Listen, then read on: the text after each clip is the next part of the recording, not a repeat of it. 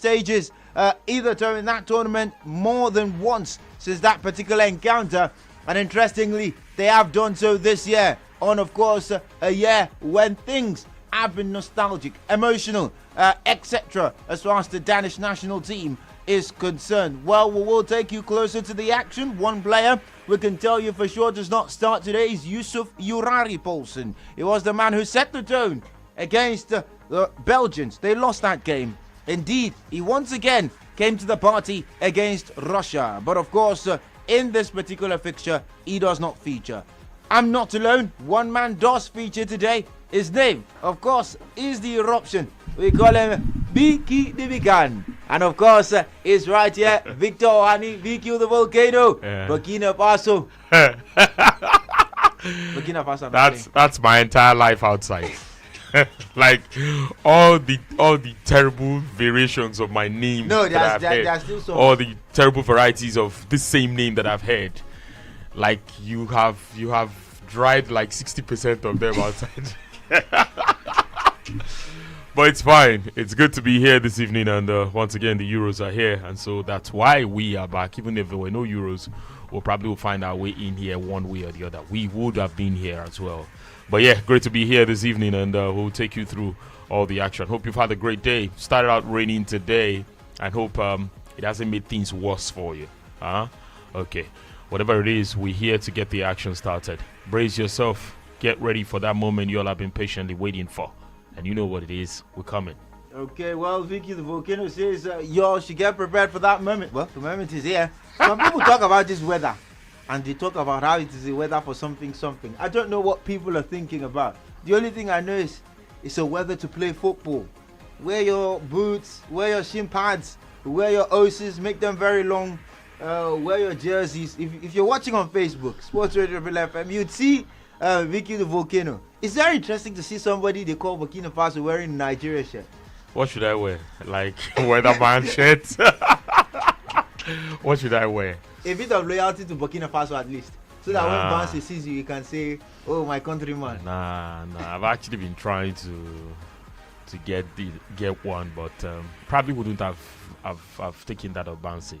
Maybe Charles Cambore, maybe Pete Viper, Jonathan Pete Viper. Don't get with Bansi. How his career has gone first. Not Bansi. Bansi has been everywhere, man, and that's not what I want to do. I've not been everywhere. Even though I want to travel the world, I've not been everywhere in that sense. You know how you're so everywhere that you cannot tell you are not here because somebody somewhere else thinks you are with them.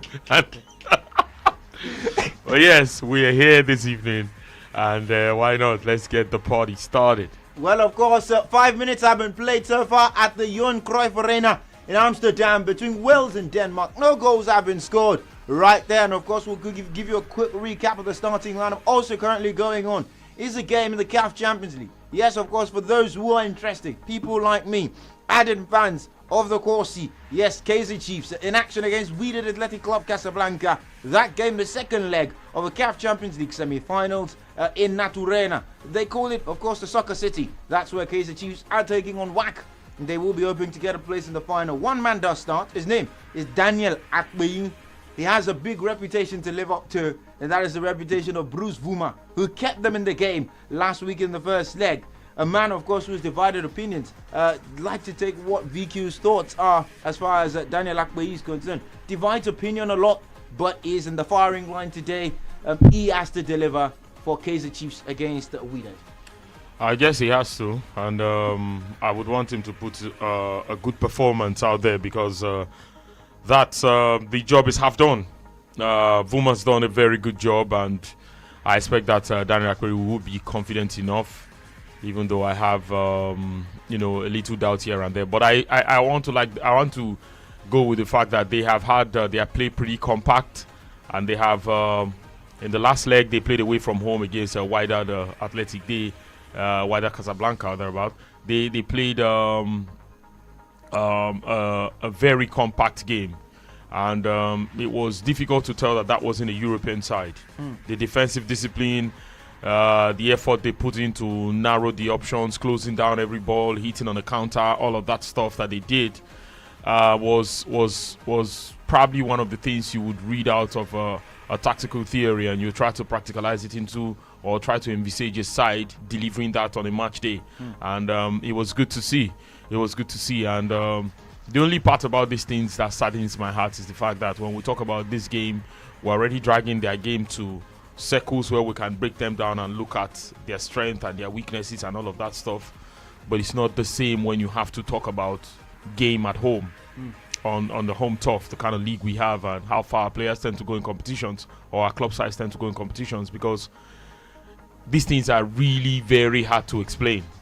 It's just like, let's do it for the sake of it, and as long as the ball is moving and we're moving, it is football we're playing. It doesn't matter if we're sticking to a plan, or sticking to a game pattern, or sticking to a tactical play or something. I really do not want other countries to dominate such conversations, and it doesn't involve us, especially when it happens on the continent, and that's where I think we need to do better. For Akpeyi, he knows the job is half done. They're staring at the final in the face. He cannot fluff his lines. He knows he has to deliver today. I don't have such a good feeling about it at the moment, I'll be honest with you, but that's because I have seen failings from him in situations where I expected more. But I don't think he's a bad goalkeeper.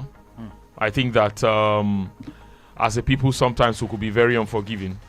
Yes, a lot of these things happen, and sometimes we just overlook these things, and we think that these things cannot, since the last time we criticized him about Mahrez, Mahrez has gone on to score about 6 free kicks again.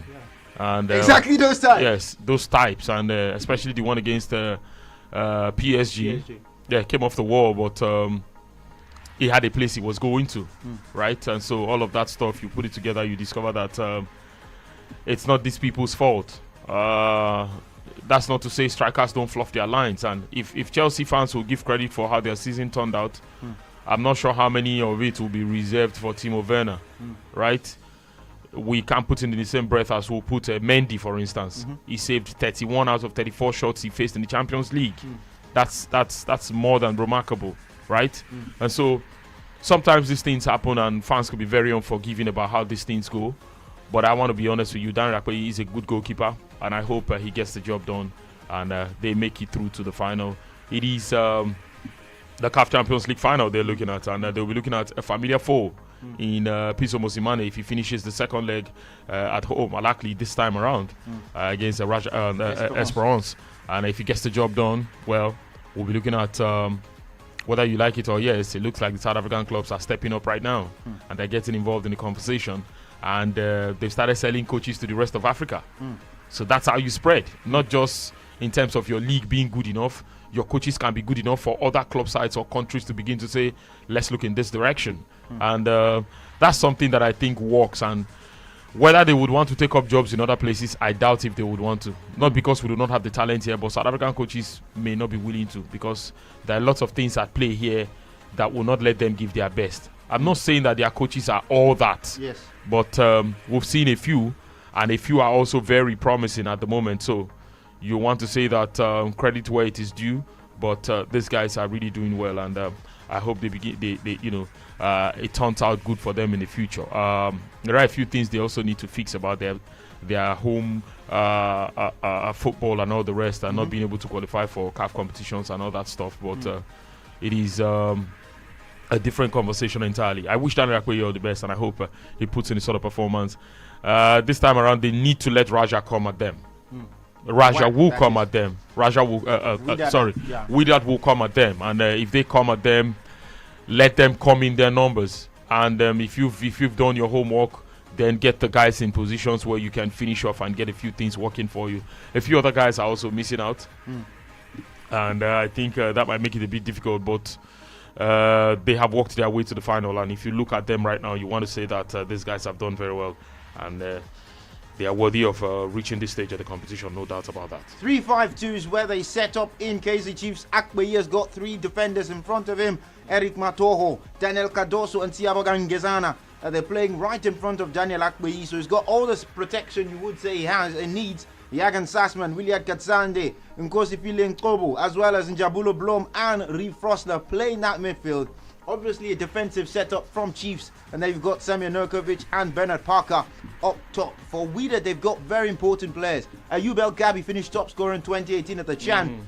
Simon Msuva plays for the Tanzanian national team. They missed out on the first leg. They've got Walid El Karti as well, who is the deputy captain of the Moroccan Ombey's national team, who have won a back-to-back Chan tournament. And of course, they've got Ayman El Usuni, Mohamed Unajem, Amloud, Dari, Jabrani, Yaya Jabrani, as well as Ahmed Farhane and Yasmin Allah. They're right in front of the best goalkeeper. Raimi playing? No, he's not. He's not playing. He doesn't not start on the in bench? this game. Not on the bench either. Oh. Ahmed Reda Tanauti is the one, of course, right there. There's a lot of expectations, especially with Sofiane Rahimi Yaptis' performance right there at the Chan as well. Why not? You would expect all of that when a guy who's 24 hits the continental scene for the first time, and he's made such a huge statement in terms of the performance that he's churned out. And credit to these guys where it is due. I think you just have the feeling that they're ready for the next stage. Whether they go on to win this game is a different thing entirely, but as it stands, you want to say that having reached this stage of the competition and having won the first leg away from home, why not? They stand a good chance. Well, standing a good chance, definitely. We don't know yet. Wales are still goalless against Denmark. Whether they stand a good chance, seems that they've been the better side starting this game so far. They've had 5 shots, all of them off target, to Denmark's 1. But once again, a quick recap that for Rob Page's men, Danny Ward is in goal, Ben Davies, Joe Rodon, Chris Mepham, and Connor Roberts in the back 4. We've got Joe Allen and Joe Morrell in midfield at the base. We've got Daniel James, Aaron Ramsey, Gareth Bale playing behind Kiefer Moore up top for the Welsh national team. For the Danes, they go to the back 3 that served them so well against Russia. And of course, Kasper Schmeichel is in goal. We've got Anders Christensen, Simon Kjær, and Yannick Vestergaard playing in the back 3. While of course, just in front of them, Jens Striga Larsen, Pierre-Armi Oibie, Thomas Delaney, and Joachim Mahler playing behind Martin Braithwaite, Miguel Damsgaard, and Kasper Dolberg. I'm quickly going to put this to VQ the Volcano, and then we'll open the phone lines. Kasper Dolberg is quite an interesting case. Kid came on to burst onto the scene at Ajax Amsterdam, looked like he was the truth.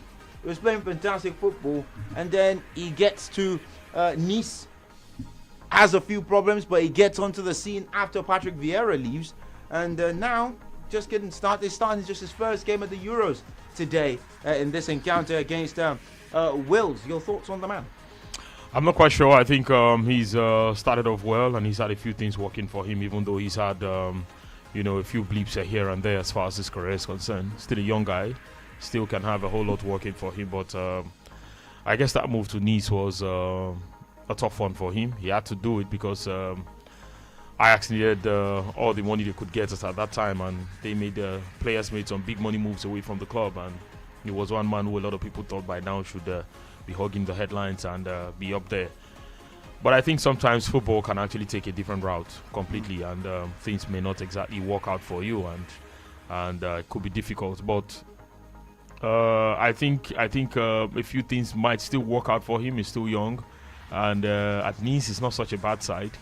Who knows? Maybe performances would probably get him out of Nice and take him to other clubs. And because if you look across other clubs right now, except you're doing so well and the big money is going to move you to a bigger club, then you probably do not have a chance. So I just think that he's doing very well for the level of talent he's got and how things are working for him.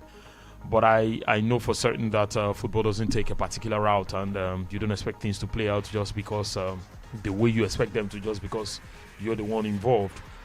But I'm also looking at a situation where at this time he's getting to play his first game in the competition because the coaches might be looking at tweaking a few things, and you don't want to give your opponents make it easy for your opponents to understand that this is a game that they can easily win and then go on to become a problem for your side. I think he has set up the team in such a way that a different striker comes in now. Page and his men will have a lot more work to do because they've probably done their assignments on Braithwaite and the other guys, and those guys not exactly. And a change of personnel today could mean that they will have to do twice the number of work if they have not covered Kasper Dolberg in the process.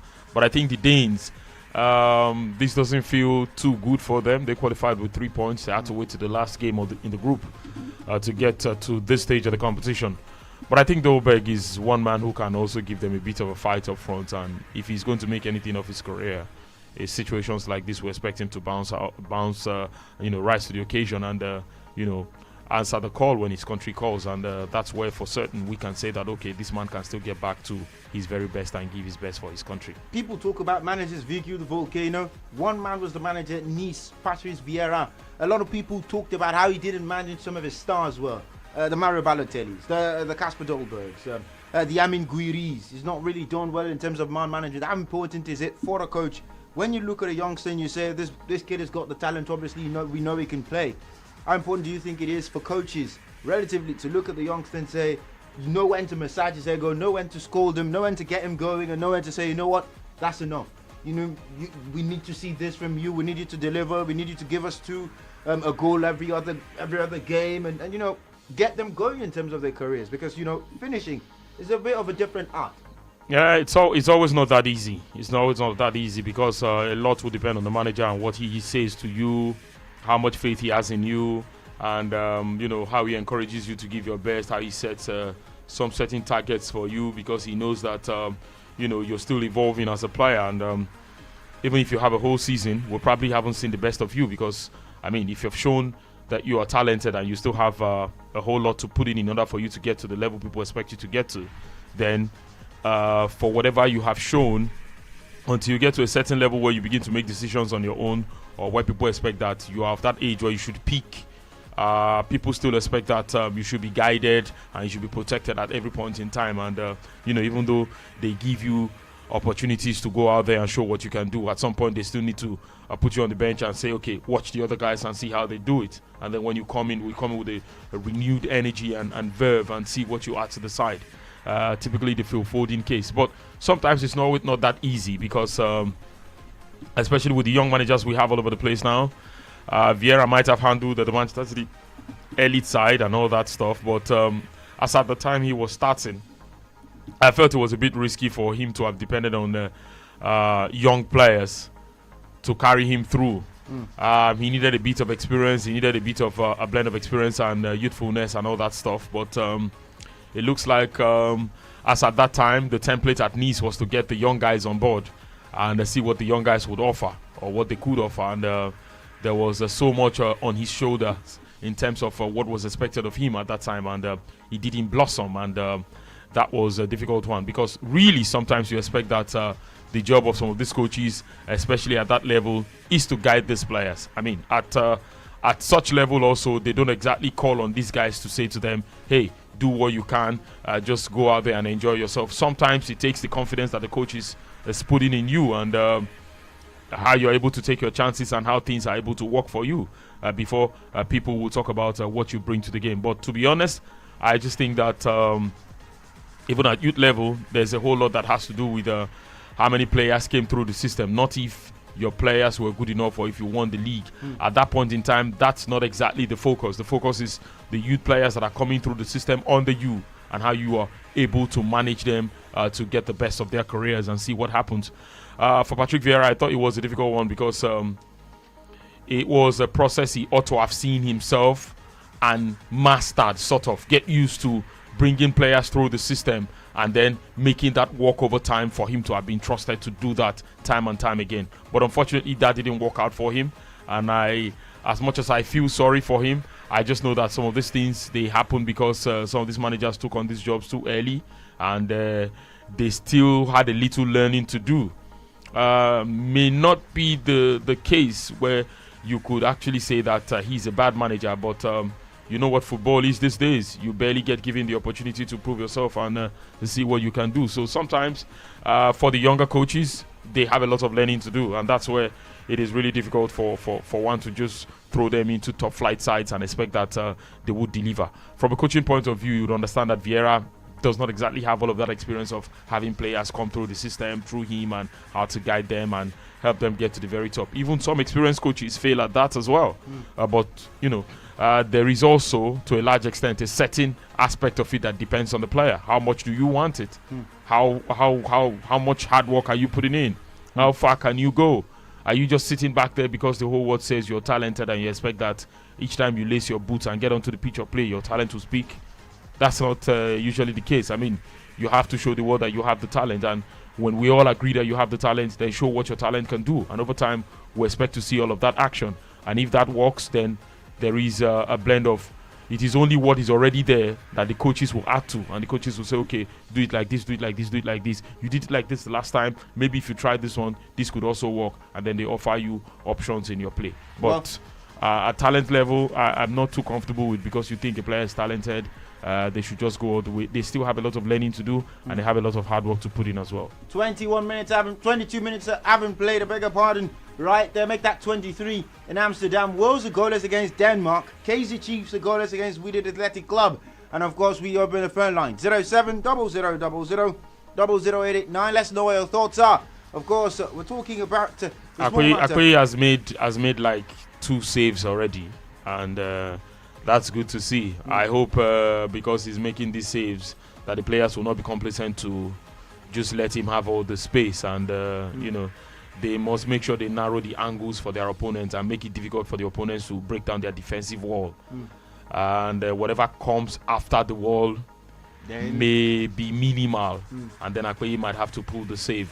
But if you make them so good that whatever comes after the fragile defense is so hot that, you know, it can break the goalkeeper, then there's nothing the goalkeeper can do about that.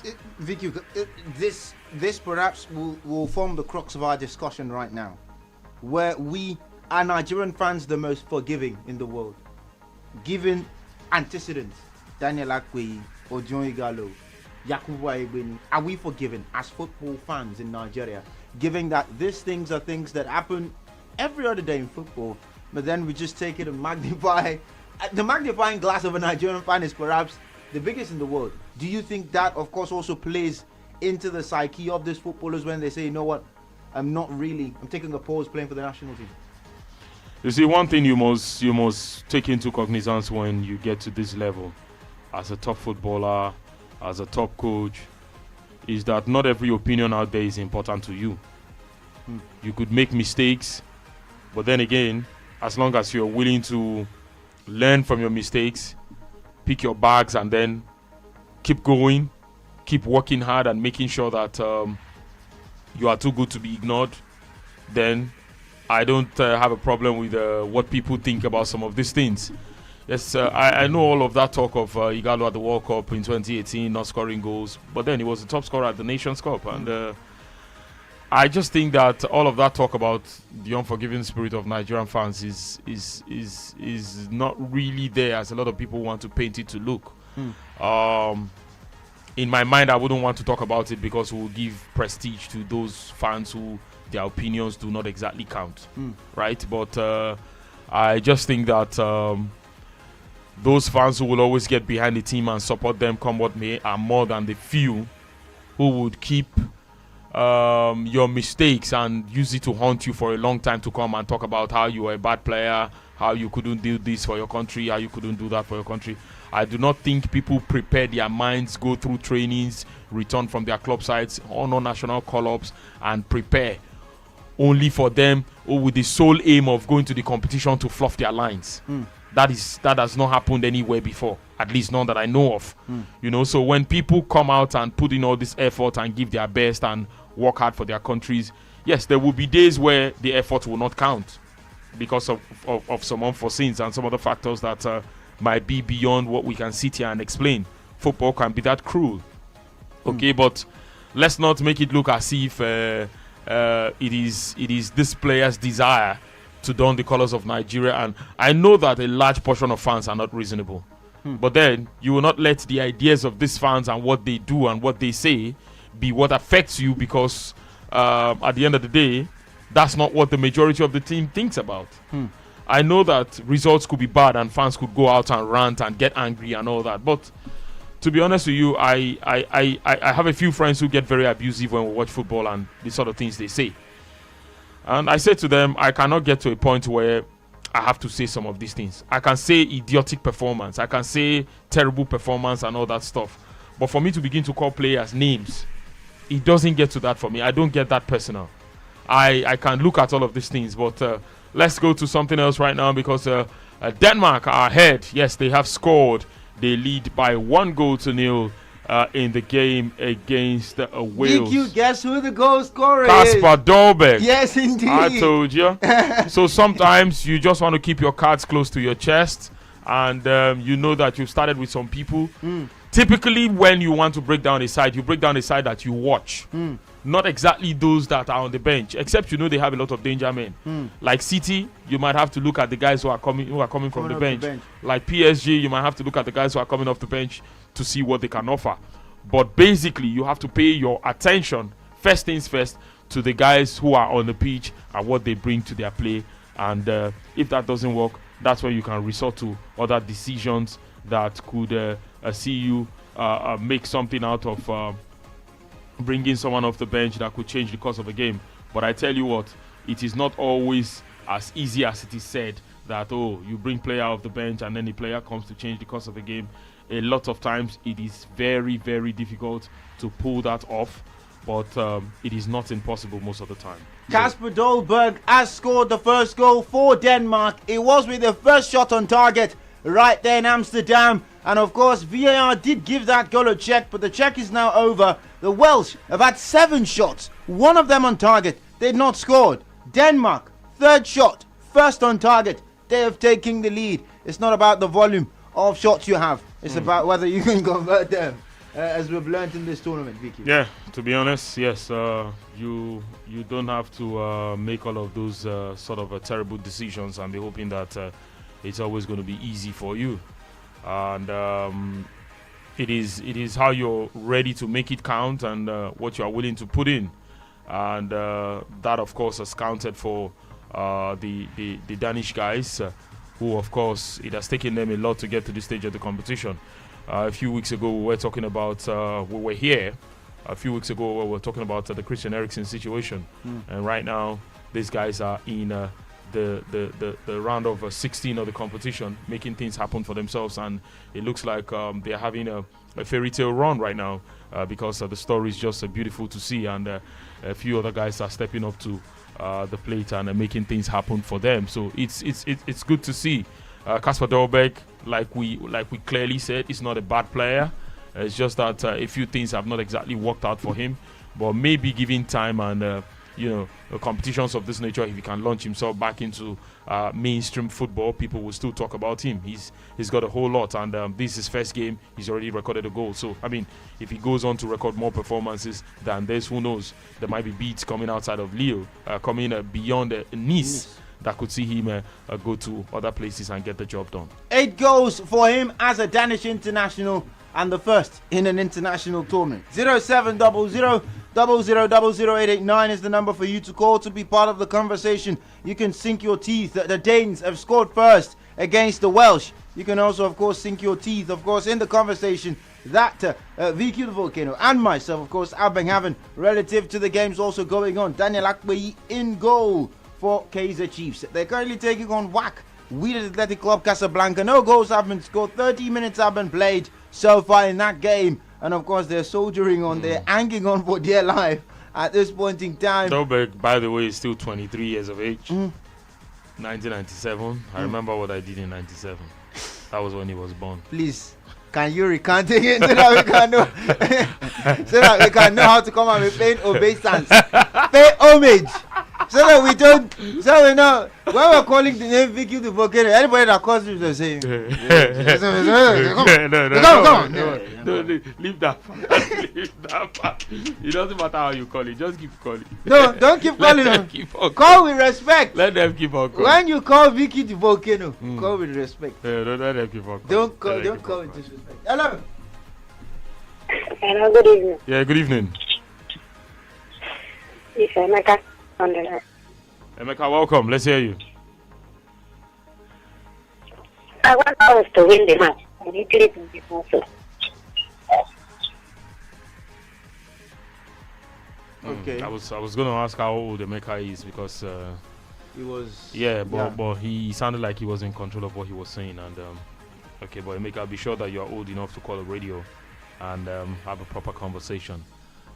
He says he wants France to win the match. France is not playing today. We have the game between Wales and Denmark, and it's 32 minutes. Wales 0, Denmark 1. Yes, of course. 1-0 to the away side. I beg your pardon. Because that's what Denmark are in this game in Amsterdam. The two countries are not playing in their country. They are playing. There's a home team. There's an away team. This UEFA this thing is confusing. I beg. They are playing a competition. Hello. Hello, good evening. Yeah, good evening. My name is Steven. Say again. Steven. Okay, Steven, welcome. Hello, what team in Denmark they play? Steven, I just gave you that result. I'm surprised you are calling to ask again. It's 1-0 at the moment. It's 1-0. Please, I will not be taking questions about results and what the match is about. No, you will have to wait and listen. So that, because if we have to answer everybody here today to say, okay, what's in this one they play, you tell them we'll not have a show, right? Yes. Let's have a proper show and not make it about what in Denmark they play. No, that's not it. Hello. Good afternoon. Yeah, good evening. Yeah, this is Steven. I want Denmark to win the match because of Ericsson. Ericsson. Yes, I want Denmark to win. Okay, no problem. Thank you very much. He wants the Great Danes to win the game. 29 years to the day of the 1992 Euro Championship victory. The Danes lead against Wales. Significant day. Some days very precious to football nations. If you ask Nigerians about the 26th of June, they remember 2018. Does Vicky remember 2018? 26th of June. 2018. We're 4 minutes away from the round of 16 of the World Cup. And then Marcos Rojo happened.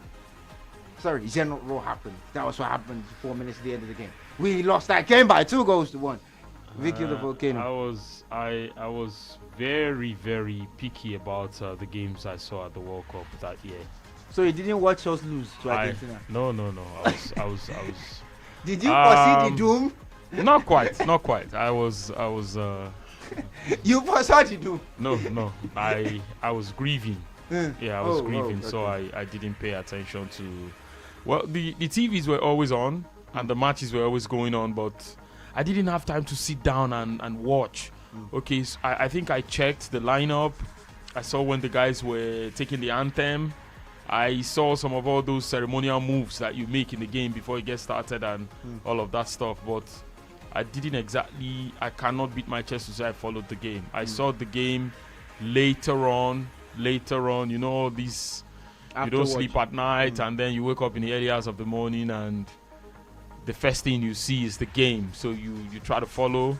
And people are surprised that you are awake at that time and the first thing you're doing is watching a game. But it's just what it is, and I will not say I followed that game, but I saw glimpses of the performance, and I didn't have any reason to get my hopes high, because until we change our approach to some of these things, we'll just be making up the numbers, and our approach to competitions like the World Cup has not been good enough.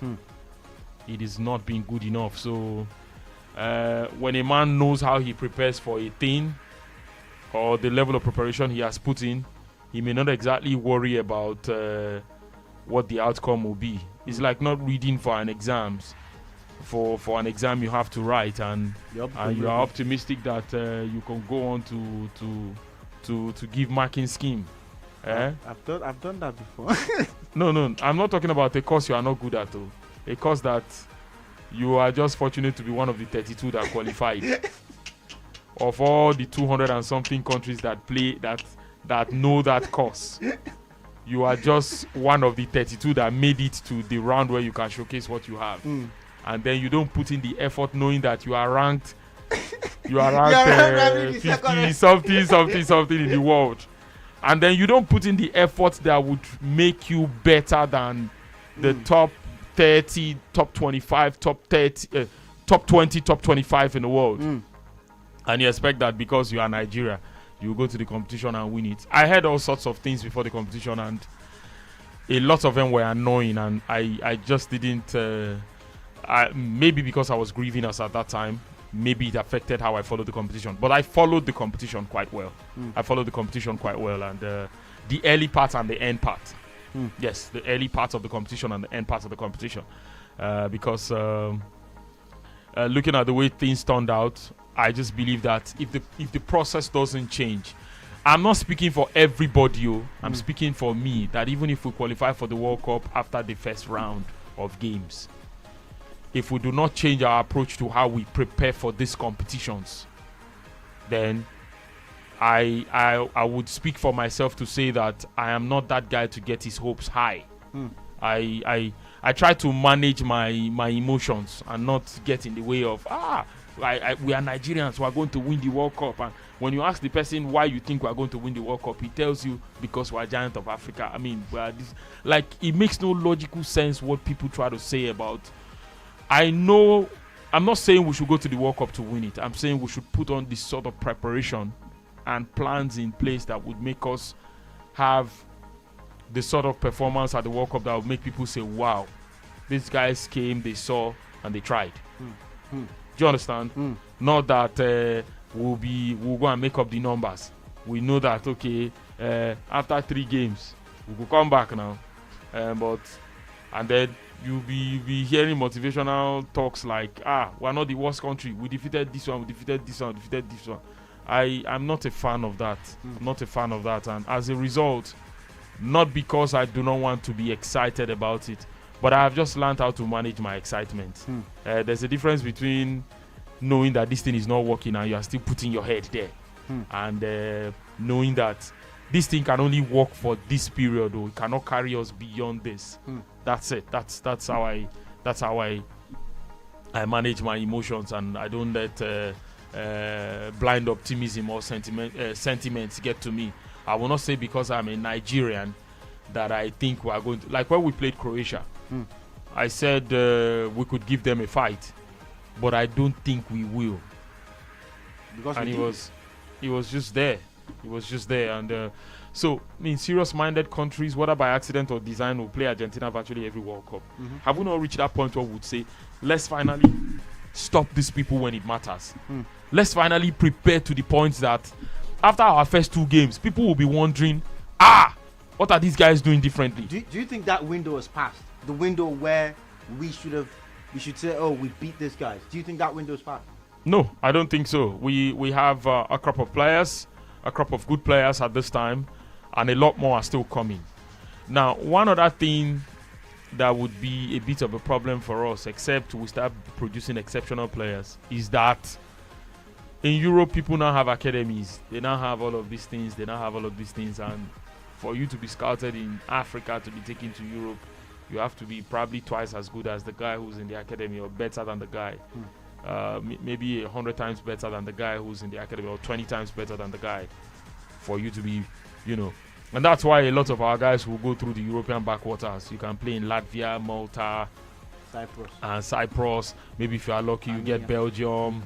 And then like that Division 2 in Spain, Sweden, and all that stuff. And then if you find yourself in mainstream Europe, you can now get excited about all the things and say, oh yes, so we're happy, we did this, we did that. But to be honest with you, I just think that we really can do better.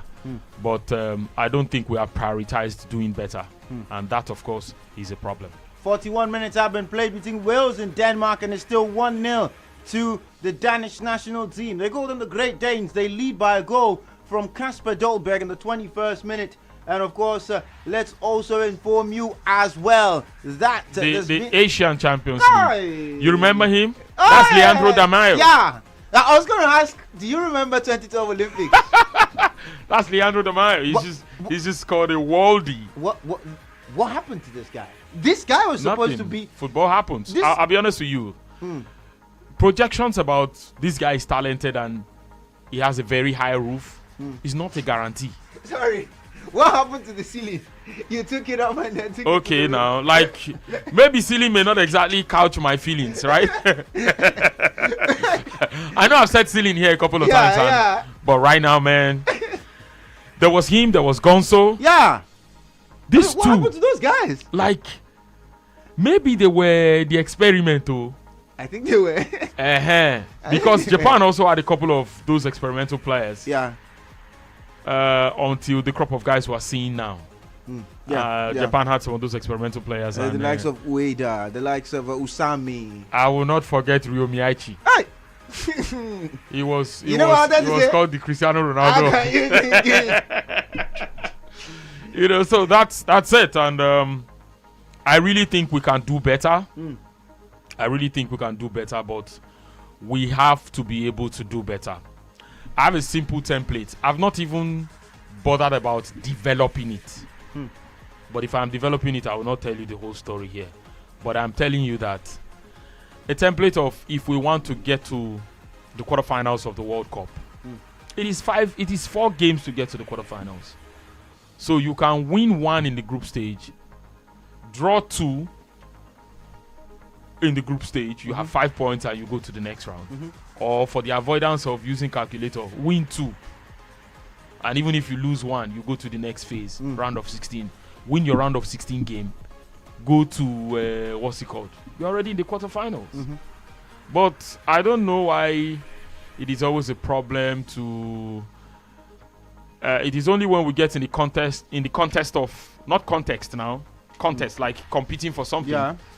That's when we now talk about every year during the World Cup they do that. They will now say countries with the highest paid coaches, countries with the check. A lot of these countries who don't pay their coaches well, they know how far they want to go in the competition. Yeah. And so they just know that, okay, after 3 national anthems, we might be coming back home. What that simply explains is that every year, every time they play the World Cup once in 4 years and you see that thing happen, just know that even though paying top money doesn't guarantee anything, it is always not cheap to get a world-class coach that can get you as far as possible in those competitions. So when you see people have all of this stuff and then they go bring one coach from somewhere and then they just settle for anything and like that. To be honest with you, there are a lot of coaches everywhere these days, and it depends on the quality of what you are looking for.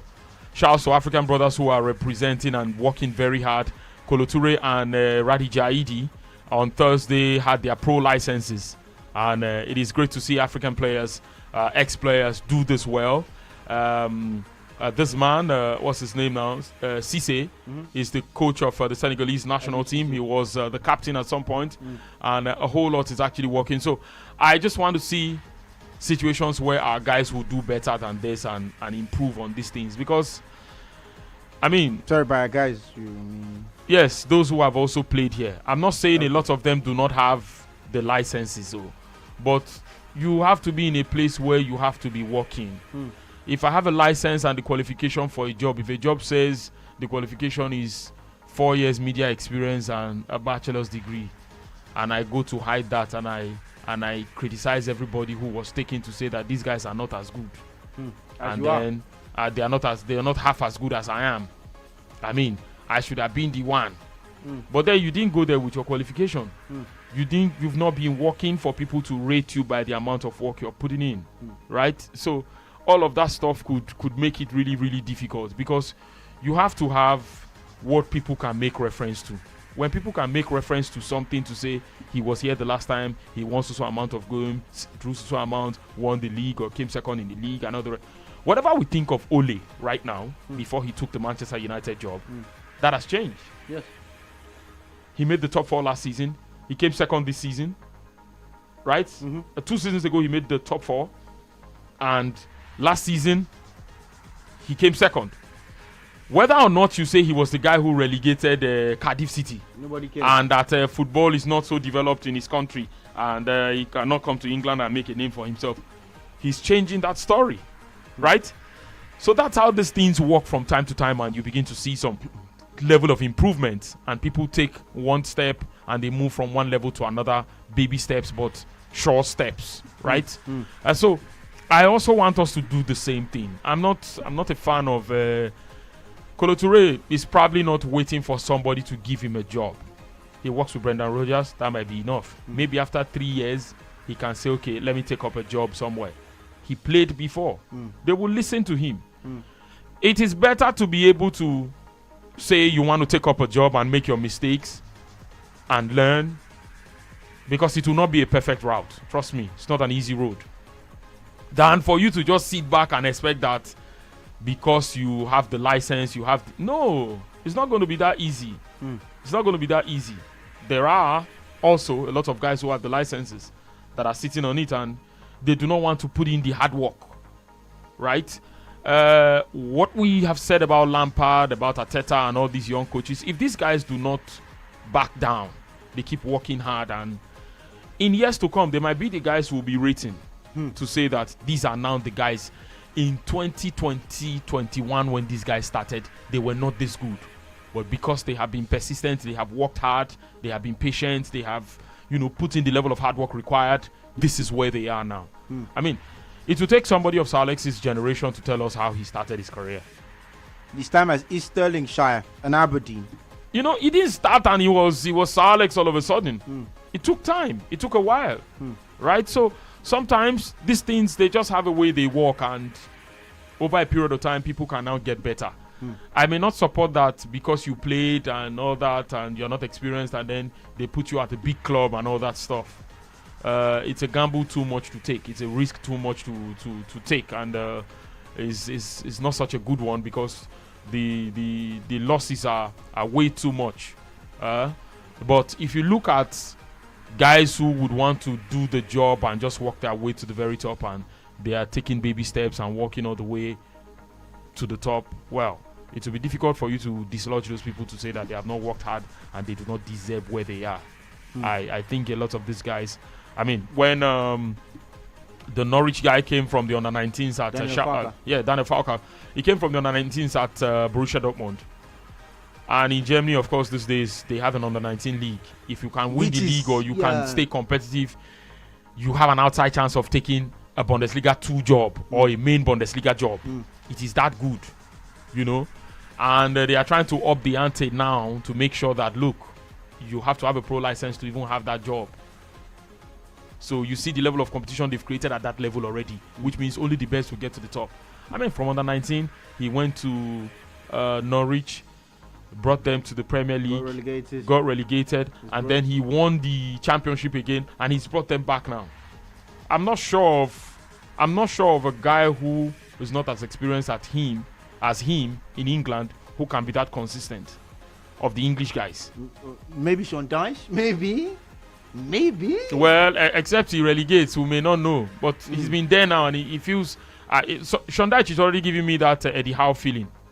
Is already. It looks like it's only a matter of time now before they get relegated eventually, because Burnley looks like they just make up the numbers these days. I mean, they were 17th on the log at the end of the season, and if not that, the 3 teams had relegated before the final day of the season, they probably would have been fighting for points that day, But let's leave these things where they are and the way they have been. But I'm just saying that some of these guys, you might put Sean Dyche in the conversation because he's an exception compared to other guys. But some of these guys are working hard enough, and their system is so good already that if the platform comes, they will struggle, they would stutter here and there and stumble, but things could look good as soon as they are able to find their feet and then they can push their ideas across. But it's always good. I mean, if you have to start at under 17 level, you will prioritize player development before you prioritize points. These are some of the things I look at, and I say that at this level also, maybe we should be setting technical targets for some of these coaches. But the system that will give birth to certain technical targets, we're not ready for that conversation yet. Well, of course, half-time, the Welsh are not ready for this one. They're 1-0 down against Denmark. KC Chiefs are ready for the scoreline. The goalless against Wydad Athletic Club Casablanca. And also half-time in the AFC Champions League, where Kawasaki Frontale have somewhat gotten back against Daegu of Korea. It's Korea-Japan there. In that particular encounter, it's 1-1. And I can tell you one thing for free. Leandro Damião, one man I used to think would be the best number 9 in the world at some point. I'm not going to lie. I actually thought this guy had what it took to be the best number 9 in the world. Well, if he's the best number 9 in Japan, well, at least he's trying for himself. I'm not sure. 42% of ball possession for the Welsh, 58% for Denmark. One attempt on target for each side. But Denmark are the one who are leading by a goal to nothing. Wales have more shots, but they are trailing by a goal to nothing. 29 years to the day. That the Danes won in 92. Yes, they are leading against the Welsh national team. 07000000889. We take one call, then we take go pay the bills. When we come back, of course, it would be to take you closer to the action. Second half between Wales and Denmark, Kaizer Chiefs and Wydad Athletic Club, as well, of course, as all the games going on around the globe. It is Sports Radio 88.9 Brilla FM. Let's know what your thoughts are as far as the games are concerned, and of course, every issue we are talking about is concerned. The Nigerian coaching system. Of course, you look at the Nigerian coaches and in terms of taking jobs that they could develop at as well. And of course, Leandro Demian, one man who perhaps you might remember the 2012 Olympics. Also the small matter as well of the situation with Carlos Pedorberg. We'll pay the bills, then we come back. This is still Sports Radio. It is our market right here on Sports Radio in our, of course, Euro 2020 studios.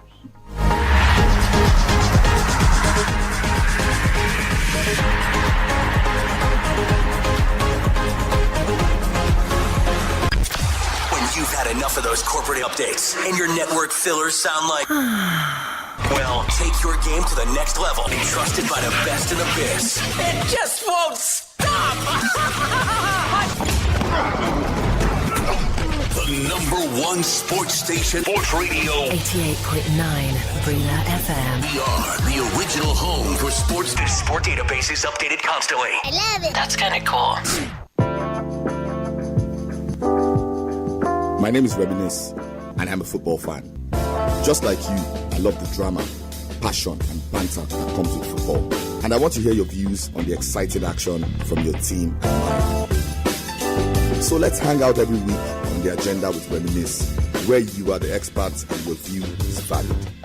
Let's banter, throw shade, and relive the action of the past week.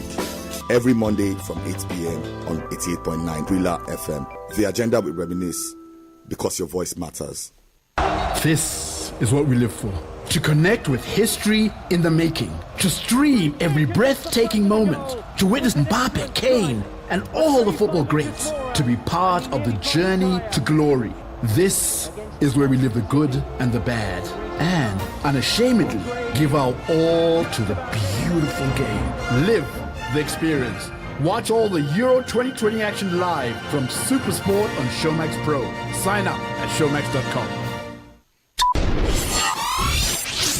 When the fans asked for more, we at Sports Radio 88.9 Brilla FM gave them 4 wishes and a magical line. It simply means when you call 0700000889, you're routed through 4 different lines. So when you dial the magical number 0700000889, you get through to us on 4 lines. That means you have 4-in-1 chance of having your voice heard on your favorite radio station. So go ahead and start dialing. It's the 4-in-1 package from home of the fans.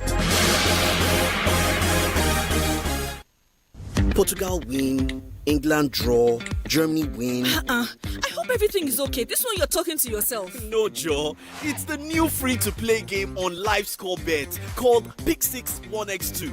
See, all you have to do is pick 6 match results between home, away, or draw, and you win a jackpot of 1 million naira. 1 million naira.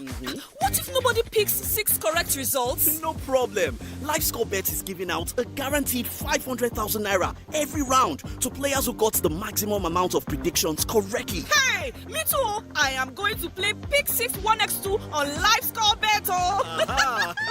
Terms and conditions apply. Live Score Bet, home of free bets.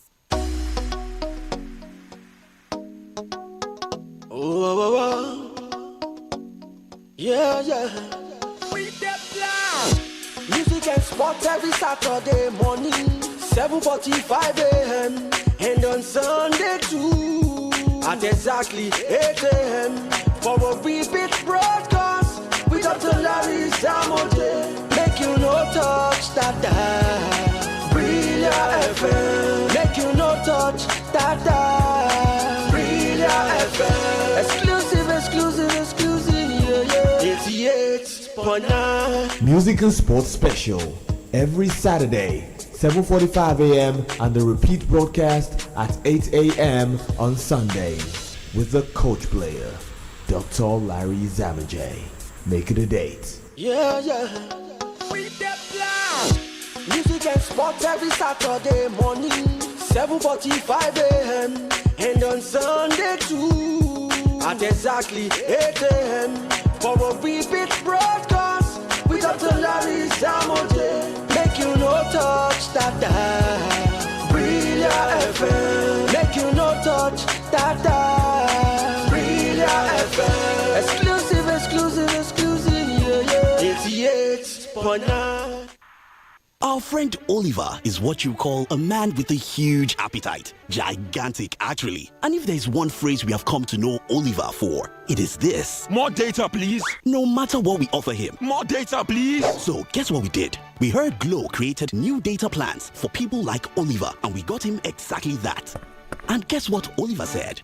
Excuse me, please, is this all for me? Only me? Now, Oliver certainly has more than enough data. All thanks to the Glow Mega Data Plans. With the longer validity you get on Glow Mega Data Plans, you can work from home with ease, run your business better, download non-stop, stream music and movies endlessly, learn online, and share data with anyone. No worries. Get 225 gigabytes at 30,000 Naira for 30 days, 425 gigabytes at 50,000 Naira for 90 days, and 1 terabyte at 100,000 Naira for a year. Dial *777# now to start enjoying these mega plans. Glow Unlimited. Not a new level. We are sample your ticket from Best King to yesterday's gone today. It be a lucky day for Best King to you are royal, you oh, you come make me bet with Best King to go check this cause today. It be a lucky Bet King. for Best King. Playground for kings. Good day, sir. How you doing? Welcome. I'm very fine, sir. Okay, see the job I don't bring and come. Okay, everything. Yeah, everything I didn't, sir, including the banner and the flyers. Okay, let me quickly take a look at. Nice one. These flyers are sharp. Yeah, nice one. Okay, I tell you before, say, I go do you well. I don't change the people when I dey work with. Now, I dey work with Brilla Press. You know, I complained the other time. Even my boss complained about everything. Now, make me come change to Brilla Press. Now, Brilla Press, I dey work with now. I can see everything. They are very sharp. You don't need to tell me, okay, anything when you want print, carry and go Brilla Press. Oh, yes, Brilla Press. At Brilla Press, we guarantee you the best in quality printing with up-to-date technology. Our services include idea generation, conceptualization, design and production from cards, calendars, books, magazines, t-shirts, banners and souvenirs. Brilla Press is located at 150 Ikorodu Road at Deboale House, Oniapanu, Lagos. Call us on 070-8860-6282 or 070-8860-6252. For inquiries, email press@brilla.net. Our website is www.brillapress.com. Brilla Press, on time, every time. This is what we live for. To connect with history in the making. To stream every breathtaking moment. To witness Mbappe, Kane, and all the football greats. To be part of the journey to glory. This is where we live the good and the bad. And unashamedly give our all to the beautiful game. Live the experience. Watch all the Euro 2020 action live from Supersport on Showmax Pro. Sign up at showmax.com. Take Brilla anywhere, everywhere. Yes, you can take Brilla with you anywhere, everywhere. The Brilla app is available for free download on Google Play. It is also there on the Apple iTunes Store. Yes, on Google Play and the Apple iTunes Store. Look out for the Brilla football and microphone logo with the letters BRILA in green colour. That is our authentic app. It gives you Brilla FM, Brilla.net, BrillaSports.tv, and all the extra betting tips, live score, plus our Twitter, Facebook, Instagram, Google Plus, and YouTube posts. Sports fun. You can post your videos and eyewitness reports. Brilla, BRILA. Available for download on Google Play and the Apple iTunes Store. Take Brilla anywhere, everywhere on your handset. Committed to taking you closer to the action. This is Sports Radio 88.9 Brilla FM.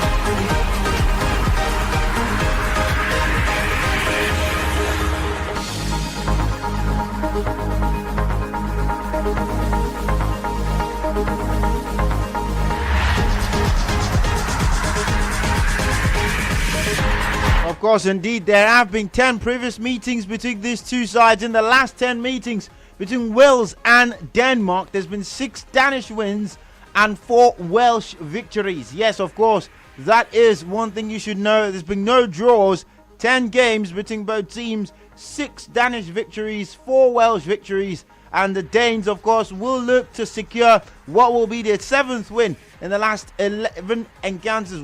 This is the 11th encounter, so it will be the last 11 encounters, while, of course, the Welsh will be looking to come back and secure the 5th win. Let me remind you that for Wales, they defeated the Northern Ireland in 2016 in the round of 16 encounter. Well, of course, now they currently trail by that same scoreline as well. Jens Stryger Larsen making his 40th appearance today for, of course, the Danish national outfit. Well, of course, he will be hoping to continue what was a solid first half performance. And for Wales, there is a small matter. Daniel James and Gareth Bale who are looking to score and, of course, perhaps put end to long droughts. Daniel James looking for his 5th goal for the Dragons, and for Gareth Bale is looking to end his 20-month drought. Remember, he got the opportunity in the last game, couldn't score from a penalty spot either after having what was one peach of a performance against Turkey as well. Well, of course, we're still taking you closer to the action, and let's inform you that before that victory against Russia, Denmark had lost 4 straight games at the Euros. Well, they are on the verge of winning back-to-back games at the Euros for the first time since when? Well, we will let you know as the game progresses as far as that is concerned. Let's also let you know that the second half is kicked off between Wydad Athletic Club and KZ Chiefs in Naturena, right there as both teams are placed in the CAF Champions League final. 07 0000 00889 is the number to call to be part of the conversation right here on Sports Radio 88.9 Brilla FM. Let's know what your thoughts are. Indeed, as far as the game is concerned, Wales against Denmark. Where do you see this game ending as well? And of course, we've got VQ the Volcano alongside me. Like to also take your thoughts as far as some of the discussions we've had today are concerned. Yes, we've talked about a lot, of course, about Kasper Dolberg, the man who scored the first goal, and it's now 2-0 for the Danish national team. And Kasper Dolberg now has his brace for Denmark against Wales. 49 minutes on the clock. It is 2-0, and of course, after the Welsh failed to clear their lines, they have been duly punished. 3 minutes after the restart, they're barely out of the changing rooms, and of course, a good cross from the man making his 40th cap right there, Jens Stryger Larsen. And after they failed to clear their lines, it is 2-0, and there would be a VAR check for this one. It would be for an initial tackle from Simon Kjær on Kiefer Moore right there as Denmark won the ball in their own half as they sought to score that second goal. Well, that check is going to be on. The cross coming in, of course, right there from Martin Braithwaite. I beg your pardon, whom many people will call Chris Brown. But of course, at this juncture, Kasper Dolberg converted after the Welsh failed to clear the lines in that particular one right there. 2-0. VAR check, of course, going on for that goal. Will it count? Will it not count? Neco Williams was the one who failed to clear his lines properly. The defense was at sea. Kasper Hjulmand, of course, screaming with elation The question still remains whether the goal will stand after a VAR check as far as that one is concerned. Wales 0, Denmark 1 is the scoreline, but let's let you know that that goal has stood. It is Wales 0, Denmark 2. Kasper Dolberg with the brace. It is his first start in the competition, and he has already scored 2 goals right there. One in the 21st minute, the other in the 48th minute, and the Welsh seemingly at their bust up right there as well. 07000000889 is the number to call to be part of the conversation. But first and foremost, VQ the Volcano. He said 1 was not enough. I need 2. Yeah, I think at this time it will be hard for the Welsh guys to get back into this, but that is not to, encourage complacency on the part of the Danish guys, because it is still early days. You have 40 more minutes to go, and that's a lifetime in football. And so you have to be careful this time, be patient with your play, encourage your opponents to come at you. But this time around, you know already that Wales will have to go at them and throw everything into this game and see what comes out, because they are losing and they are chasing the game. So they have to give everything. But it looks like this second goal has dealt a huge blow, and but never say never. I do not want to say that this is the end of the road for them, but it looks like it. And against all the expectations, they got out of the group. But right now, it looks like this will be the end of the road for them at this stage of the competition. But they can still give a whole lot and see what happens. But it looks like the Danish guys would hold sway from here on, and I don't see how the Welsh guys are going to surmount a 2-goal lead and get back into this encounter. Well, of course, sometimes they say dragons breathe fire. Not this one right there. Well, Leandro Di Maio again. Okay, Leandro Di Maio has scored a second goal. So it's not just happening in Amsterdam. It's also happening right there in the FC Champions League. Well, Leandro Di Maio has scored a second goal for Kawasaki Frontale right there against Daegu FC. It just feels that there's a sense of nostalgia from that guy for me, as far as he's concerned. The Predator, the man is a proper centre forward, and I remember comparing him back then to Luis Fabiano. Fabiano obviously had a better career than he did. 07000000889. There have been goals everywhere, bar the game that involves one of the finest football clubs in the world. Before VQ says I shouldn't say the best club in the world. Kaiser Chiefs, they're currently taking on Wydad Athletic Club. Second leg of the CAF Champions League semi-finals. No goals have been scored just yet in that fixture. 50 minutes have been played. 53 have been played between Wales and Denmark, who continue to chase the game. The Welsh, that is. They're losing by 2 goals. Gareth Bale is furious. He perhaps would be slapping and smirking, of course, after that shot he fluffed. He fluffed his lines earlier on in the game. Kasper Dolberg has proved the Punisher. He's proved the magician with the wand to tame the dragons. It is Wales 0, Denmark 2 at this juncture. Get on board, let's know what your thoughts are. Of course, Wales 0, Denmark 2. VQ the Volcano says he thinks it is not the end of the road. I know it is the end of the road for the Welsh. I wanted it not to be the end of the road, but it seems like it will be. This game is going to be the end of the road. What I simply said is it's not yet over. They can still give a little fight in this game, but I don't think a 2-goal lead is one that they can surmount.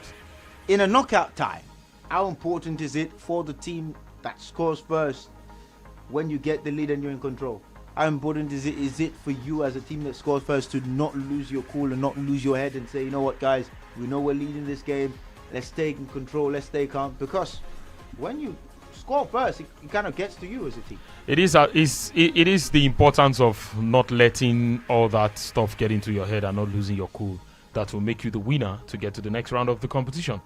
Okay, and I honestly think that it is as important as being in the competition at all, because if you take a lead in a competition and you do not have any plans to protect your lead or be in the game until the final whistle, then it's as good as not being in the competition at all. So I think they have to make this count for them. They have 2 goals now, and that is a good one for them. The only thing that could threaten them is if the Welsh guys are able to pull one back. It doesn't look like that. But then again, you never say never. I just think that in terms of the quality of what they have, the Welsh guys have not exactly come. They are not on the same level as these guys, and quality at some point will definitely tell. There's so much that the heart can do for you. Putting in the heart, working hard, and putting in the fight in every game, and making sure that you're able to hold on and hold your own against your opponents, even though you feel they are better than you. But in a situation where you have all of that stuff working in your favor, you have to be very, very careful not to misplace the situation and take advantage of everything as it comes. And I think that's where for the quality of what you have in the Wales side, it seems to be lacking. Although the Danish guys are not exactly a crop of guys that you say are superstars, but they have guys who of course have like 100 games under their belts, playing for maybe not so top clubs but decent clubs. I mean, Kasper Schmeichel has seen over 250 games for Leicester City. Simon Kjær has moved from AC Milan to Wolfsburg to other places, and he's still looking really good. You have Christensen who just won the Champions League. He came off the bench in that game, and all of that stuff. So if you put all of that together, apart from Gareth Bale and maybe Aaron Ramsey, you may not find a lot of guys you may not find names to mention. Maybe Daniel James again, and then all of that stuff. So sometimes the quality of the players you have in your side could make it really difficult for you, and it's exactly what we're seeing. Credit to Page. He took over this team after Ryan Giggs had issues, and he's done very well. If he reaches this stage of the competition, I'm proud of what he's done. He's supported by Stuivenberg. Stuivenberg used to be Albert Stuivenberg. Yes, he used to be this man's number 2. Louis van Gaal. Yeah, Louis van Gaal. And then he currently works with Mikel Arteta as the number 2 man for Arteta. So I think they really cannot compensate with what they lack in quality. They find it hard to compensate with it for the level of hard work they put in. I know at the last Euros they were better. They got to the semi-final, and it was Ocean Roberts, the current sporting director of Morocco national team, who was the assistant coach and the technical director at the same time. He was number 1, and no, he was number 2, and Chris Coleman was number 1. But that was another time where they had a lot of they had a few experienced players here and there where they were able to do a few things. Ashley Williams, of course, you cannot buy his kind of experience in the back line right now, and you look at all of these factors and how he counted for them back then. But unfortunately, it looks like things are much more difficult right now, and they cannot scale past where they are. But credit to them and what they have been able to put in so far in this competition. I just wish that they could give a better performance and better outing as far as this is concerned, but it looks really, really difficult for them now, and one can only hope that if they get out at this stage, well, credit to them. Time was Wales were not even qualifying for the Euros, and it looks like they have sort of stepped things up a bit, and that's why they can be in the competition even though they are not there as contenders. You would pardon them, of course, but if this were some big countries getting knocked out at this stage of the competition, you want to say, oh wow. Imagine if this was England, if this was France, if this was Portugal, if this was Spain or Belgium. But Denmark, well, they were fortunate to have reached this stage. If Turkey and the likes had performed, they probably wouldn't be here. But they only delayed the doomsday. It has finally come, and the quality of what you have in this Danish side is the difference between the two sides, and that's why it is 2 goals in the favor of Denmark against Wales tonight, as far as this game is concerned. 07000000889. Of course, the phone line's lighting up. You can get on board. I know everybody wants to talk to Vicky of the Volcano, so please make sure that you're jigging ready to go. Hello. Good evening. Please, what's the score between Victor and Van Gaal? Okay, well, keep listening. What's that? What did he say? I don't even know. I just said Jipal and Van Gaal. Yes. I thought I was hearing Victor. See, I don't know. If you go to those obscure leagues and expect we will follow you there, it will be really difficult. It won't be that easy for us to follow you to those very obscure league and be running after these games. Like we have mainstream games to pay attention to, and for now, that's of course going to be the priority games that we'll be looking at, and not everywhere you go in the world. And some of those places, you have to be sure of where you're going and expect that you will get the backing. But as it stands, it is Wales 0, Denmark 2. 59 going on 60 minutes of action as far as this encounter is concerned. And Kawasaki Frontale are now in front 3-2 against Daegu. They lead. And Kaiser Chiefs 0, Wydad Athletic Casablanca 0. Yes, Kaiser Chiefs won the first leg away from home 1-0.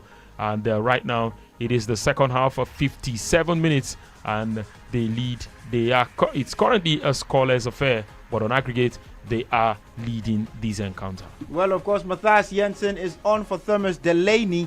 Just the same way Joe Morel has been replaced by Ari Wilson, a man a lot of Welsh fans have clamoured for. Mikael Damsgaard is also coming off to be replaced by Christian Norgård as well. So they've made a raft of changes there. The Danes on the hour mark. 60 minutes have been played, make that 61. Wales 0, Denmark 2 in that game in Amsterdam at the Johan Cruyff Arena. Wales, of course, when it comes to losing at that arena right there, well, they definitely have made some sort of expertise at losing in Amsterdam. Yes, they don't win there. It's not a good hunting ground for them. Perhaps do this kind of things today matter in this?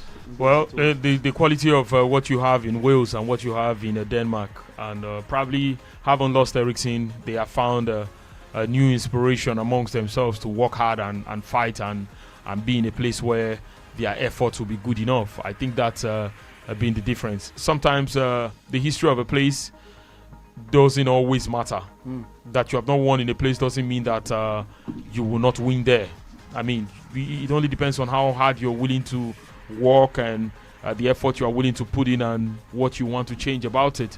All of that could be responsible for why you would have a better performance next time. But all of that talk of he's never won here, it cannot happen. Well, if it makes you get complacent, you'll be shocked at what you get on match day. And I do not think people should be in a place where they should be taking these things for granted. Certainly not. Well, 9 goals for Kasper Dolberg right there. Will be hoping to make it. Yes, you guessed right. 10 right for himself in Danish colours. The red and white right there taking on the Dragons in the UEFA European Championship. 62 minutes have been played there. We'll quickly take you to our Facebook fan page and take some of your comments there. And of course, Victor Ekanem was saying that this game can end in penalty shootouts. Like this? After 62 minutes, bro. You go hard though. Bro, please, you go hard though, but okay. I want to respect your opinion, but it will be difficult. I'll be honest with you, it will be really, really difficult for you to end that way.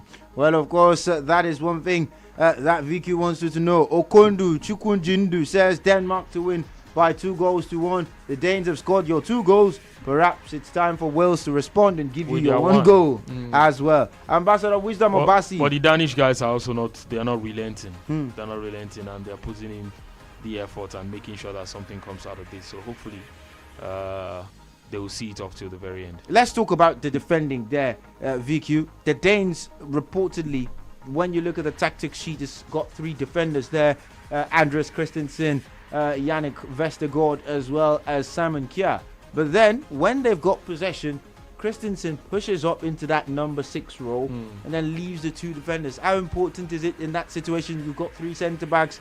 Rather than have them flat, you have a scenario where they're in a triangle, and then your full-backs or your wing-backs in this case can push as high up the pitch. How important is that in terms of giving you numerical advantages ahead of the ball?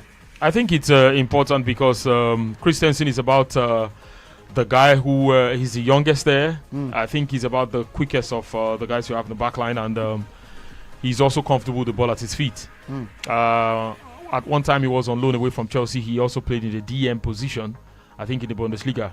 In the Bundesliga, and which I think makes him a bit of an option in that area. Of course, if you look at what he could bring in playing in that position.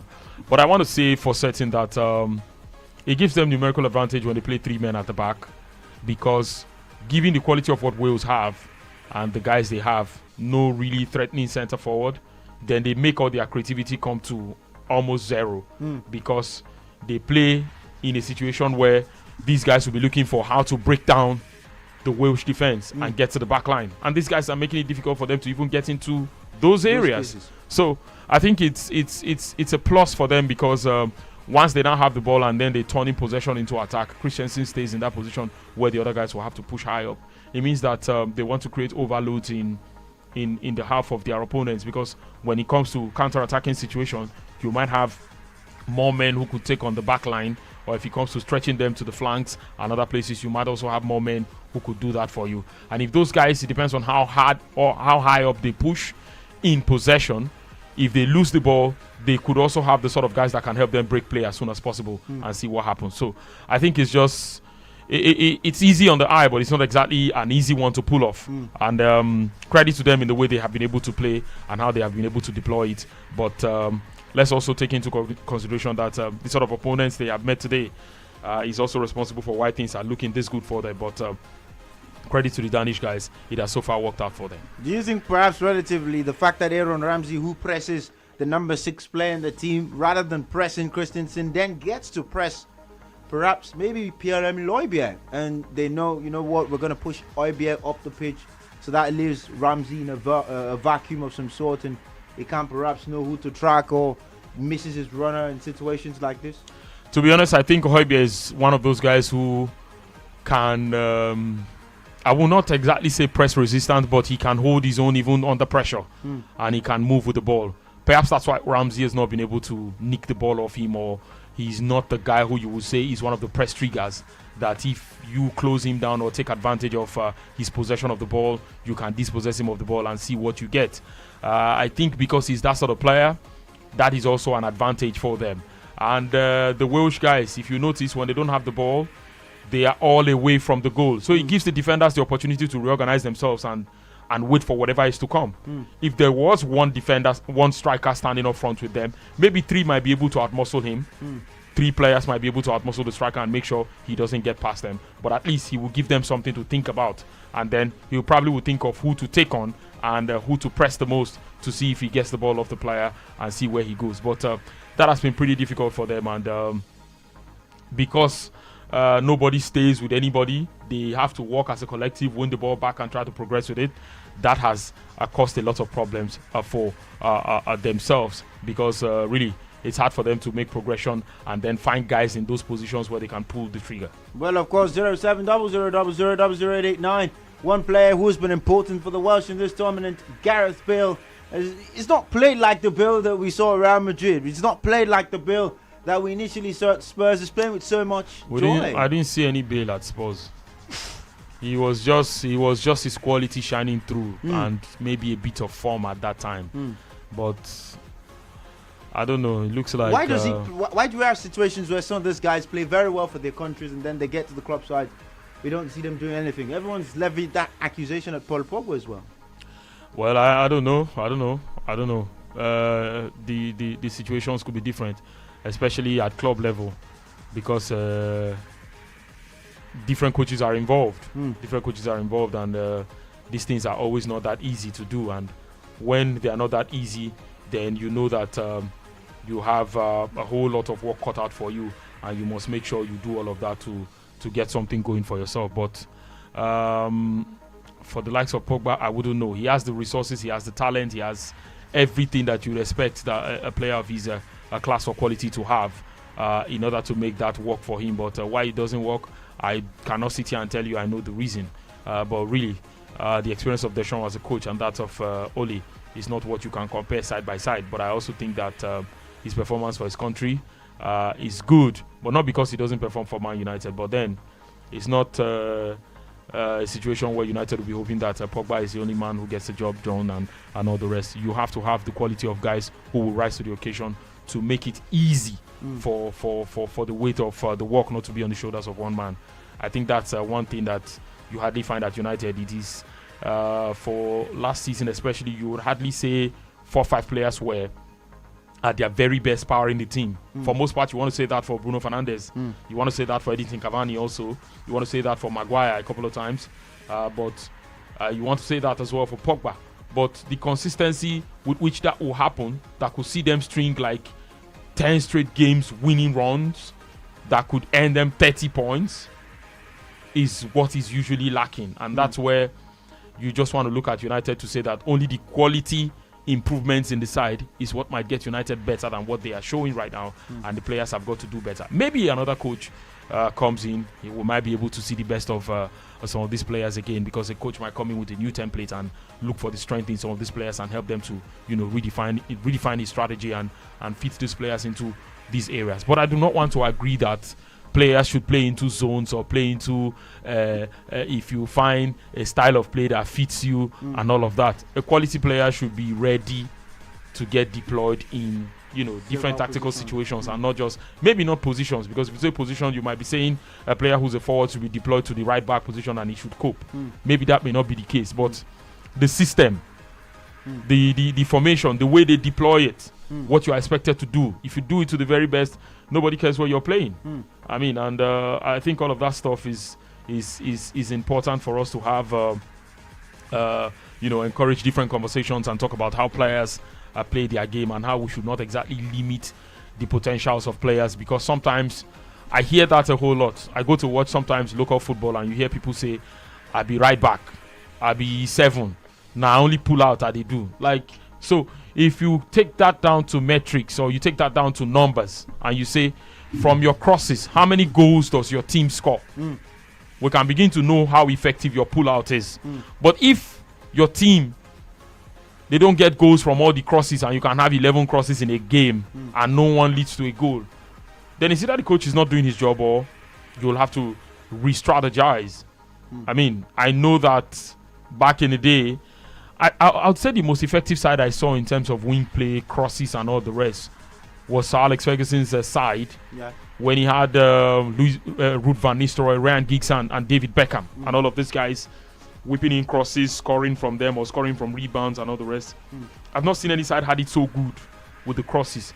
Or maybe because of the way Liverpool plays also, pushing a lot of guys into the box when they counter-attack you and they press you to make those mistakes and they want to score from those chances that they create.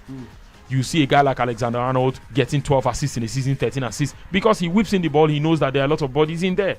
But when you do not have the plan to create an opportunity for these guys to be there so that what you have rehearsed or practiced in training over the time can come to play, then you're only doing it out of sheer luck and hope that somebody is going to touch the ball, and even if it is an own goal. No, I don't encourage all that, because ideas are changing. The secondary school coaching that some of us got back in the day, where it was once you get to that point, cross, and then there will be somebody to do the finishing. It doesn't really, not as if it doesn't exist, but if you don't set up the team to make it effective, you will struggle. You will struggle, and that's what a lot of us are not doing. We just let it lie, and maybe teams don't even practice it as such. So it's not a matter of this thing cannot work, or you get to player at the club level, you can perform at the country level. It's a different story entirely. It has to do with the systems most times. 72 minutes on the clock, and of course the Danish system working to perfection. They lead 2-0 against the Welsh national team, and of course Kasper Dolberg was the magician with the wand. It's a bit of a Merlin-esque wand there to control the dragon right there. 2-0, and has already been replaced by Andres Cornelius. Well, he left this game with 9 goals, and Cornelius also has 9 goals for the Danish national team. Definitely Cornelius will have an eye on getting a 10th. Fascinating one as well, that Martin Braithwaite, the man whom everyone calls Chris Brown, has also scored 9 goals for the Danish national team. Looking for his 10th as well. He wears the jersey number 9 as well. Perhaps the reason why he's stuck on 9. As far as that is concerned, 71 minutes have been played. Not just Chris Brown, no, it's poor man's Chris Brown. No. Sorry, what do you mean? It's poor man's Chris Brown, not just Barcelona. Chris Brown. But we know who the real Chris Brown is. Ezekiel, please respect Martin Brito. It's like Leon Osman. Used to be the poor man's Iniesta. Cut. Stature and almost looks and bald-headedness. They had all of that similarity, all of those similarities. And the funny part was he also scored a goal like that Iniesta 2000. Yeah, drags it, and you think he's taking a stroll, and boom, ball is in the net. Yeah, but these things happen. I think it's unfair to these guys to say, you're a poor man's Iniesta. You may not tell them to their faces. That's when it becomes a problem. 0-7. I mean, it's unfair. I mean, it's always unfair on the man. A poor man Iniesta, poor man's Chris Brown. You say it's a poor man's Lionel Messi. My uncles have said I'm a poor version of my father. What do I do? No, no. I am my own man, but they won't agree. These things happen, don't they? Well, of course. 07 come on. 07 0 I'm working on it. I will shock them. You see, it looks like I sounded like I've been traumatized by that, right? Because you know when you have to live with the ghost of something that. Now, wow. So that's why all this hard work. Okay, don't worry. I'll shock you people. So it's not. I'll shock you people. The thing is, I prefer if you say, "Oh, you are this person 2.0." I'm like, okay, yeah, I think that's a little bit. No, don't worry. I'm working on it. They will be shocked. They will be shocked. You see. Well, I trust myself. Don't worry. FJ, I'm honest. I'm honest with you. I'm working on it. Yes, obviously. No, I cannot doubt you. You know I can't doubt you because I know when you say it, you actually mean it. But well, of course, let's quickly. Still on our Facebook fan page. Well, I know Victor says the second goal for the Danish national team means this game is done. For him, this game is all but over. Agachi St. Paul, think well, says Denmark all the way. They are through in this fixture. Programmer David says Denmark all the way as well. Well, of course, let's also let you know that Emmanuel O. Ibiabuchi says, of course, what's the scoreline? Well, you can see it on the screen. The Welsh trail by 2 goals against the Danish. Prince Moses' prediction was in the mud. He said the game will end goalless at full time. And of course, the game currently 2 down to the 2 up, of course, for the Danes. The Danes are about to make another substitution right there. 75 minutes on the clock, make it 76. And they're making another sub right there. Team that's in control. You definitely would expect them to keep making the changes. And of course, one man will make way at this juncture for the Great Danes. Right, of course, after a good encounter, Jens Striger Larsen will be replaced by Nikolai Bolsen as well. Jens Striger plays for Udinese in the Serie A. One of my favorite players in terms of playing as a right wing back. Of course, I'd go to VQ in a moment and talk about the wing back situation in football. The Danish guys, how have they been able to also, had defenders? There's Simon Kjær now. There's Anderson. Joachim Anderson has replaced Simon Kjær. Yes, there's Christensen and Vestergaard. They have some of all these guys, and you're just here wondering, when did Denmark put up this? I mean, I know this that wall? You may not exactly say they are a fantastic side, they but you cannot too, ignore some of these things. Zanka that played at Huddersfield Town. Yeah, I mean, if you look at all of that, you're wondering, okay. But then, the amount of developmental work they put in as well. What have you seen? Is responsible for why they get this sort of results. But have you seen Kawasaki Frontale play? Have you seen them play? Like we're talking about Paulmans, Iniesta, and all the rest. These guys are like Barcelona 3.0. Like you have started Paulmans, Iniesta. Call them Paulmans Barcelona. Well, they are the Paulmans Barcelona because to be honest, there's no Xavi, there's no Iniesta, there's no Messi, there's no David Villa, and wow, these guys, whoa. It's interesting to see what they do. I mean, Ante Postecoglou is leaving the Japanese league now for Celtic. For Celtic, yes. And, so it gives an idea of, I know he's not Japanese, but he was doing something good at that club for him to have been seen.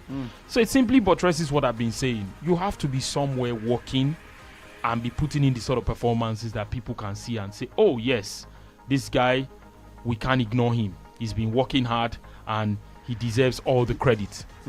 And for me, that's just about what you need to do to stay in the game and stay in the conversation. Because, I mean, you don't want to be a yesterday's man when they talk about the game and all that stuff. People have to be in places where they have to be doing stuff. Hello. Hello, good evening, sir. Good evening. My name is Francis. Okay, Francis, let's hear you. Denmark will win 3-0. They would win 3-0. Yes, sir. Okay, thank you. Thank you, Francis. Seems like it's Francis that pumped the ball. But of course, 79 minutes on the clock right there in Amsterdam. And it is still Wales 0, Denmark 2. Of course, the Danish cruising at this point in time, and the Welsh have made another substitution. David Brooks has replaced Daniel James. I was going to talk about the wing-back revolution in football, but first, I quickly asked Vicky the Volcano, Daniel James, one footballer. He had the most successful, most chances created in the group stages for an individual winger, for a forward player.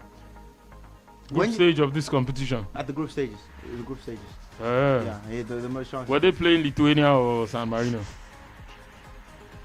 Well, that's what I was going to ask you now. When you look at a player of Daniel James's caliber, who all he does is just run, and there's no end product. When you look at that kind of player, the kind of coach he gets to play under, what comes to your mind, given that there is nothing when it comes to end product for him? Daniel James has not improved his scoring numbers. He doesn't score. He doesn't get on the end of opportunities. His decision making somewhat suspect. But what comes to your mind when you see a player like that and you say, perhaps what does this guy need to get better? Is it a better coach? Is it perhaps him deciding to take better decisions? Maybe a better coach. Maybe he needs to work hard too, because there's no way you can be in a place where you have all the things that can get you out of jail, and you work all your way to the end, and finishing becomes a problem. I think he needs a bit of work, but he also needs the confidence of the coach and how the coach will deploy him to get the job done. I had this conversation with someone the last time we were talking about Adama Traore, and I said it would be difficult for anybody to. The guy was saying that he has not had a good coach. That is why he has not been a very good player. That he has the potential to be world class. And I said, well, if you are 24, 25 and you are not showing consistent world class performances already, maybe you are just a good player. Maybe you are just a good player, not exactly. He went a year without scoring a goal. I mean, I think he went a season without an assist as well, or one assist. I mean, so if you have all of that stuff, he's not. Let's not try to. Maybe because we also live in a generation where some things have been watered down. What you can have some conversation with some people and they'll tell you this guy is a legend, and you'll be wondering, in this same football, do you understand? So when it happens like that, and social media banter now takes it to that point where they now water down some of these things, and then they call Jesse Lingard legend. Whether it's banned or not, it begins to flow into the minds of people one way or the other, and then we water down the importance of some of these things and all what it should, the effect it should have when it is used in the right context. But I just think that these guys have got to do better than they are doing, and not be waiting for the system to favor you. You're a systems player. Okay. I was thinking the last time, I said, okay, what would Adama Traore do under an Antonio Conte if he is to be the wing back like he deployed Victor Moses back in the day? He's a quicker player than Moses. He's a better dribbler than Moses. But end product is where the problem is going to be. So would the coach be teaching him now how to convert? I mean, so these are aspects of your game you really need to work on first. And then you will now wait for how the coach will deploy you to see what will happen. Because if you have not worked on those parts of your game, it looks like he's more interested in adding muscle and robbing Ororo before he comes on as a substitute than being a better player in terms of his end product. And I tell you what, if his end product was good enough, we'll be talking about another player that probably, as we'll talk about the transfer now, we'll be mentioning him in the breadth of 50 million pounds, 60 million pounds, or 55 or 45 or 40. But because his end product is terrible, you'll probably be waiting for such a player to run down his contract so that you take him on a free and just offer him more money compared to what he used to earn. But he has a lot of potential. He has not taken advantage of that. It might take a coach who's patient to let that out. But how many coaches can clubs even be patient with these days to let that shine through? Do you understand? That's why people can say if a Greenwood is already doing 10 goals at his age, for someone who barely gets good game time, then maybe when he plays under a better coach and he gets quality game time, things will improve, right? Because for 2 seasons now, he's done that. You can already see that the quality is there, the hunger is there. Maybe it is to help him become a guy who moves with a lot of intelligence in the box. I know that he's not the guy who wants to do take-ons and his movements are brilliant, but maybe he has to become more deadly. You don't see him coming. You just see him finish. All of that stuff. If he adds it to his game, if he adds those to his game, he becomes a better player, and then people would want to talk about him and what he brings to the game generally. But I'm not a fan of whether you think the player has to work hard first and then leave the rest to coaching. Let's see, because I cannot say that it is coaching. A lot of times at this level, even when you talk about national team football, the job of a national team football coach is not to be teaching you how to take set pieces.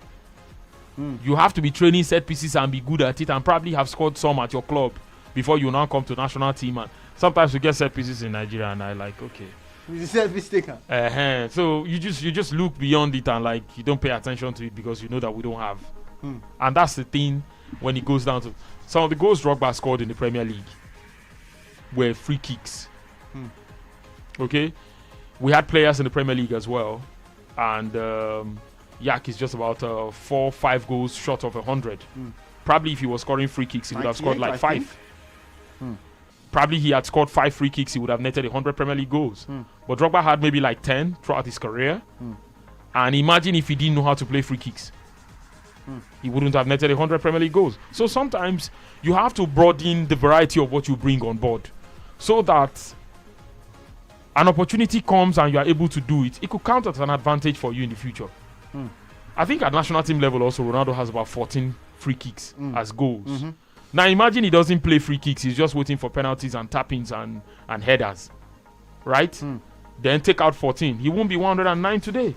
So people have got to maximize all of these things. Have you been doing shooting practices? Not on match day you carry the ball because you play for a bigger club than the other guys. No. Let it show in what you're doing. And then people can now say, oh, okay.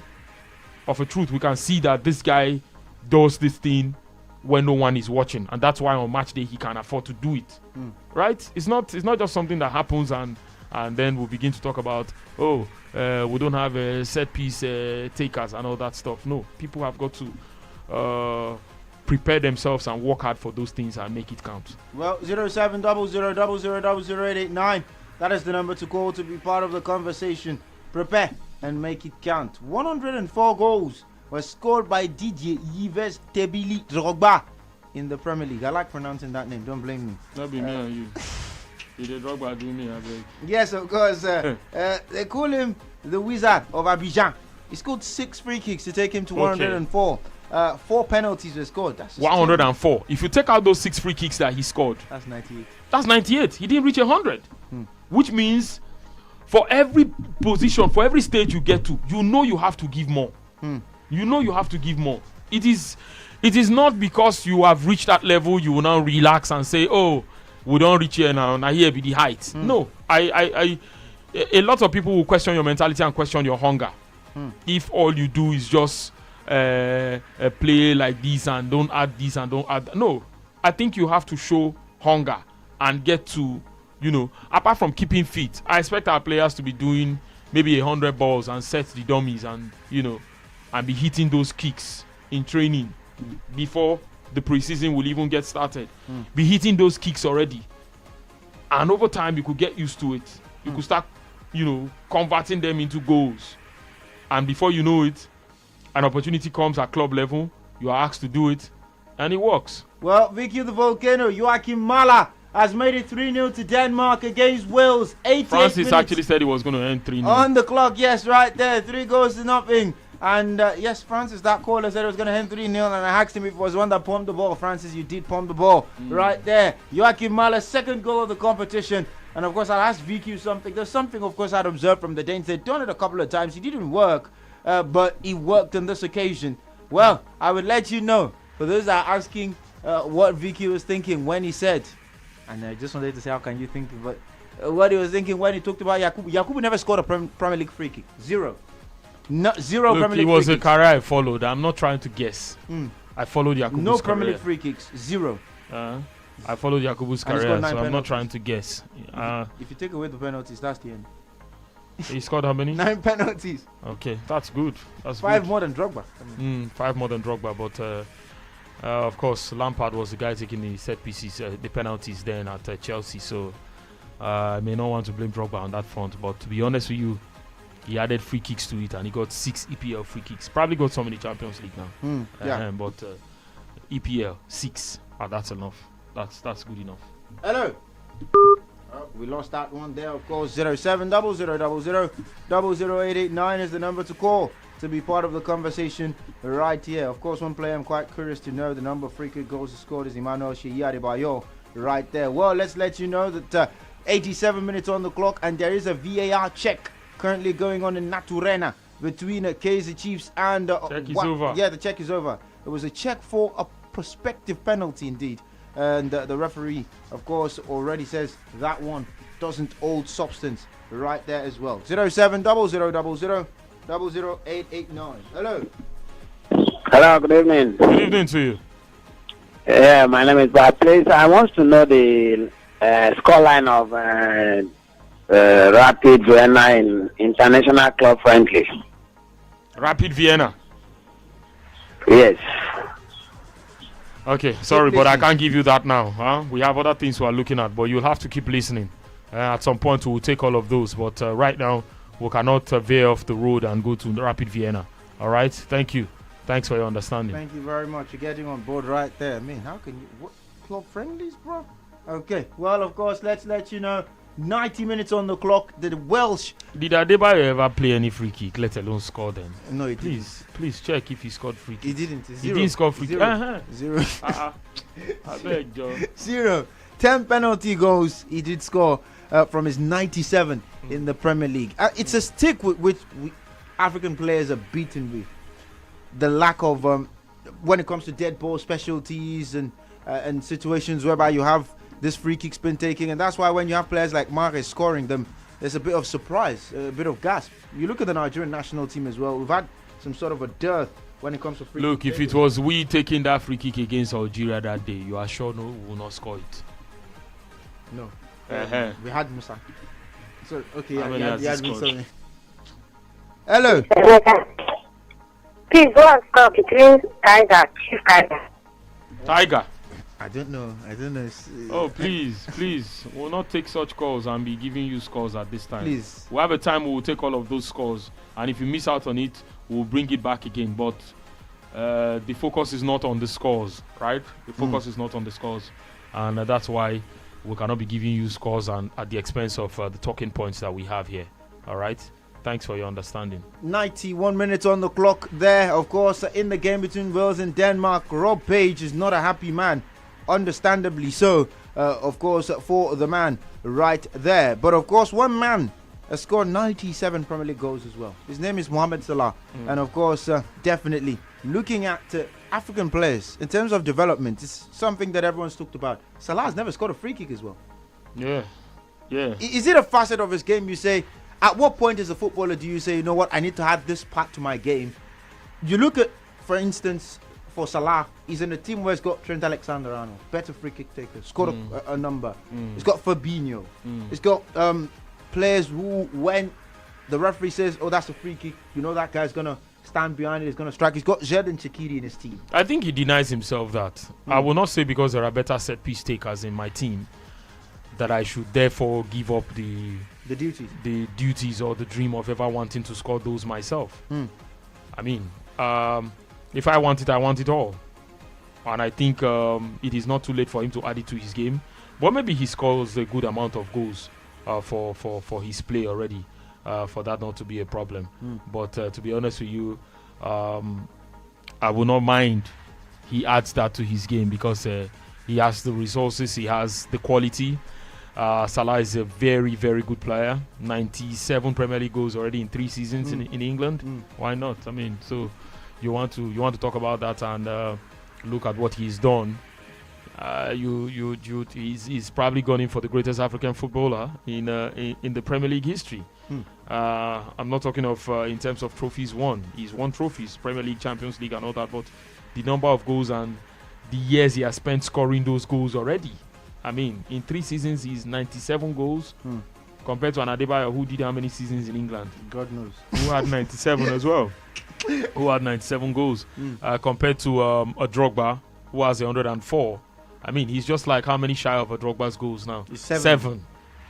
That one. At the start of next season, definitely. I'm telling you. So, you look at all of these things, but I think wanting it more is to go for it and see what happens, because these things will not be handed to you, and you just know that you have to work hard to get there. Well, let's let you know that Schmidt's goal for Kawasaki Frontillers earned them the 3 points after Leandro Demiao's brace right there to make it 3-2 for Kawasaki, who came from behind twice to rescue victory from the jaws of defeat. Let's also let you know that a fourth goal has gone in between Wales and Denmark, and of course a VAR check is ongoing. The poor man's Chris Brown. That's what VQ the Volcano called him. I didn't call him that. As Martin Braithwaite was the one who got the goal. They tried. But of course, his 10th international goal is being checked by VAR for a possible offside right there as well. Let's also let you know the Welsh are down to 10 men and currently ongoing. Daniel Akbay, well, the goal has been given, VQ. It is 4-0 indeed for Denmark, and that's his 10th international goal. Martin Braithwaite right there, 4-0. It's a stroll, and the red and white, of course, they're cruising at this juncture. They had not scored. I mean, that's a bit of a surprise. They didn't score in the last 2 games in Euro 2012. They scored just 1 in the first 2 games in Euro 2020. And now they scored 8 in 2 games. Of course, right there against Russia and Wales. 4 goals to nothing in this particular fixture. And of course, it is indeed Andres Cornelius with the assist to make it 4-0. Harry Wilson, of course, got sent off for a straight red card. A straight red card he had right there, of course, earlier on. But Danny Ward has definitely been shown why he's the second choice. And Kasper Schmeichel is the first choice at Leicester here. Yeah, it has happened. And there is a gulf of quality in the two sides. I know that is also important to the outcome of this game.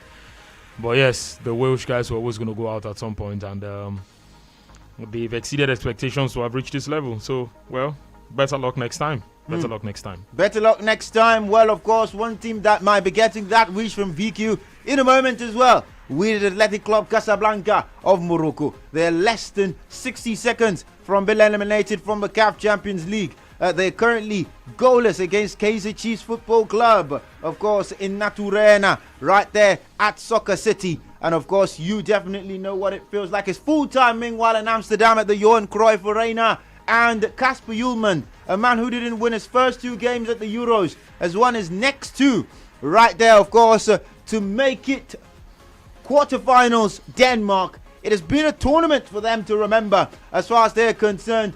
VQ the Volcano from the downs, and of course the sadness and the poignance of that Christian Eriksen situation to this moment where they will be played in the quarterfinals, something they achieved 29 years to the day when they won and only European Championships. What a tournament for the Danish. Yeah, looks good.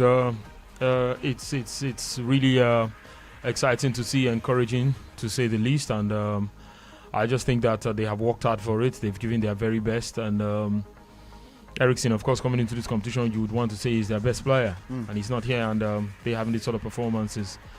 Whether by luck or whatever it is, they are here now, and you want to give them their flowers because they have earned the right to be here, and things are looking good for them. I hope that they post better performances and go as far as possible in this competition, but no matter how far you go, that's what is possible for you to achieve in this competition, and good to see them put up this sort of competition and put up this sort of fight to reach this level. I hope and wish them the very best. And let's see how they progress in other situations, and let's see what happens. Well, of course, VQ the Volcano right there. I can say for sure that Kosi Nation are excited at this juncture because it took them just one attempt. They never qualified for the CAF Champions League before this season. They come into the competition, and at the first attempt, they are going to the CAF Champions League final after a goalless draw against Wydad Athletic Club Casablanca of Morocco. Daniel Akbay, I'm particular about it, VQ, made 7 saves today. Yeah. Same number as Bruce Boomer last week. I felt he was left exposed a lot of times today, but he rose up to the occasion. Fantastic stuff from the Nigerian, and I'm proud of him. He was shaky at some point. You will understand that because there's been a bit of loss of confidence. I mean, from a starter to being the main man, and then all of a sudden Vuma came from nowhere, and you are not in the team anymore, starting lineup especially, and it's enough to demoralize you. But he's back in it, and things are looking really good. So let's wish him all the best for the final. They have possibly Alakli or Esperance of Tunisia to play against. They're going to play against. And let's see. The way they have been able to play the semi-final, they were effective in the sense that they were looking at the results and not the performance and not the play itself. Sitting deep, keeping a disciplined backline, winning the ball and pressing the opponent and hitting on counters worked for them very well.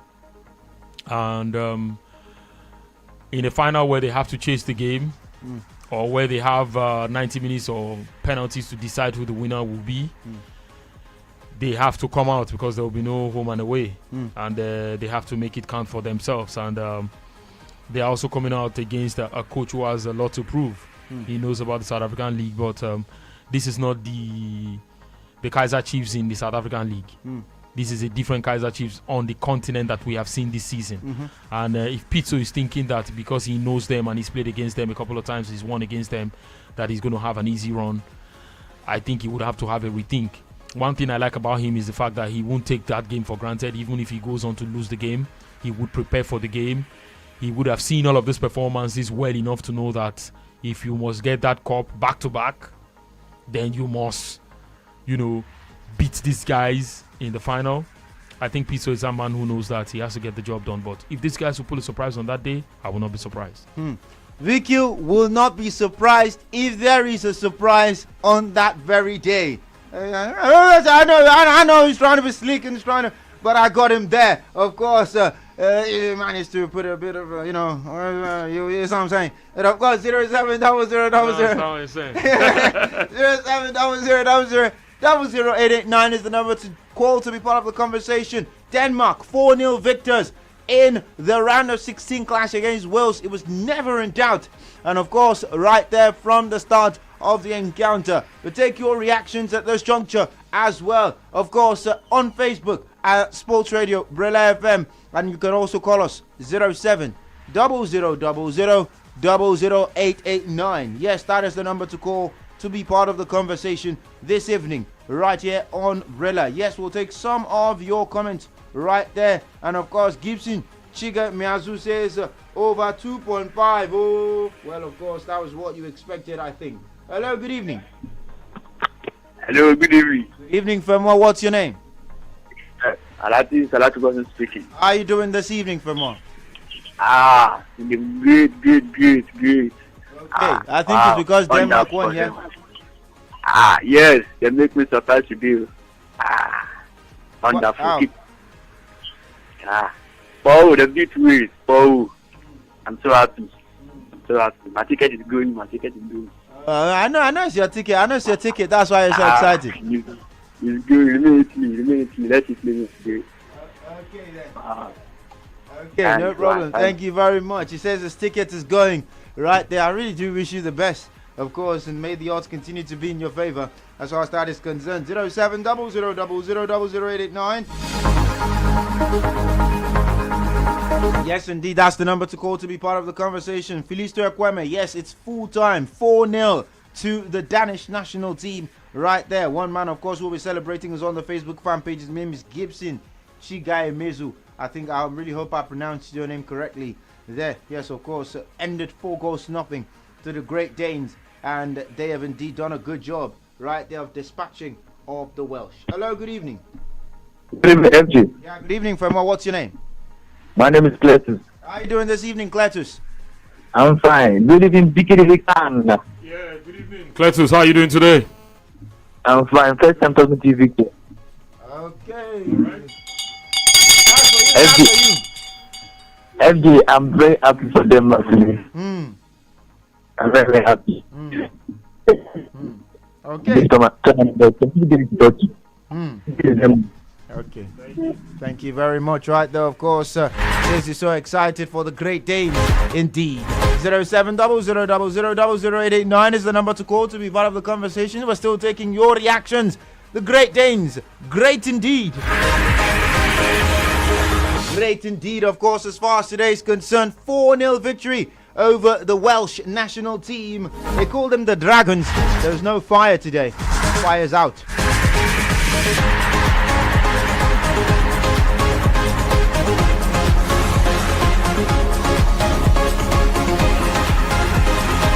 I can tell you, of course, for free and for sure, that this 4-0 scoreline, interesting to see as far as that is concerned. Well, we'll switch our attentions without much ado, but we'll still take some of your reactions as well as we continue to look forward to Italy's clash against Austria. We're still taking your calls. Hello, good evening.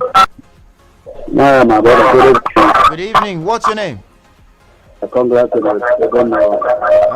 Please turn down the volume of your radio set right there, and of course try to get back on board. Okay, thank you. What's your name? Their name, sir. Their name, I don't like their name. Sorry? That's the name of the wolf. I don't like it. Because they are dragons. I'm telling you the fact. Yes, now, but we are Super Eagles now. They have a right to their name. The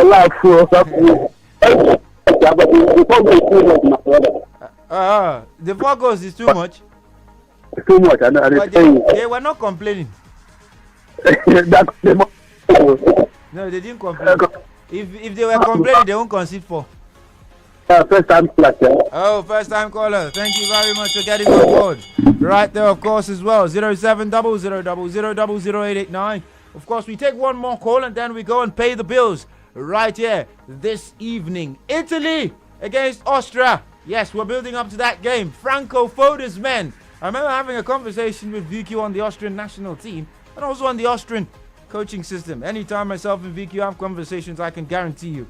Of course, if it's not talking about the dugout, we're talking about something close to the dugout as well. You tell us what we are digging in the dugout too.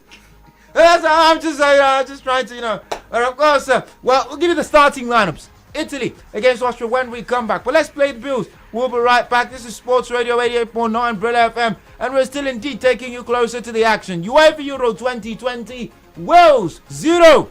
Denmark 4. Kasper Dolberg with a brace. Martin Braithwaite, a.k.a. poor man's Chris Brown, according to VQ the Volcano, with another goal. Please don't always quote me when you say these things. That's the only thing I'll. He's not the real Chris Brown, but look at the resemblance. We knew a face like that before him. So if you are the other one, you are not the real one now. I didn't say that. I did not give him that name. I didn't give him that name. The streets gave him that name. Hello, good evening. Oh, we lost that one right there, of course. We'll pay the bills when we come back. Still taking you closer to the action. This is Sports Radio.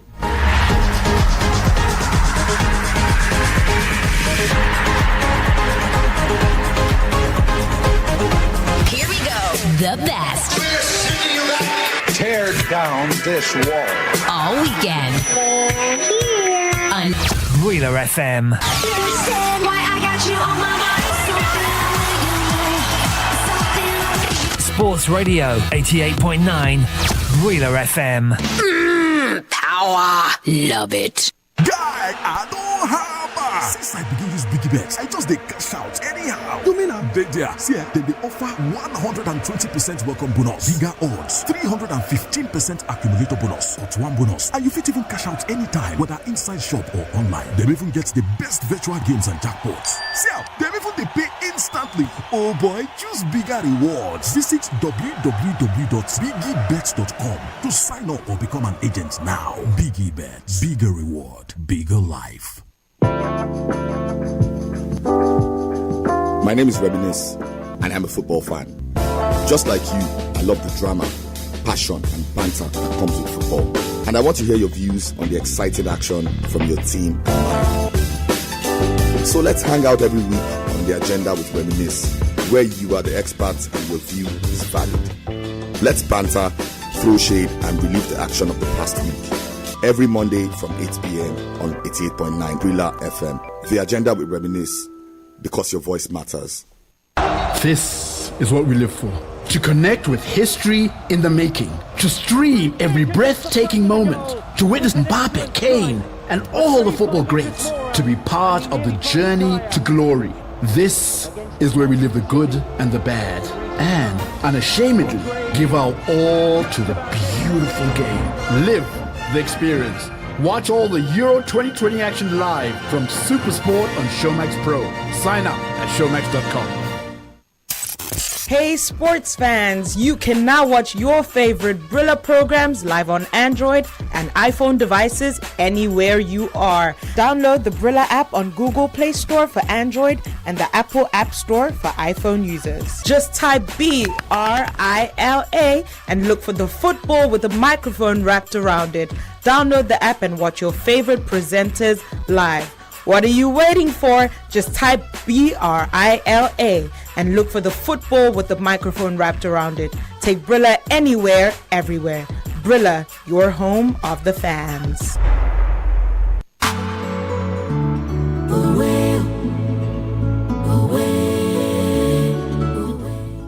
When you come into the Glow Cafe, you're in for a world of treats.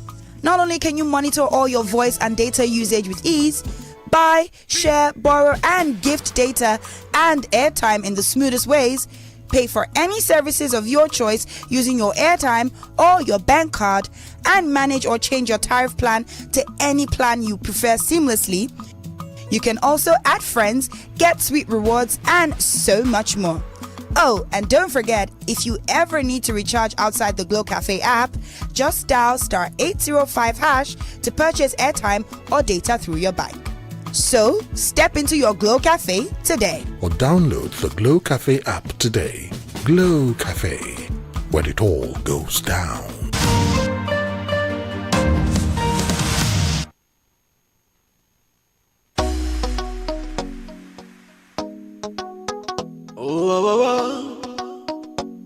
Yeah, yeah.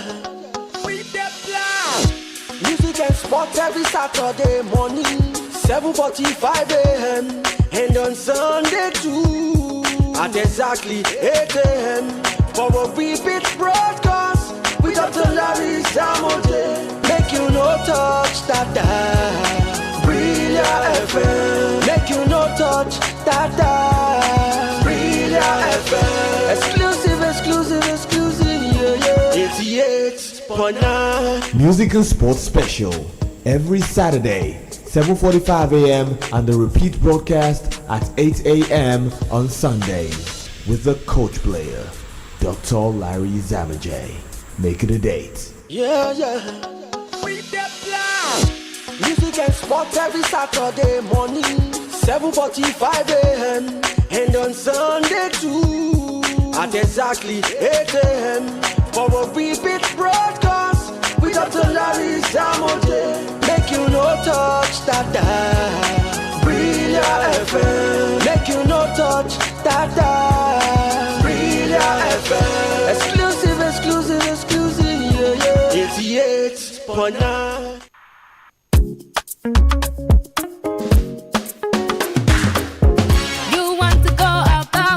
The best got to take you out, though. I tell you, no, be out, though. Universal right, every day, back out. The ride you lead, Universal. Luxury ride, classic ride, oh, yo. Universal. Now, Baba, taxi, you need, oh, yo. Universal. Baba, day online, yo. Universal. Our motto, driver go, money to pay, go, Joe. Universal right, come. Whether you be driver, happy you be passenger, you fit to make it rapper. Oh, yeah, call Universal. 07000633423. Pick your phone, call Baba. Universal. Pick your phone, call Universal. Universal.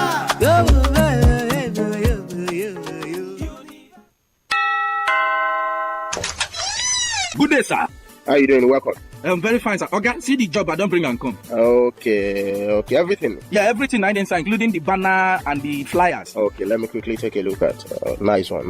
These flyers are sharp. Yeah, nice one. Okay, I tell you before, say, I go do you well. I don't change the people when I dey work with. Now I dey work with Brilla Press. You know, I complained the other time. Even my boss complained about everything. Now make me come change to Brilla Press. Now Brilla Press I dey work with now. I can see everything. They are very sharp, very sharp. You don't need to tell me, Oga, anything when you want print, carry and go Brilla Press. Oh yes, Brilla Press. At Brilla Press, we guarantee you the best in quality printing with up-to-date technology. Our services include idea generation, conceptualization, design and production from cards, calendars, books, magazines, t-shirts, banners and souvenirs. Brilla Press is located at 150 Ikorodu Road at Deboale House, Onyepanu, Lagos. Call us on 070-8860-6282 or 070-8860-6252. For inquiries, email press@brilla.net. Our website is www.brillapress.com.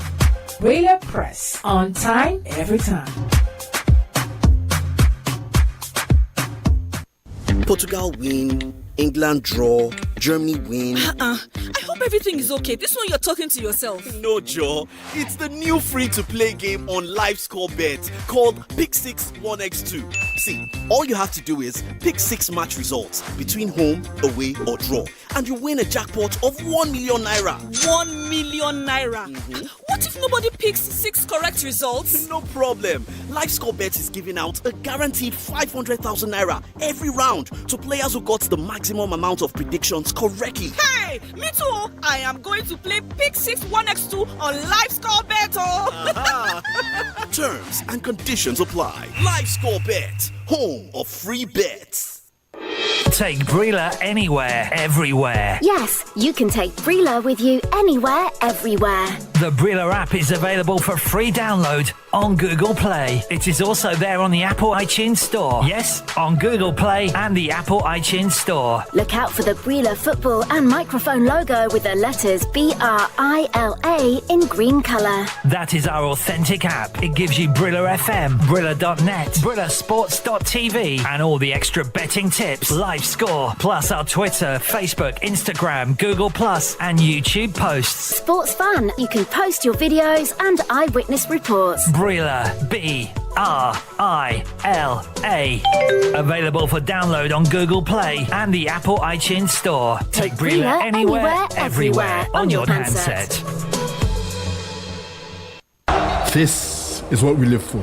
To connect with history in the making. To stream every breathtaking moment. To witness Mbappe, Kane, and all the football greats. To be part of the journey to glory. This is where we live the good and the bad. And unashamedly give our all to the beautiful game. Live the experience. Watch all the Euro 2020 action live from Supersport on Showmax Pro. Sign up at showmax.com. When the fans asked for more, we at Sports Radio 88.9 Brilla FM gave them 4 wishes and a magical line. It simply means when you call 0700000889, you're routed through 4 different lines. So when you dial the magical number 0700000889, you get through to us on 4 lines. That means you have 4-in-1 chance of having your voice heard on your favorite radio station. So go ahead and start dialing. It's the 4-in-1 package from Home of the Fans. Now the new level, where I sample your ticket from Baskin to yesterday's gone today, keep your lucky day for Baskin to you are royal, you oh yeah, come make me bet, we Baskin to go check these scores, oh today, keep your lucky Bet King, playground for kings. BRILA. Brilla. A bigger sports experience just for you on several platforms. Sports Radio 88.9 Brilla FM, Lagos, Abuja, and Onitsha. Enjoy our services on www.brilla.net. Anywhere, everywhere, and also on our handle at 889 Brilla FM on Twitter, Facebook, and Instagram. Subscribe to Brilla Sports TV on YouTube. Watch, like, and share our videos. Brilla. It's a total sports media experience. Anywhere, everywhere. If something plenty, how do you say it on the streets? Well, kilo bade is plenty niye. What if I add more to it? Okpo niye ke. Let's say I add more and more. Oh, gongpe. Okpo. So let's say it's now po like a river anko. My sister, tawana berekete. If I add more anko, waiting past brekete. Well, show you the one mean. Nothing past global rekete na. Yes, sir. Nothing past Globe Brekete. We go give you 600 naira free airtime as you deactivate the new Glow SIM. Up to 100% bonus for every data plan where you buy. Plus including 700% bonus on every recharge for new Glow customer them. Or the one where they glow before. Just go activate your new Glow SIM. Recharge or buy data. Make you begin to enjoy Brekete. Hey, carry waka go any Glow authorized dealer to buy your new Glow SIM today. Unlimited.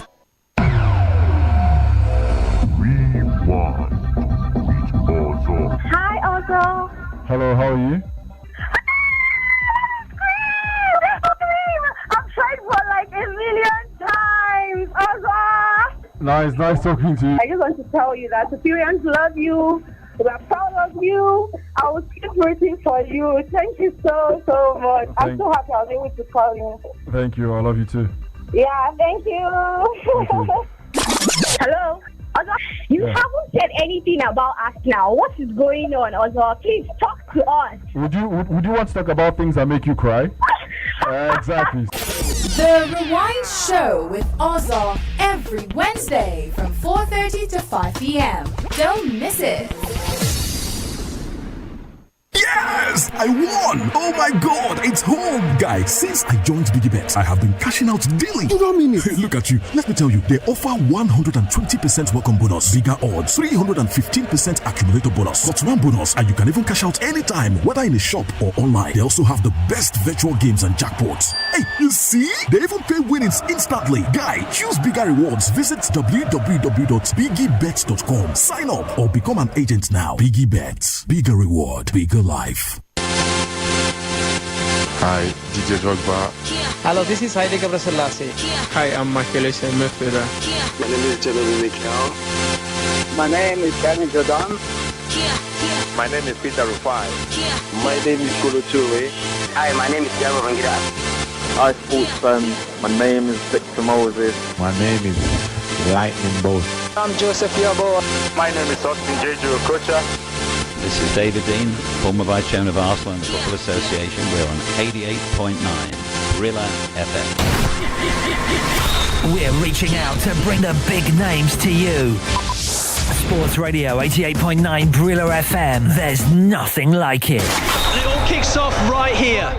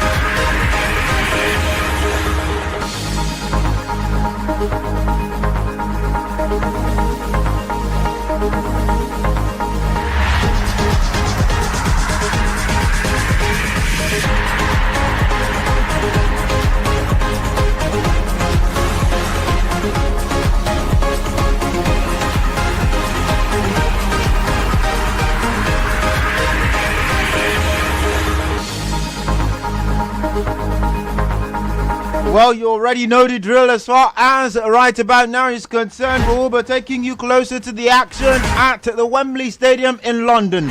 Under the Wembley Arch, the colours are blue and red. Not the colours of England, they are the colours of Italy and Austria.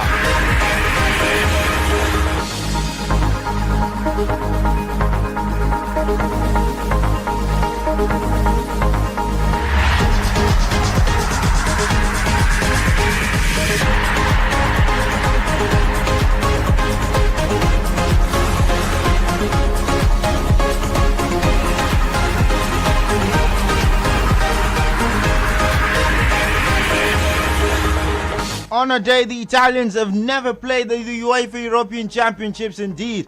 Yes, they face Austria right there as well. Well, both teams are looking for different things, headed in different directions to be precise. And of course, facing a team that had never qualified from the group stages up until this present moment at the Euros. They had 2 attempts.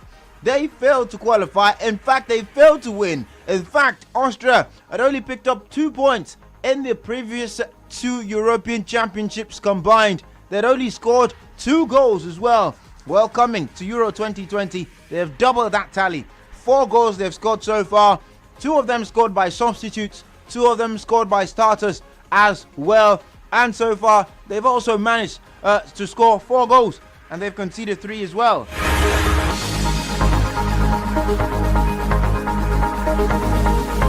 It is the Gli Azzurri against Das Team. Yes, you heard right. The Gli Azzurri against Das Team. That is what they call them right there. Das Team, perhaps another name for the national team. Of course, closeness between Austria and Germany. A lot of proximity there as well.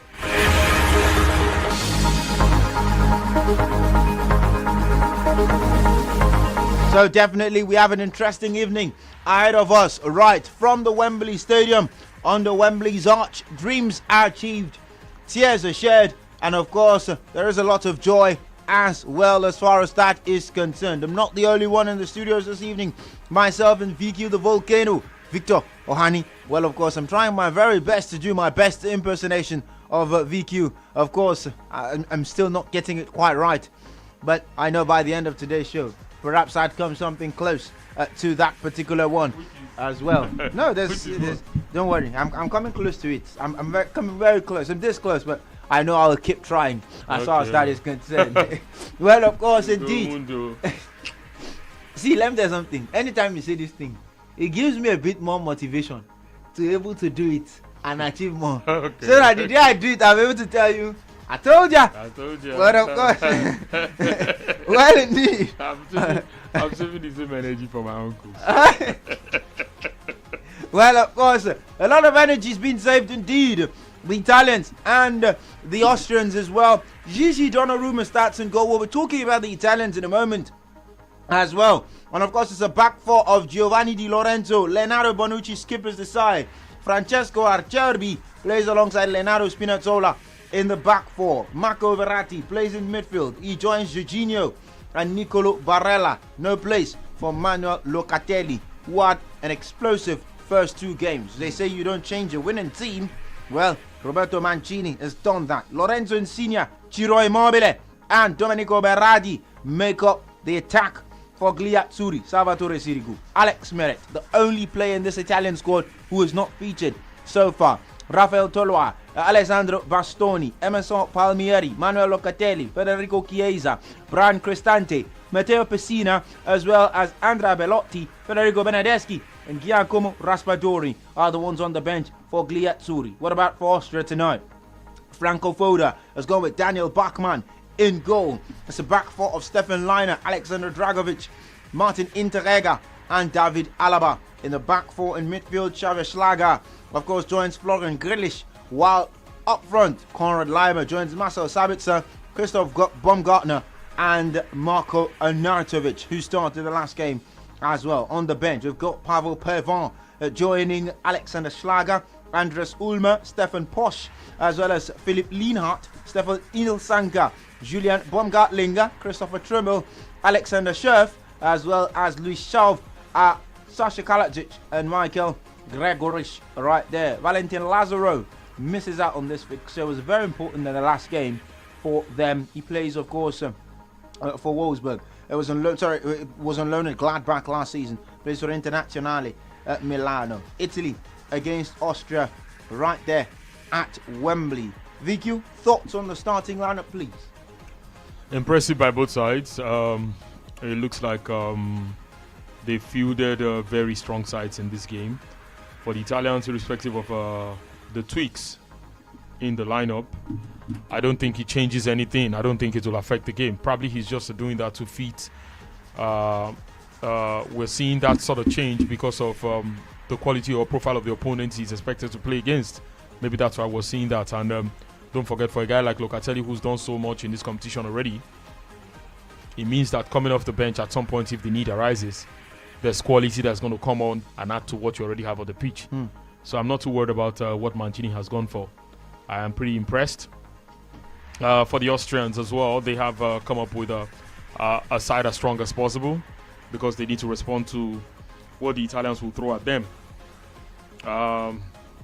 As much as I want to give the Italians this game, I think on a tactical level, that's where you also think the Italians will have the edge because they are players who are exposed to a lot of these things, and football culture in Italy, of course, you're expected to be as flexible as possible. It's something that rubs off on the coaches as well. They're expected to also be tactically as flexible as possible, and that's why they also have players who can, extend their flexibility beyond their primary areas in terms of how they play and how they're expected to fit into the game plan. And so I think we are about to see an interesting game. If the quality of the Italians will shine through, I know it will not be an easy one, but it depends on how these guys are willing to go toe-to-toe with them and how they respond to situations where something is thrown at them and they're expected to respond somehow. For the Austrians, I would not say I like their performance as such against the Netherlands. Okay. The Netherlands got too much of the better of them in that game, and if I rate them by that game, I think they do not stand a chance against the Italians. But let me not already call their bluff. I don't think football is like that. On the basis of what these guys can do, you have got to give them the chance. And let's see the amount of progress they're able to make. Probably in the first 20-25 minutes, we'll be able to look at what they have done in the game to analyze their play and know where they are falling, where they fall short, or where they can improve on in order to turn things around. But this looks a very balanced squad that the Italians have put out there today, and I think the Italians, this is a game they should win.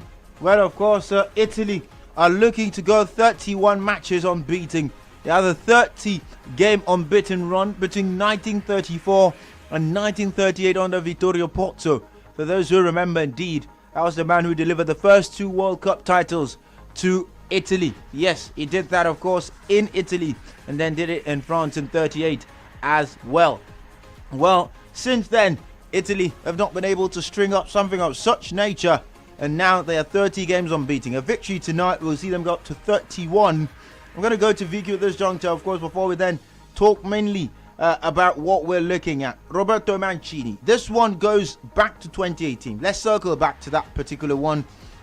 Italy have failed to qualify for the 2018 World Cup, and there's an inquest that goes into the performance of the team by the FIGC. There's questions about what had gone wrong, what happened, how did we lose, how did we not get that game against Sweden going, and one man was appointed as the man in charge of the inquest, Alessandro Costacuta.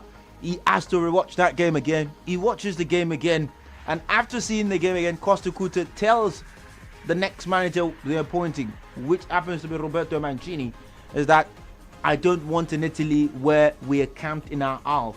I want an Italy where we can be in the faces of the opponent inside their own half. I'd quickly start by asking VQ first and foremost, what has been the most significant thing you've seen Mancini's Italy do in this tournament? They'd never scored 3 goals in the European Championship before this tournament. They scored 3 goals twice in a game. I think having the kind of squad where they came in with a lot of belief, and it's been the collective effort of everybody. You can hardly say this is a star man in the side. Appears to be a factor that is working for them. That is not to say that there are no stars in the side. and leaders in different positions.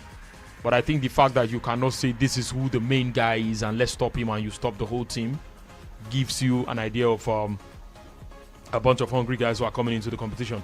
The days of Graziano Pella, he's not here now. Eder is not here now. At the last Euros in 2016, these were the two guys leading the line. Now you have a Ciro Immobile, Berardi could come off the bench, and there's Belotti as well. So options are available.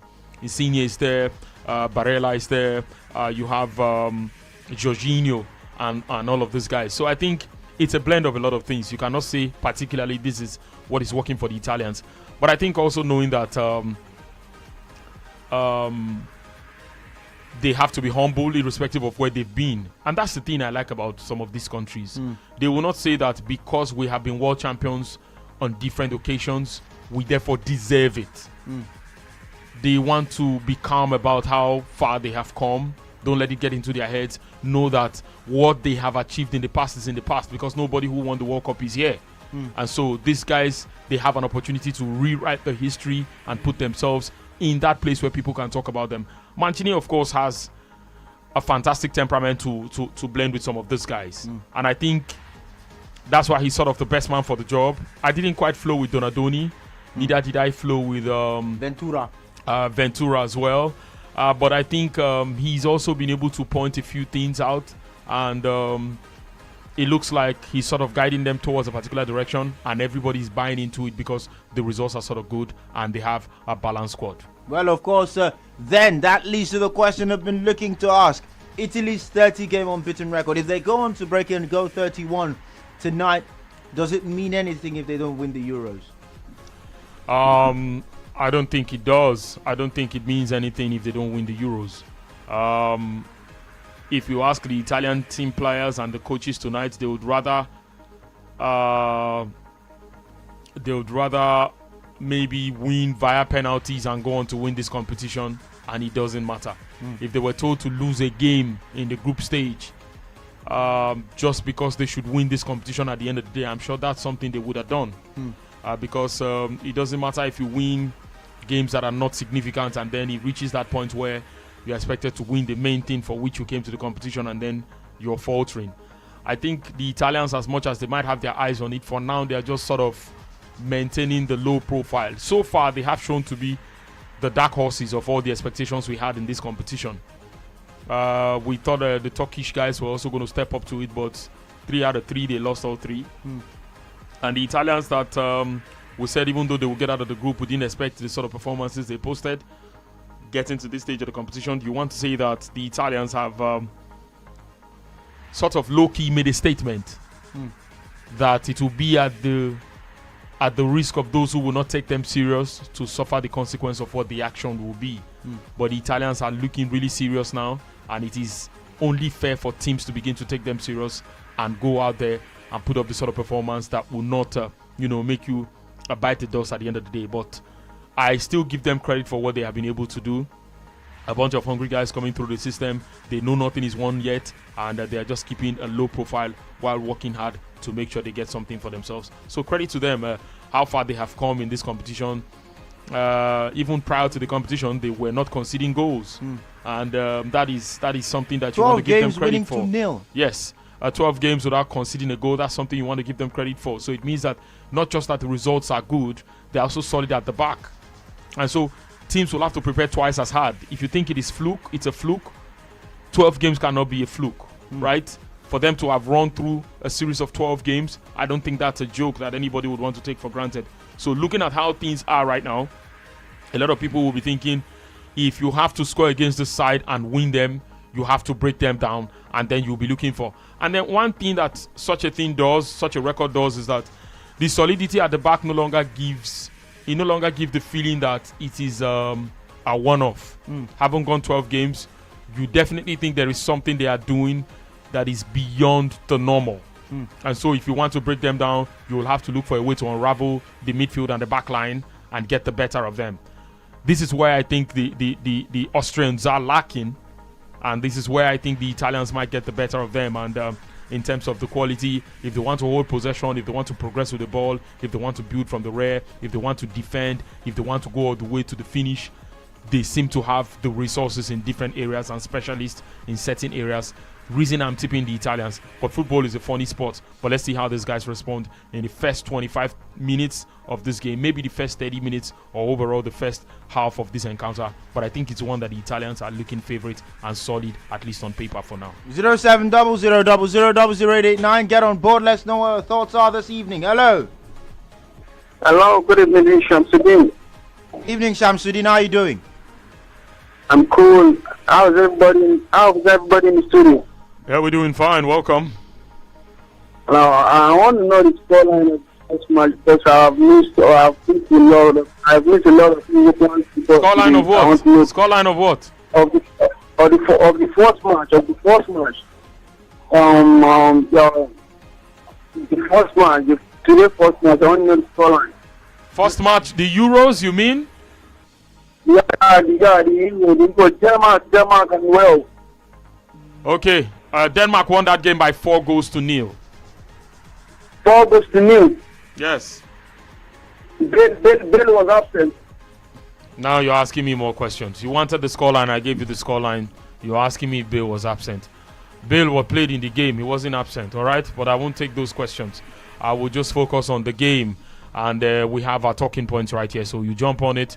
That scoreline, it ended 4-0 in favor of Denmark. Hello. Hello. Good evening. Good evening. Welcome. Hey, yeah, my name is Bright. What's the score of the first match that was played today? Bright, sorry, I just gave that. If you missed out on it, you will have to wait, right? You will have to wait. I cannot be giving scorelines on the show. The show is not about scorelines. We'll give you scorelines, but you cannot call to ask us for scorelines because I just gave the scoreline to the guy who called before you. It means you were not listening. Well, right? of course, still talking about this particular game and whether it means something. VQ. Dino Zoff kept a clean sheet for 1,100. Of course, it was 1,142 minutes between 1972 and 1974. Gigi Donnarumma cannot keep that record. He can lay claim to that record because in between the 12 games, he failed to keep one game. Alessio Draghi was the goalkeeper in that one game. But still, Italy could go 1,142 minutes without conceding if they keep a clean sheet today and in the first 2 minutes of the next game. They're currently at 1,055. Does that get any greater significance? Because you talked about how, okay, now you know you have to do an extra work for Marko Arnautovic and players like that. As an opponent, you're facing that defense and you're thinking as Marko Arnautovic or Marcel Sabitzer, do you keep it simple or you decide to overcomplicate things a bit? Well, I don't know what overcomplicate things would mean in this context, but in the sense that you're thinking, okay, let me get more creative and try to see ways whereby we can get the better of this defense.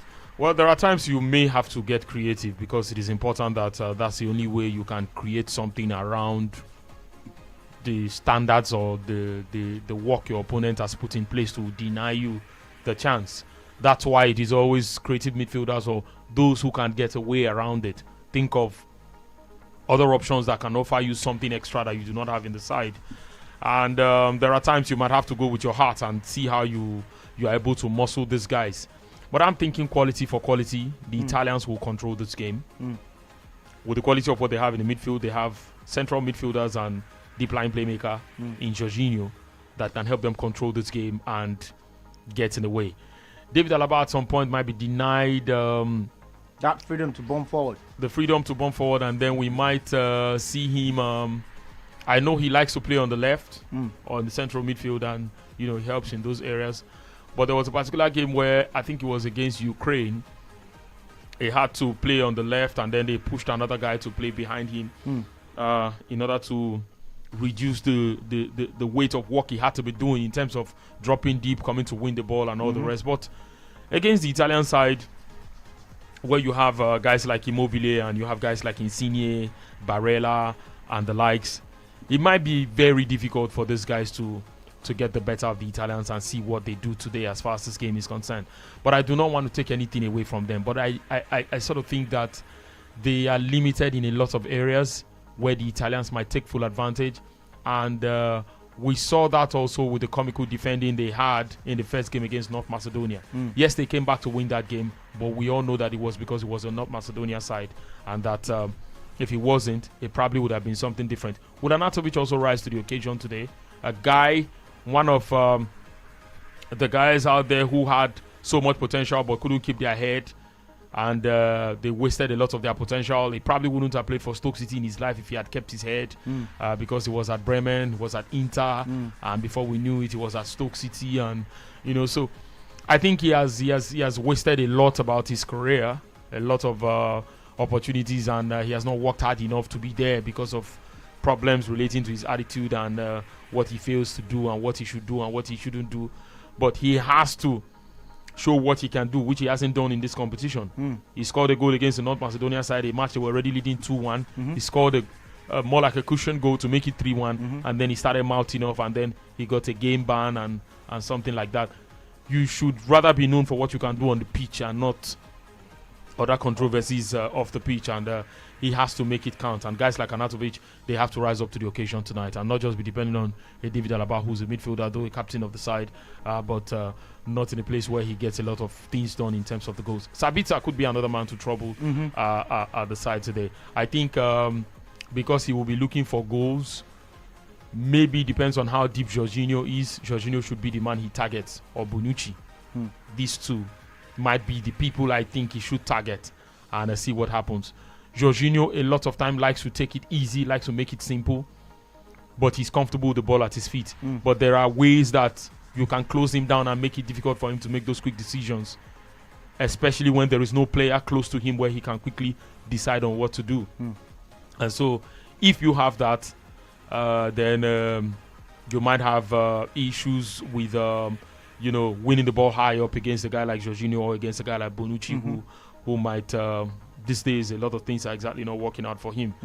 But I'm also worried about the Italian wing play, because Barella can come from the flank, and Overloads on the right. The other guy can come from the flank. So sometimes when they go the flank, they are pushing the likes of Insigne to get in the box and provide more options for them, and create triangles in situations where they could bury the opponents, and there will be more than one option available to get that done. So I just want to see how the Austrians would react to the Italians, and the tactical play and everything that the Italians will throw at them, and let us rate them for certain and see what exactly they bring to this game that we think we didn't expect at first. Okay, 0700000889. We're taking your calls. Do you think it means anything if Italy go on to break that record set in 1938 and they don't go on to win the Euros? Hello. Hello, good evening. Good evening. My name is Taiwo. Okay, Taiwo. Yeah, for me, it's good to good. Say again. 2-1. 2 goes to 1. Okay, all right. Thank you so much. Even though we couldn't hear you towards the end part of the conversation right there. Hello. Good evening. Hello, Victor and FG. How are you guys? We're fine, thank you. Good evening. How are you doing too? John Bull calling. John Bull, let's hear you. Good analysis by Victor. I think Italy might be strong. But it's knockout football, so anything can happen. Determination, the Austrians might stay away. And on the question FJ asked, I think when your record is a record, but if they go on and win it, fine. They're going to win it. No big deal. Because but the day today, man, those guys were class. Can England play as good as those days? And if we think about it, talk about it. Those guys were class. See, the moment you talk about England, VQ just logs off. If I was watching the Brazilians, it would have been 6. But it was very good performance. Top class performance. All right. You guys are doing a good job. Well done. Thank you, John Bull. Thank you. Thank you very much. The moment VQ, just disclaimer, the moment VQ hears England, No. If his antenna is strong, I watch now. No, I don't say you don't watch. I just, yeah, you have your reservations. So he just goes, those people again, they've come again. That's what VQ does when he hears England. He doesn't rate the national team. There's nothing you can say about it. If you like, put Jadon Sancho and Jack Grealish as the centre forward. I might change my mind if you do. Okay then. I'm just saying. 0700000889 will be the number for you to call to be part of the conversation. Let's know your thoughts. Do you think it means anything for the Italian national team if they go on to beat that record set, because they will beat the record. It looks like they will beat the record. But of course, if they go on to beat that record, does it mean anything if they don't win the Euros? Let's also let you know that in 10 minutes, one game will kick off. Yes, indeed. Pitso Mosimane, the greatest African coach at this point in time, takes on the blood and gold in Cairo. But we'll take this call first. Hello. Hello. Good evening. Good evening. Hello, are you there? Hello, good evening. Yeah, good evening to you. Yes, okay. Okay, not so lucky right there. Try to get back on board. 07 0000000889 is the number to call. Well, of course, Mohamed El Shenawi is in goal for Al Ahly tonight. That is, those are the Red Devils. Well, one Red Devils tonight, another Red Devils tomorrow. Of course, too much of Red Devils at this point. You definitely know you've got to be very careful. Ali Malul, Ayman Ashraf, Badr Benoun, and Akram Taufik. They are the ones to make up the back four for Al Ahly. Amdi Fati, Aliou Dieng, and Amr Al Sulaya make up the midfield trio. Aliou Dieng has been linked with a move to Manchester United. Yes, you heard right. He plays for Al Ahly. I'll go to Vicky in a moment. I know a lot of people have talked about Nigerian Football League players. Oh, they don't get that move they used to have before. We had a situation where someone moved from Nigeria, moved straight to Real Madrid. Oh, we had a situation before somebody moved from the NPFL. He moved to Sporting CP. Oh, he moved to... Well, we're going to come to that in a moment. But, of course, Mohamed Magdi Afsha, as well as Mohamed Sharif and Tahir Mohamed, they complete the lineup for Pitso Mosimane's Al Ahly tonight. Rami Rabia, Yasser Ibrahim, Mohamed Wahid, Karaba, Junior Ajayi, yes indeed, is on the bench tonight. Walid Soliman, Hussein El Shahat, and Salah Moshen, they are the ones on the bench right there for Al Ahly. What about the blood and gold? The Esperance of Tunis, they used to pay the bills of Junior Lokosa. So if you have a team you're not going to support tonight, definitely it could be Esperance. And they've discarded Junior Lokosa at this juncture. The man, of course, was tearing up the MPFL at some point. Also begs the question, after they played too much in the MPFL, does it sort of mean you get too used to the terrain? And by the time you go abroad, you maybe find it difficult to adapt. That was the situation a lot of people said did happen to Junior Lokosa. Moez Ben Sharif, however, is the one in goal for Esperance tonight. They're coached by a Tunisian, Moin Shabani. Of course, he once coached the national team as well. Amdi Naguez, Abdelkader Bedrane, Khalil Chemam, and Ilyas Chetty make up the back four. Mohamed Ali Ben Ramdan, Fousseni Koulibaly, and Abderraouf Ben Guit. Of course, in midfield. Up top, it's Anis Badri, who once went abroad but came back home. He says no place like home. William Togui and Amdou El Ouni. They're the ones, of course, for the blood and gold tonight against the Red Devils. They lost the first leg 1-0. And you talk about one of the best closers in African football, Pitso Mosimane. Someone says once you lose the first leg to Pitso, just forget it. You're not coming back. Over the years, he's made it really difficult for people like that, especially even in the days where he wasn't coaching a North African side and he had Sundowns. He made it difficult for a lot of these North African sides. I mean, there was a game he defeated Al Ahly by 5-0. Yeah. I think that was the game that made them look and say, we're gonna get this guy. So I think a lot of times he has shown that. And pending when you have a team that is superior to the rest, and even on paper and by performance anytime, any day, you might want to say that he knows he's strategic about these things and he doesn't take it for granted. And that's why, you can mention him and mention a record like this. He shows a man who knows the big stage and doesn't take things like this for granted. And credit to him and everything he brings into it. But I know that it is beyond what we just say. He's putting that effort and we've seen it again and again. And that's why we know that, he reaching this point of the season. There were criticism early this year. Sometimes in March, a lot of Al Ahly fans criticized the fact that they were not doing anything to be the Al Ahly they expected to be. Even though they had 4 games in hand and the Zamalek were on top of the table, they were not happy that Zamalek were there. They said that was not what they signed Pitso for. They signed Pitso to dominate Africa, even though he got to the club and he won the Champions League in 3 months for them and, did the treble for them, haven't done the treble in South Africa. This time around, they said no, they don't want that. Now he's getting close to top of the table, and he's in the semi-final of the CAF Champions League, potentially going to win it.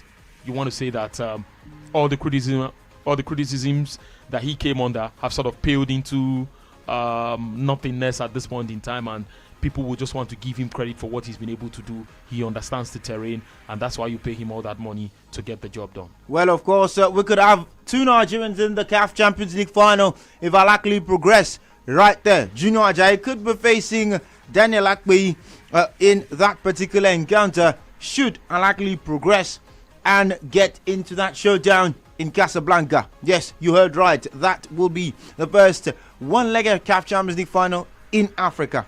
It won't hold in Qatar. Don't worry. They wouldn't take your tournament to Qatar. A lot of people complain about the last final. Said it should have been on the African continent. CAF have heard your pleas and say, okay, it will be on the continent as well. Well, of course, that one will kick off in about a moment as well. Al Ahly against Esperance of Tunis. But of course, I'd also quickly ask VQ the Volcano at this juncture about exporting players. It's been something everyone's talked about. I don't want to talk about relative to Nigerian footballers. I mean, to be honest with you, I want to know what the problem is. You have a situation where this guy plays in the NPFL and then he goes to Tunisia. You're going to Tunisia. You're not going to Portugal. You're not going to Spain. You're not going to the third division. If you don't cut it in Tunisia, I mean, what does it mean for you? Does it mean the basics of football are lacking? Or is this just a situation where you say, oh, come on, when you look at this situation? But let's take the score first. Hello? Hello? Okay, your line is not clear. Please try to get back on board. Right there, 07 0000 00889.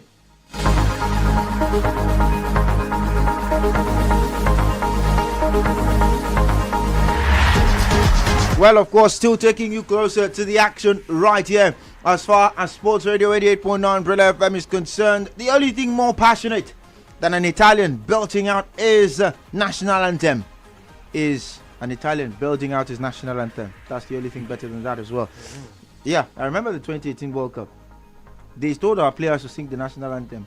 It was like they were the funeral ceremony. But we're not the first. Yeah? Not the first. We're not the first to have had that kind.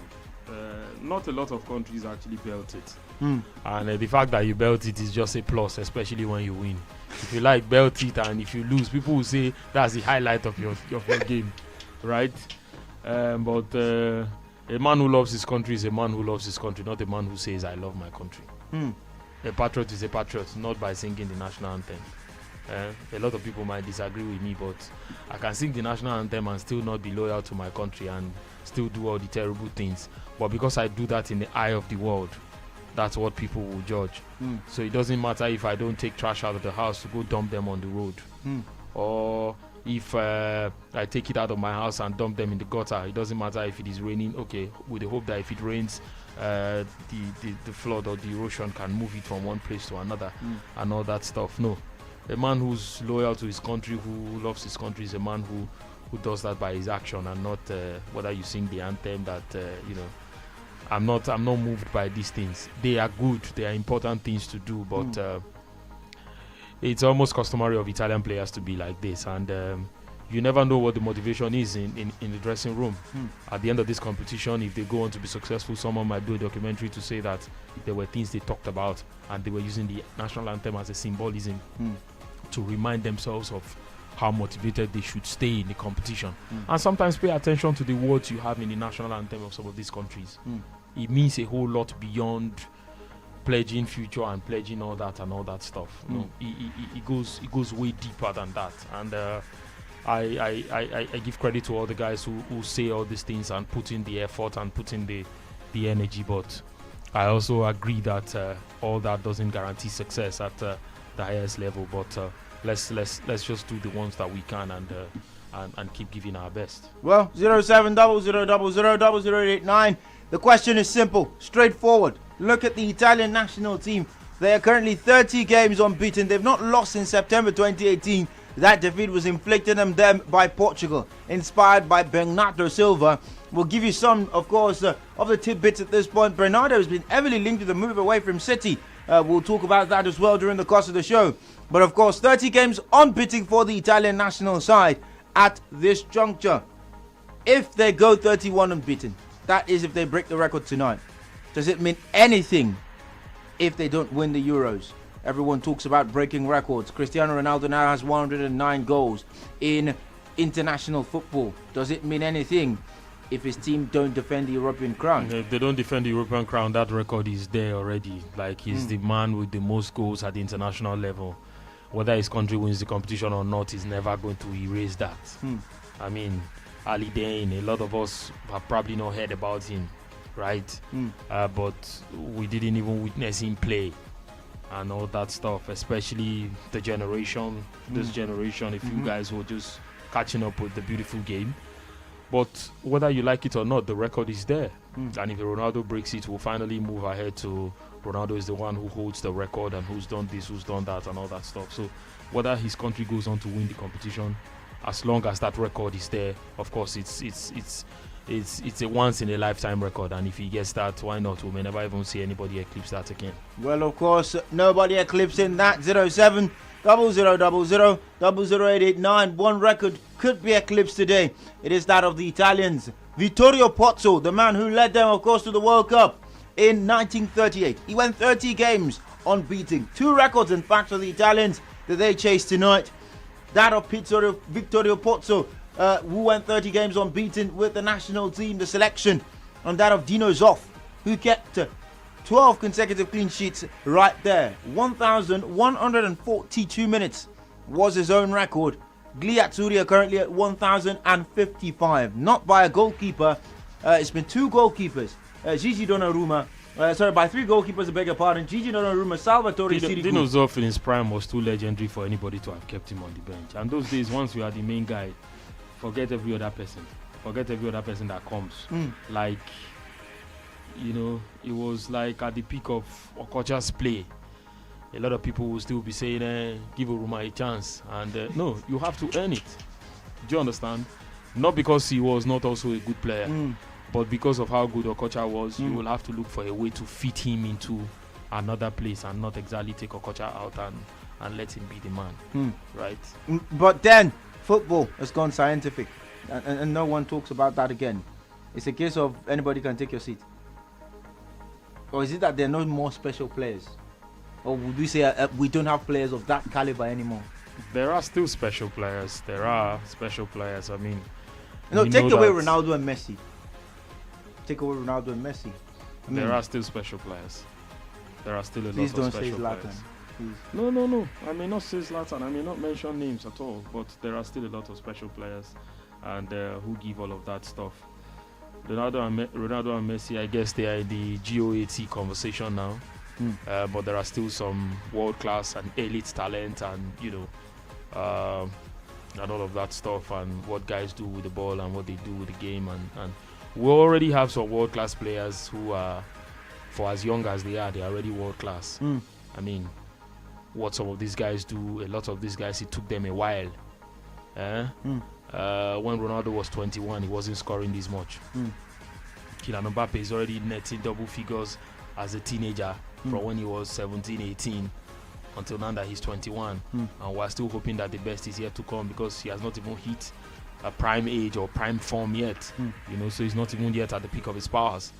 But he's already posting all of these top class performances. So sometimes it takes a while for these things to come to fruition, or sometimes it takes less than a while. Sometimes they just come and then they never leave the scene until they have made it happen at the very top level. But I want to say that these things will always be there, because we take note of these records and we keep these records, and we'll talk about the greatness of some of these players, but it won't take anything away from, how great was the next goalkeeper to Dino Zoff, that we were going to have Dino Zoff being benched. But let's not forget, there were not a lot of friendly matches in those days gone. So matches were as competitive as they appeared on paper, and there were not so many countries to play against now. So that's it. That's why these things happen a lot of times. And I've read a piece that I found funny, but it made a bit of sense. Sometimes how you're able to keep an open mind to some of these things could be all the trick in the world to just learn something new. Where someone was talking about the number of goals Ronaldo scored against some countries and the ones he scored against some smaller countries, and that when you put all that together, he's used the smaller countries to start pad his goals and all that stuff. I don't buy into that. But that is not to say that if that article was written with a mind to rubbish his efforts and rubbish everything that he has worked very hard for, then I think it is dead on arrival. But if the conversation was to go from one place to another, of course, a quality player like him will score against any kind of opponents. But that's not to say that, they said he's never scored against France. He did 2 penalties. Maybe if he was in open play, he wouldn't have scored, but the goal is a goal. He scored a penalty in the course of the game, and that's all that stuff. They said he's never scored against these other people. Germany, he scored against them. And so these things change from time to time. And when you have a guy like Ronaldo, of course, I think in the last 10 years or thereabouts, the rate at which footballers have broken a lot of records and set new ones has to be researched. Because the closer they get to a record, once they get close to one record, they just smash it. Yes, they just go on to smash that record, and it speaks a lot about the mindset of players you have in this generation, or compared to the good old days.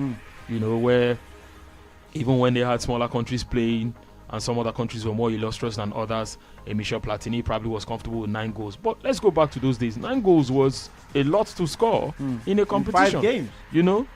But these days, these people make this thing look as if it is so easy. That's because a lot about the science of the game has improved and has been injected into all of this stuff. But science of the game, and when Africa is not in the conversation, is tough to talk about, because it's like you are bitter pill to swallow.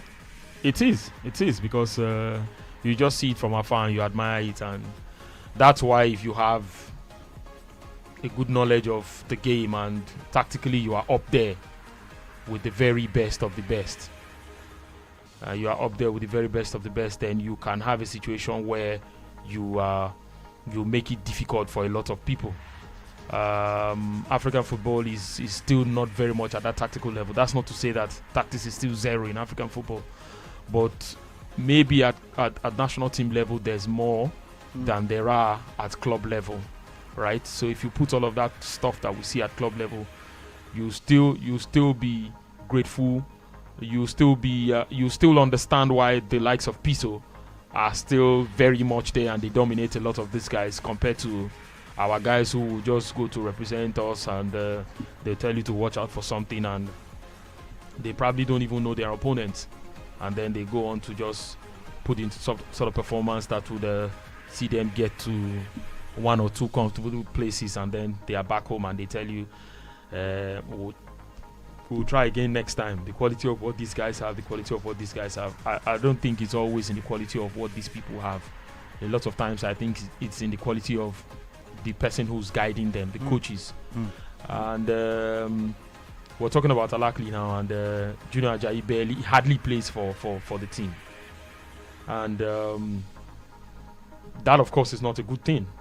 It's not a good thing, because you cannot be a Nigerian export who's even playing on the continent, and then you go to some clubs and you barely have game time. We want to see that all the talk of what we talk about when we say we have talent scattered all over Nigeria, we want to see it reflect in the quality of what we export, not just to Europe, but let our players also be all over the continent. That our players should even be deciding CAF Champions League and CAF Confederation Cup games. Like, everybody will not play in Europe. If you tell that to players who are starting off their career, it will seem as if you do not wish them well, because mindset and mentalities are different, and people could take it that, okay, it's because you do not wish me well. While some will see it as the reality of what might happen in the course of their career, some would say, this is the reality. Maybe I should work harder to make sure I beat this reality and I do not fall into the bracket of those who will not make it out of Africa. But some would say, why not? If I can make all the money I want in Africa, I know that there's money abroad, but if I will not be lucky to be there, let me be here where I can make things happen for myself and get all these things working. There's a Ghanaian called John Entry. Like, for all the clubs he's played for in Egypt, he's been scoring goals, and I think he's done about 100 goals across the Egyptian league. Plays for Pyramids. Yes, and he's everywhere. I mean, that's the kind of guy you want to look at and say that, okay, he may not even get invited by the Ghanaian national team. He may not even, do some certain things. But as far as football on the home front is concerned, he's one of the guys you can't ignore. At the CHAN that was hosted in Morocco, where we lost in the final by 4-0. El Kabi got a club straight to China when the Chinese league was still doing very well. Beijing Guan was where he went to, and then did very well, but he was unable to stay there. Well, he's back in his own country, and he's making things happen for himself. Sometimes, maybe because the league is not good enough, some of our guys cannot come back here, and then the trolling that you will have to also go through. That all of a sudden you are back in Nigeria and all that stuff. But then again, the league is not really that lucrative for people to want to plan their life around it. That's because also we are yet to see football as business. We think it is recreational and all that stuff. But some of these players will not develop beyond this level if we do not set the parameters for them to get better at what they do and become the sort of players we want them to be. Everybody will not play in the Premier League. Let's be honest. And if guys who are playing in Denmark like Frank Onyeka can get a call up to the national team, maybe if you were the top scorer at Alakli, they would call you even if you don't start in Nigeria. You get called up all the time. That's good enough as far as I'm concerned. Well, of course, 0700000089. Right there, you just heard Golden Nuggets from VQ the Volcano. I wanted to call it Blue Nuggets because Italy are playing, but it will be parties on. That means it will show my allegiance. I have a couple of guys who are wearing red and white. That's why I said it will show my allegiance to Italy, not for the Gliazzurri. So let's stick with golden, even though Italy have golden numbers on the back of their jersey. So that still shows a bit of partisanship. But take golden and white nuggets from VQ the Volcano. I think I found a balance there. And of course, they just come from him. Still talking as well, the small matter of the Italian national team with 10 minutes in against Austria, goalless. And of course, the game between Al-Ahly and Esperance of Tunis, goalless as well. Of course, in that particular game, we will take you closer to the action. You can also get on board on 0700000889. You can also get through to us on Facebook, Sports Radio Brilla FM. That is the Facebook fan page. And of course, Sean Koka says Austria all the way. Yes, he's rooting for Austria, pretty visible. Ekenechuku Francis says that he wishes the Danes good luck and is also sending his love out there, of course, to the Gliazzurri as well. Well, thank you very much. Ambassador Wisdom Obasi, who says his favorite radio station right there as well. Well, of course, that is the reason why we are here. Alanriwaju Afolabi Oiwere says thank you very much, guys. Good evening. And you are doing a great job as well. Thank you very much. Pretty much appreciate that. 0700000889. We're still talking, of course, about the game, Italy against Austria, and so far so good. It's a bit of two schools in this game. That's what it looked like, but it seems a bit different in the fact that the schools are similar. A one-sided conversation talking about Franco Foda with VQ the Volcano. A lot of people also talked about the fact that the vibe and the feeling in Austria is that if the best man is not available, then the available becomes the desirable, and that's the situation with Franco Foda. It did well with Sturm Graz. They felt he was perhaps the only available man to take the job.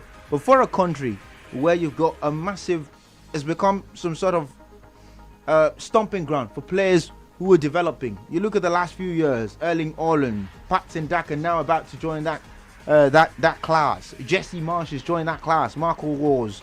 You've got this big names, Wang Yi-chan, Takumi Minamino.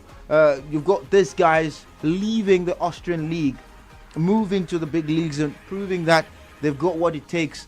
How do you translate that to the national side? Because it seems Austria, when it comes to the national team, this is their third European Championships, and this is the first time they're even making it past the group stage.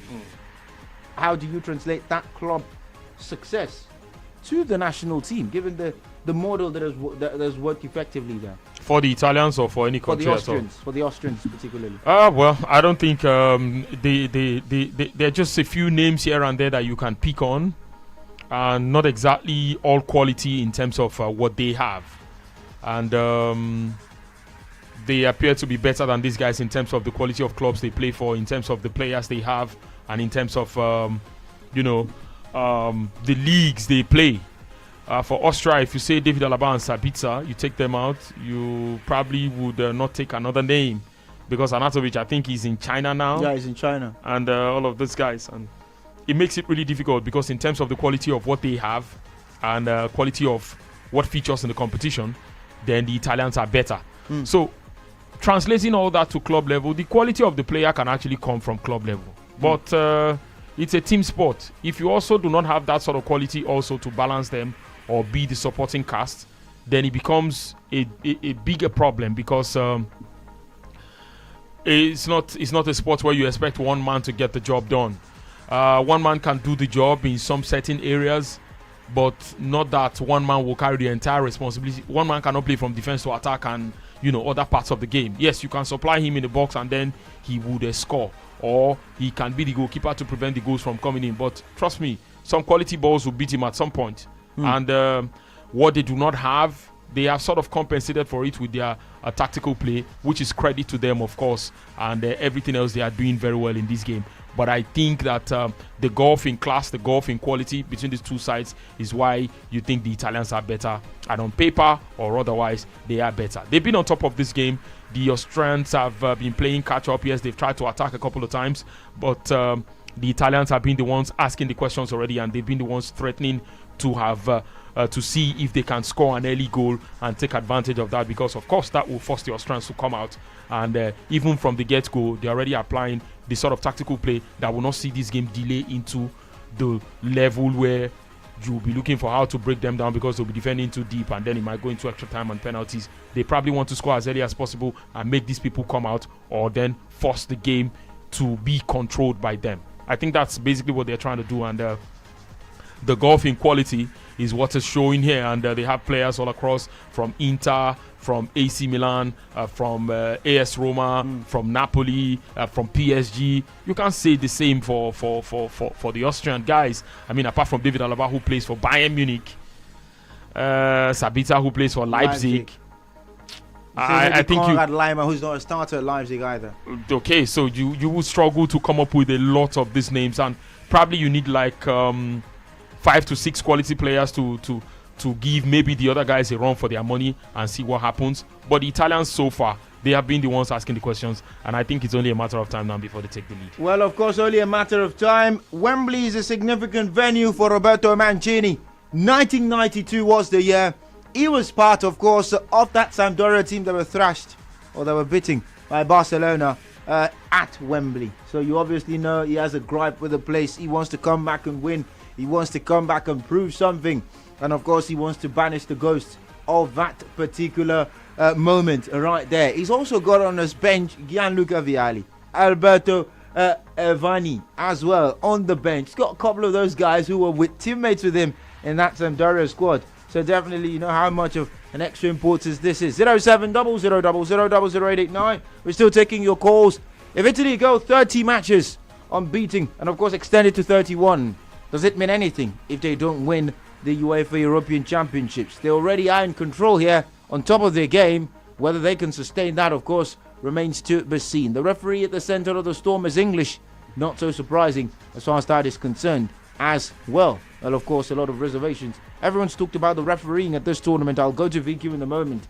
And of course, we'll talk a bit about the refereeing, because everyone's talked about it, about how this is how football, the VAR technology should be used. Not what we're seeing week in, week out in that league they call the best league in the world. I didn't mention the name, but indeed perhaps you have an idea already. Marcel Sabitzer trying to assert his authority on this game, and of course Marko Arnautovic as well. Well, of course, so far so good. Seems to be playing on the shoulder of Francesco Arcebi. Do you think perhaps when it comes to playing the Italians in a bid to get the ball higher up the pitch, do you think that space or playing on the shoulder of the last defender could be one tactic that Austria could utilize very well, especially given the sort of resources they have? I think so, because we talked about how it was important for the Welsh guys to have done that themselves and have one man who would trouble the other guys. But that wouldn't have come at the expense of having, a proper man. That wouldn't have come at the expense of the team play, which was to make sure everybody rallies when they don't have the ball, and then try to rally behind the last man, and until the ball is won, people can begin to run into positions. But I think also the way the Austrians have been able to play, even though they like to be all men behind the ball, they like to look out for a situation where Sabitzer could run behind the last man, and then they will go long balls. What this simply means is that they know that if they get a goal first, they can then put bodies on the line and see if they will be fortunate for that to carry them through, because sometimes you can put bodies on the line and then it comes up to a man's body and becomes an own goal. But then they will now be able to assess how they can maintain some level of discipline at the back and see how far it gets them in the game. So it's just a strategy for them to want to get something going for them, at least in the absence of quality players. Let us have some of those play that can spring up the surprise given the occasion, and then we'll see where it gets us. Anthony Taylor, the man at the center of the storm, right there. Hello, good evening. Hello. Hello. Good evening, sir. Good evening. Yeah, this is coming from Zambia. Okay, location not needed. Carry on. Yeah, well, please, what is calling for the Denmark this afternoon? Germans are not playing today. Well, of course, Germans are not playing today. Maybe because you like Germany, he thinks that. Not me. I don't like anybody again.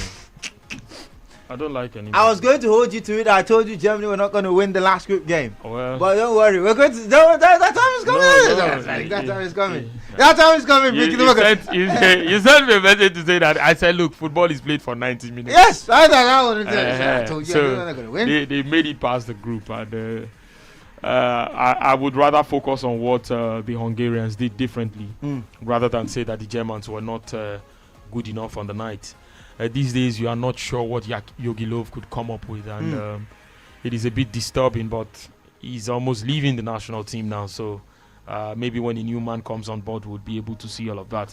It looks like he's also trying to reward the loyalty of some guys, Leroy Sané and all of these guys. The more he leaves them on the pitch, despite how poor they've been, the poorer they look, and... Do you think perhaps he should have been fired? Sorry, don't let me use the word fired. Do you think he should have been let go before the tournament, just like Denmark did with Ogiada? They knew that he was supposed to be the one to take them to Euros, but they said, you know what, Oga, it seems you've outstayed your welcome, you can go, and they brought in Kasper Hjulmand. Do you think they should have done that? No, I don't know, but I think maybe they decided to show him respect, looking at all he has been able to do, how he has taken them through the transition period and all of that stuff. He's won the World Cup, he's played the Confederations Cup, he's won it as well. Poor performance at the World Cup, poor performance at the Euros, and blending the right sort of talent as far back as 2010 at the World Cup in South Africa, bringing on the young guys to blend with the experienced ones, and then going to the World Cup in 2014 years later to win it after those guys had put a significant number of games under their belt and they were experienced enough to face the rest of the world. We saw that pay off at the World Cup. They had a squad that was so good that even another set of guys went to the Confederations Cup to win it. And then we also had them not perform so well at the last Euros and not perform so well at the last World Cup as well. So I think he has seen the highs and lows. He has helped them to attain the very high, and he has also taken part in them hitting the rock bottom, and they have made a decision to have a new guy come on board. Maybe because he has stayed too long. There's hardly any fire in his belly anymore. I don't know anyone who has stayed longer. Maybe Oscar Tabarez. Yes. And it looks like that has made it really difficult for people to look at what he brings to the side and what we should be expecting. But having taken the team through all of that generational transition and all of that change of players and injecting new boys into the side, it looks like a whole lot is not working right now. And maybe the best decision is for him to go. If he is to come back, maybe not to the national team. Of course, he has said he has not given up coaching, which means if he has fire in his belly, he's still going to go on to coach, but maybe not the national team, and then we'll see what he brings eventually and what he makes of his career at the end of the day. 23 minutes gone. Italy 0, Austria 0 at Wembley. And of course, it is 23 minutes as well between Al-Ahly and Espérance Sportive Tunis in Cairo. No goals have been scored there as well. It was around this time that Kasper Dolberg opened the scoring. Perhaps a bit of magic could be required to repeat the feat in this particular encounter as well. Of course, you can get on board But I'll also quickly ask Vigil the Volcano a bit of this. Anything that concerns Austria concerns Germany. Neighbours in a lot of ways, more than one. The similarities. The league is called Bundesliga, both of them as well. So, of course, please pardon me when you hear a bit of German talk as well. Germany went into a reboot in 2000. Do you think this is a reboot too late? That was after they failed to qualify from the group stages at the Euro 2000. They failed to qualify from the group stages of the Euros in 2004. Waited 4 years. And then that in 2004 July, after that elimination from the Euros, they then decided to have the reboot. They had the situation where people like Jurgen Klinsmann became the head coach. Then you had Jogi Löw in his backroom staff. Do you think this one has taken longer than expected, or do you think perhaps it was supposed to be a reboot that Löw would have been in charge of, or a case of maybe they should have gotten somebody else in after the World Cup? I don't think you have to rebuild all the time and go into that phase where the players are lacking and then you have to start putting plans in place. I think for every country that is serious about the game, if you have to wait for things to get bad before you start building again, then you are not serious. And I don't think the Germans are those kinds of people, or the set of guys that you want to think that they don't have anything to offer until they hit rock bottom. I think the rock bottom thing came as a result of they not seeing some things before time. Despite being a very effective side, they got a lot of things wrong in terms of the planning and the preparation. And they still have a good crop of talented players across, which can still keep them in the conversation. Nobody says they should win the Euros or win the World Cup at all times. But at least you should have the guys who can get a lot of things working for you at every point in time and see what happens. So if that's the case, then I don't think we should be talking about rebuilding, because they have the crop of players and they have the structure. Sometimes a lot of these things do not work, and it boils down to a lot of other factors. The FA themselves, they made a mistake of letting Yogi stay for too long. As at the time they were rebuilding after the terrible World Cup in 2018, probably they should have looked at the possibility of letting him go as well. But a lot of things have not. As at that time, he had not. He was defending champions at the World. He was defending champion at the World Cup, and maybe it was a bad idea to have said to a guy who was the defending champion to leave us at that time. But as far as I'm concerned, it probably wasn't a bad idea, because the sort of performance they put in at the last World Cup was nothing close to anywhere near good enough to say that, okay, forgive him for what happened the last time. But then again, this is national team football. It's not as easy as a club football where you expect that the impact and the pressure would be almost immediate. But I'm also looking at a situation where we have to talk about the fact that national team level, a lot of things could happen and a lot of things could change, that could make us question some of these things. But I know that in countries where these guys are very serious, they take all of these things into cognizance and they document it and make sure that the mistakes will not be the exact same mistake repeating itself. There could be something else that would be the mistake next time, and not because they have a good crop of players. At least even if they are not winning, they should be really up there with the best of the best. And at the last World Cup, they didn't do that. At the Euros, they have just practically struggled to get into this stage, right? So, except one of those external factors, yes, the way you start a competition doesn't guarantee how you will end it. But if this is anything to go by, you do not want to give Germany any chance, except they begin to show us that they stand a chance from their next game against England, and then they begin to, put up the sort of performances that will make us say, okay, maybe we wrote them off too early, and then they will correct all that. But right now, it looks like, despite his strongest point, which was that he had the best temperament to handle the national team, it looks like that quality is sort of leaving him right now. And when he looks around, with the new coach having been announced already, with the national the DFB haven't announced a new coach, I think he looks around these days, he sees that I'm the only one who believes in my dream, and maybe I should push it over the line. Would the players do the same for him? Can he convince them to see the big picture? If that doesn't happen, well, thanks for your time, and let's have a new beginning. Gianpiero Ventura, his big picture was not seen by the Italian players. That was the beginning of the reboot in Italy in 2018. Then the quarterfinals, then the round of 16. I think I've seen the Italians in the quarterfinals. Don't blame me. Of course, of the UEFA European Championships, and they're on the verge of going 31 games unbeaten. Hello, good evening. Okay, we lost that one. 07 0000 00889. That is the number to call to be part of the conversation right here. Let's take your thoughts as far as this game is concerned. Italy, 29 minutes on the clock against Austria. It is Gliazzurri against Das Team in the Wembley Stadium, of course. That is in London as far as this one is concerned. 30 minutes on the clock. No goals have been scored between both sides. And of course, it is descending sort of into a slugfest. As far as this one is concerned, the Italians in cruise control at some point. Hello. Hello. Okay, right. There's no ready to get on board. 07 0000 00889. Of course, a small matter of the situation also going down as far as one man is concerned. His imprint is not coaching at the UEFA European Championships, but his imprint has been all over the place. Yes, indeed. All over the place. When I say all over the place, I mean all over the place. If he's not talking about the tournament, he's looking at the tournament, he's analysing the tournament, he's looking at players of the tournament. And of course, since we'll look at the Germans, let's look at the English as well. They will face each other in the final group stage, in the final round of 16 game. I beg your pardon, I don't know what's going on this evening.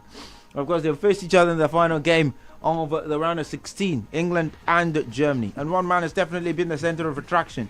His name, none other than Luke Shaw. It's been definitely important this season for Manchester United. But his divided opinion, of course, when I say divided opinion, only one man is that man that stands for all the opinion. His name, Jose Mourinho Santos Felix. Luke Shaw played for him for 2.5 years, you would say, at Manchester United. And Mourinho's opinion has not changed. He says Shaw has not improved as a footballer. He takes bad corners, he says. And of course, despite Luke Shaw having what many people would call the best season of his career so far, Shaw was everywhere for Manchester United. Even gone to the team of the season for a lot of people. But Mourinho looks at this Euros and he says, if I'm playing a left back at this Euros, it's not Luke Shaw, it is Ben Chilwell. Have you seen Shaw's corners? He takes very bad corners. At this point in time, what is this for Mourinho? Is it that really Luke Shaw's not at the level we think he is, or Mourinho's just being one salty man? BQ the Volcano, thoughts please. I don't have anything to say. I'll be honest with you. Mourinho has he was his opinion, and he was in a place to express it. I've never been a coach, and I have not coached Luke Shaw. I also will not, if I were a coach, I also will not rate my fullbacks with corners and all that stuff. As much as it is important, the first job of a defender is to defend. And in a lot of cases where you set up, because fullbacks are expected to be pacey, fullbacks are the ones who stay back when you go to take set pieces, corner kicks and the rest. And I've seen a lot of fullback. I've seen that happen a lot of times. Ashley Cole, I watched his career from Arsenal to Chelsea. He was hardly the guy who got in there to... Yes, he crossed a couple of times, once or twice. But he was hardly the guy who... He would be the man to stay back at home because he was very quick. If there are quick counters, there are breaks, he will be the guy to try to cover. Well, maybe Ben Chilwell technically is a better option than Luke Shaw. I would agree. But I think there's a whole lot that has happened to Luke Shaw. He's been able to put in good performances, and things are looking up for him. Especially when you consider the fact that in some situations, he was just starting out, had a broken leg, had to come back. These things take a while for people to recover and not let the trauma of such incidents worry them late into their careers. And not a lot of people will have that and still go on to have a decent career. I think he has done well enough for himself. Whether there are other better left backs, I think there are. But whether Luke Shaw is a good player, I think he is. I do not want to get into that conversation of he still cannot take good crosses, he still cannot do this, he still cannot do that. I just think that he gets the job done. And there were better left backs who didn't get to his to the position Man United got to last season, and he is improved. Let's hope that his performances will get better and things will look good.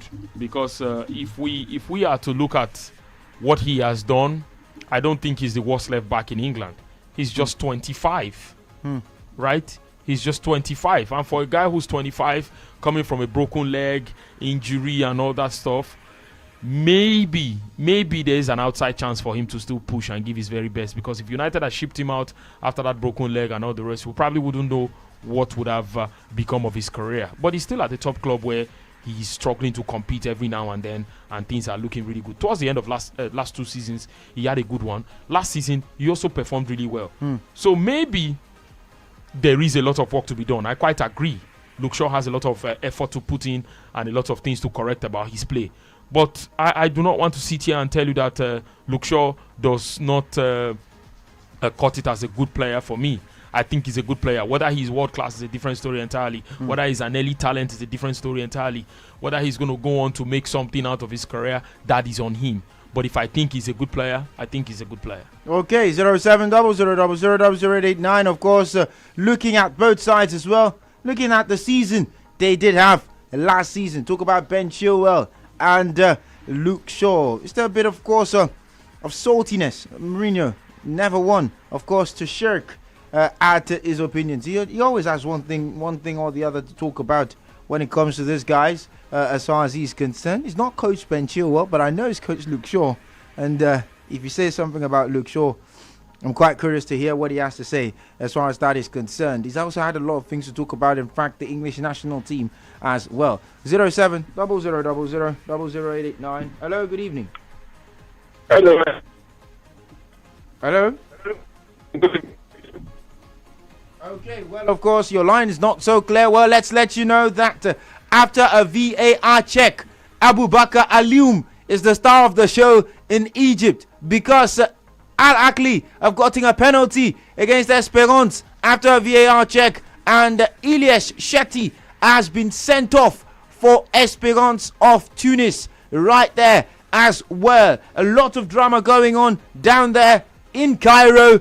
Esperance, they were 1-0 down going into this fixture, but now Ilyes Shetty has been sent off. Moin Shabani, the coach of Esperance, is livid, and of course it was a last man tackle there. You'd perhaps say that it was coming as far as he's concerned, but VQ the Volcano, Peter Mosimane, seems the plan is working to perfection.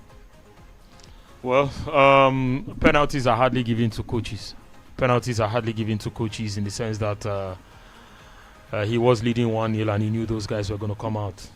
He has won away from home, so he knew that this was a game he could go out there and see what he could get out of it. And true to their play and everything else, it has worked for them. And I will not tell you that that was the plan.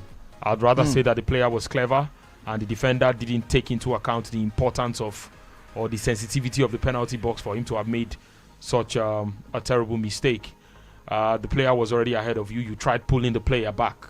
Yes, the player fell and then the ball went away, but there was contact. And then the referee had to go and check the VAR to watch it for himself. And you could even see from here that there was a pullback.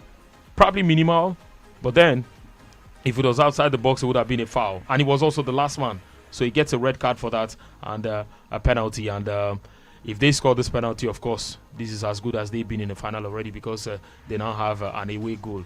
And trust me, this is Africa, so we can talk about the away goal because we're not aware that CAF has scrapped the away goal. So they score. UEFA has scrapped the away goal. Yes. Well, they Al Ahly have taken the lead. It's a 2-0 against Esperance. And now imagine a situation where they now lead by 2 goals on aggregate, 1 on the night, and then the opponent is one man down.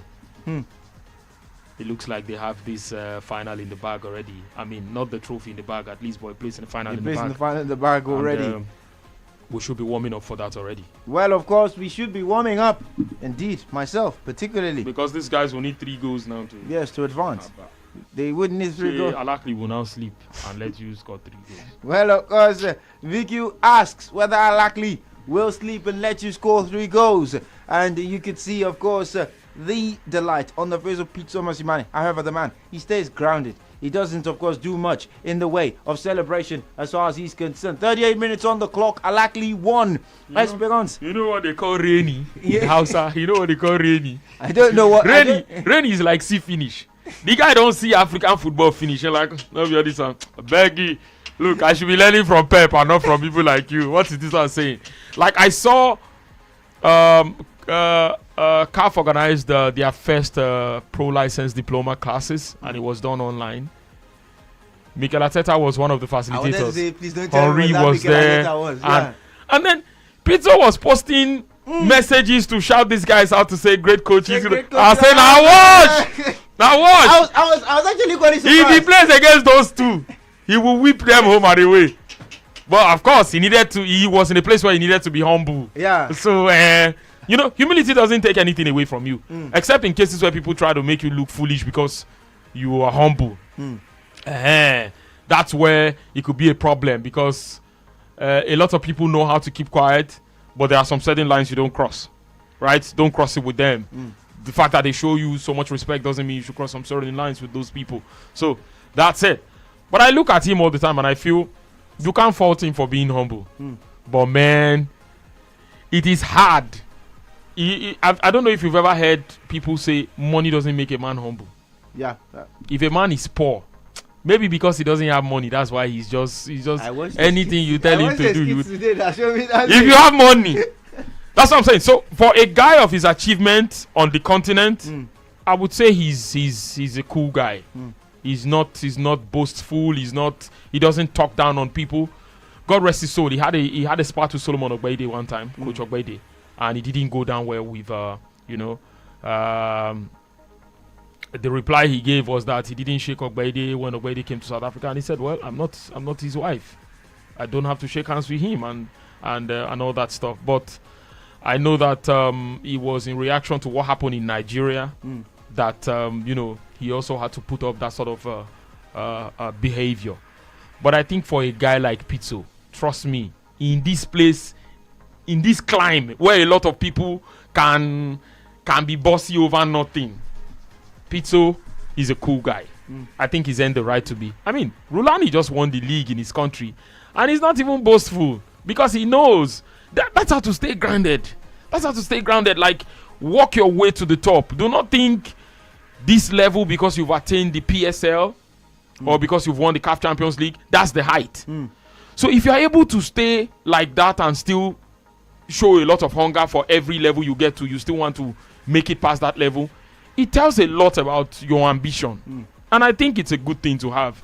Not that because you have one here, you will now come out and say, well, we should be beating it. That's the same thing I don't like about because we want to play small countries and we're Nigeria. And when the coach comes out to say, we have to respect our opponents, we have to play our game, and people will be angry. I have never seen anywhere in a European press conference where the coach will come out and tell you, we're going to beat them 5-0. They are a small side. Even if Denmark knew that they were going to beat Wales today, there's no way that man would have come out to say it. It is not, first it is respect. But even if you don't give them that respect on the field of play, just show them the respect. Not all that talk of, is it not these people? We'll whitewash them. Imagine if Thomas Tuchel had said all that about Leicester City. And then Leicester City will beat them in the FA Cup final. Or Guardiola will say that about Chelsea. And then he will lose the Champions League final to them. Because they know that there is room for eventualities irrespective of what your tactics is. Which tactics is the holy grail? That if you apply it, you must win. There's none. So, it's a thing of doing what you have to do to win. And not one thing in particular would make you win. Right? There are a lot of things that could make you win. One could be the best of all the ideas or the options or everything you need to do. But even if you plan your game and you don't add that killer instinct to it on match day, you expect that because you are favorites, you should therefore not kick the ball with intensity and just put your toes on it and then it will roll into the net. The world will be clapping for you. You'll be shocked. So I think maybe a few people who thought about that, the Hungarians coming into this competition were going to be easy for people to beat. You would want to go back and play their clips now and try to analyze their game and see what they did differently. I like to focus on what teams do that make them difficult for people to break them down, and not to think of what didn't the top side do. That one is easy to see on match day. But if you talk of what a team is expected to do, or what the weaker opponent had to do in order for them not to lose a game or to make the loss as minimal as possible, you're giving them their credit and you're learning from them at the same time. So I don't like all that idea that no be Benin Republic, no be Lesotho, we suppose they spell Lesotho. You think it is that easy? There's no 3-pointer for goals in football. You don't score one good goal and then they count it as 3.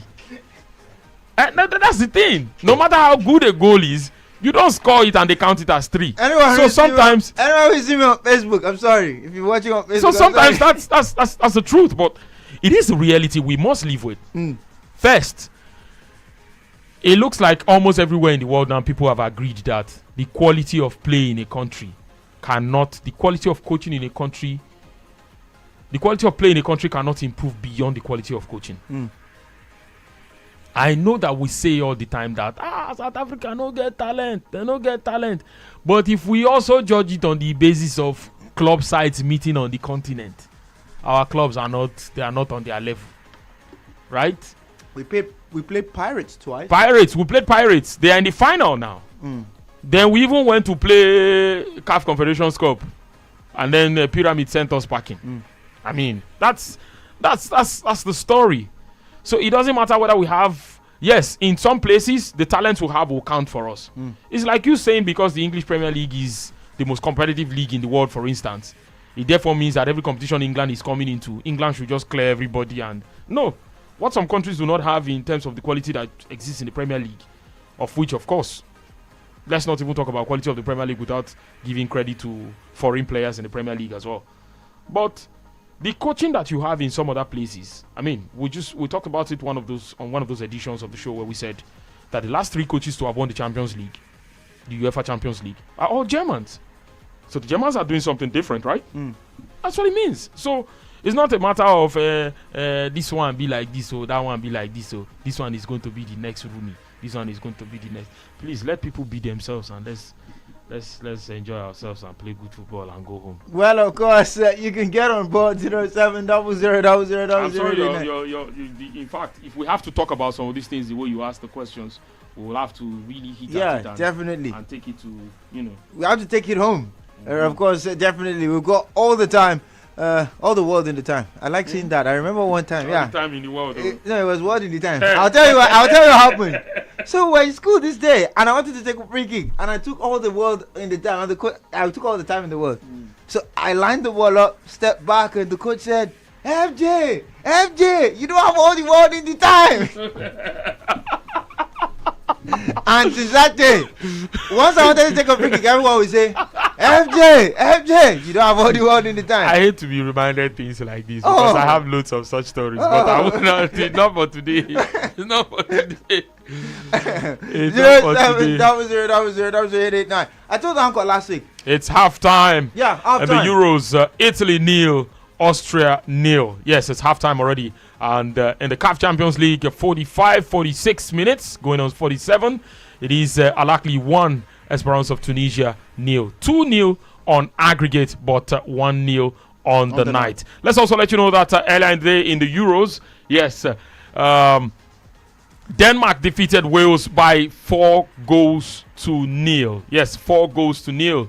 And yes, it happened that way. And Kaizer Chiefs also played out a goalless draw to qualify for the final of the CAF Champions League, having won the first leg away from home against Wydad Athletic Casablanca by a 1-0. So today they played out a goalless draw and they won that game. Yes, these and so much more, of course, we'll be bringing your way when we get back here. In the Asian AFC Champions League, yes, Pathum United of Thailand defeated Kaya of Philippines 4-1. Kong of Vietnam, yes, the Kong of Vietnam lost to Ulsan Hyundai of Korea 1-0, and United City of Philippines against Beijing Guoan of China 1-1 it ended, and Kawasaki Frontale, yes, you know them, those are my guys. Yes, Kawasaki Frontale, they played out a 3-2 win against Daegu of Korea. So much for the games. We'll be right back with more at the break. Yes, we'll take a break, and when we get back, we'll be serving you more on the show this evening. Stay with us.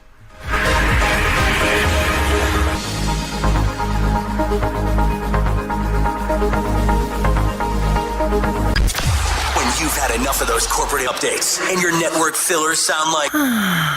Well, take your game to the next level. Trusted by the best in the biz. It just won't stop!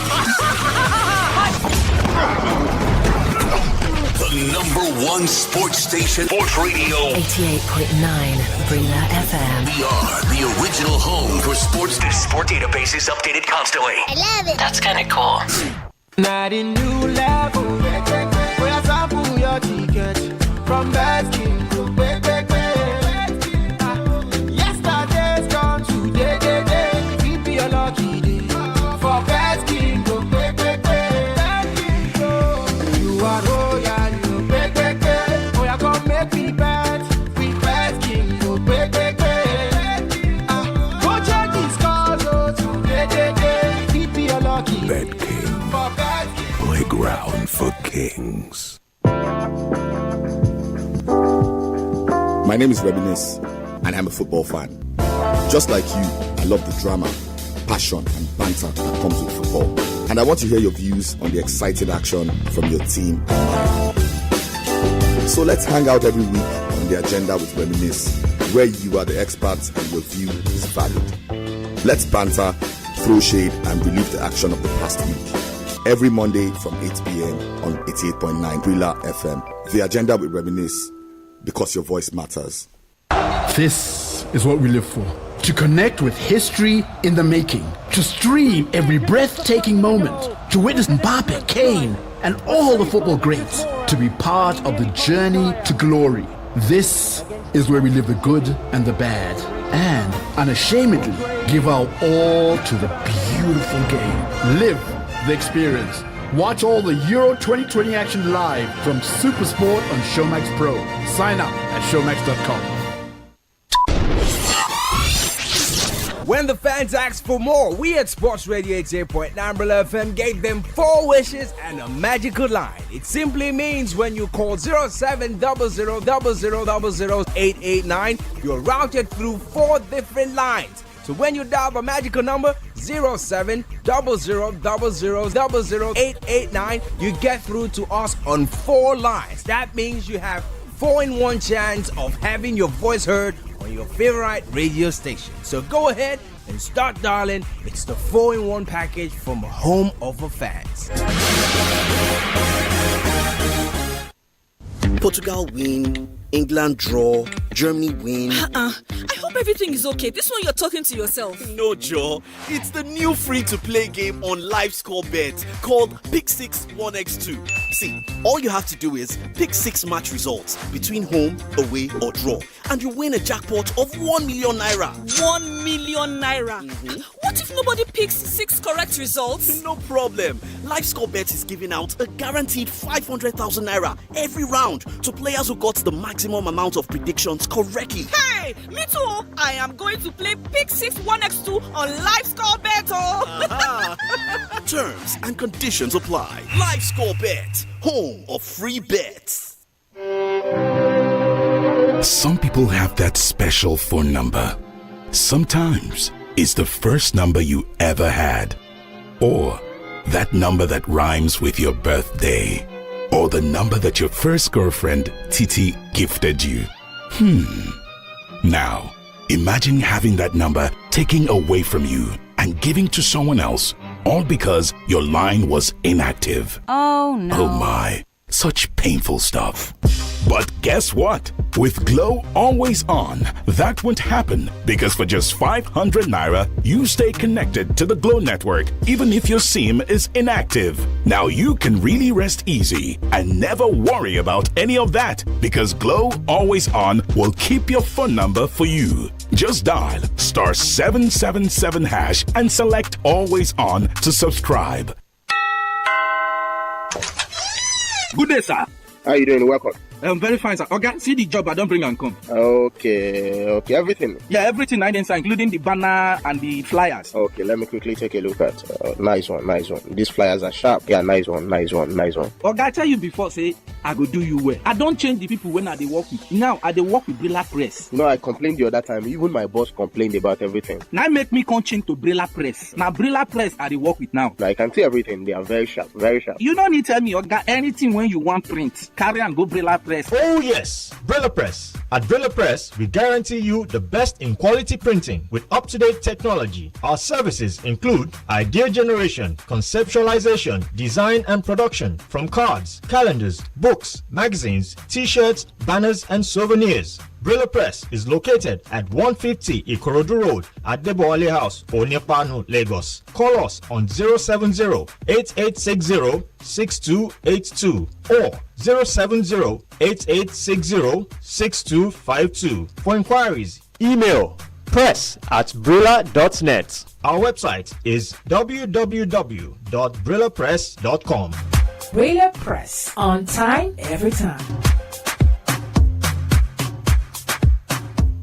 Guy, I don't have since I begin use Biggie Bets, I just dey cash out anyhow. You mean I'm dead there? See, they offer 120% welcome bonus, bigger odds, 315% accumulator bonus, cut one bonus, and you fit even cash out anytime, whether inside shop or online. They even get the best virtual games and jackpots. See, they even they pay instantly. Oh boy, choose bigger rewards. Visit www.biggiebets.com to sign up or become an agent now. Biggie Bets, bigger reward, bigger life.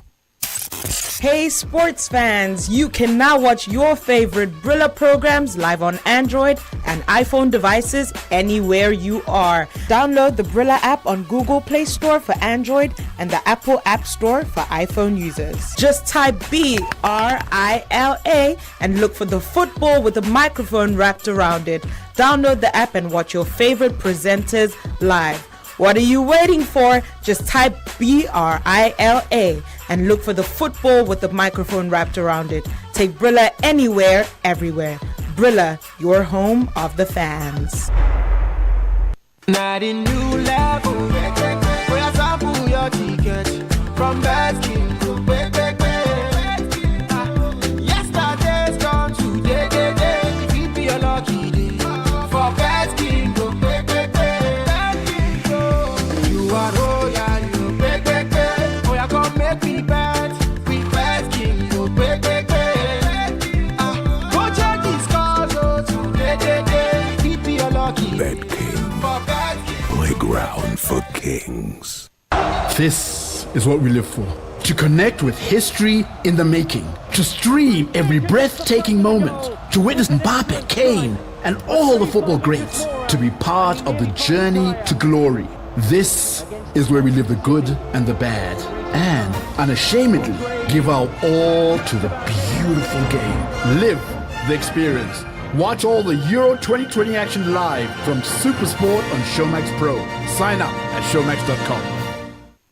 Take Brilla anywhere, everywhere. Yes, you can take Brilla with you anywhere, everywhere. The Brilla app is available for free download on Google Play. It is also there on the Apple iTunes Store. Yes, on Google Play and the Apple iTunes Store. Look out for the Brilla football and microphone logo with the letters BRILA in green colour. That is our authentic app. It gives you Brilla FM, Brilla.net, BrillaSports.tv, and all the extra betting tips, live score, plus our Twitter, Facebook, Instagram, Google Plus, and YouTube posts. Sports fun. You can post your videos and eyewitness reports. Brilla, BRILA.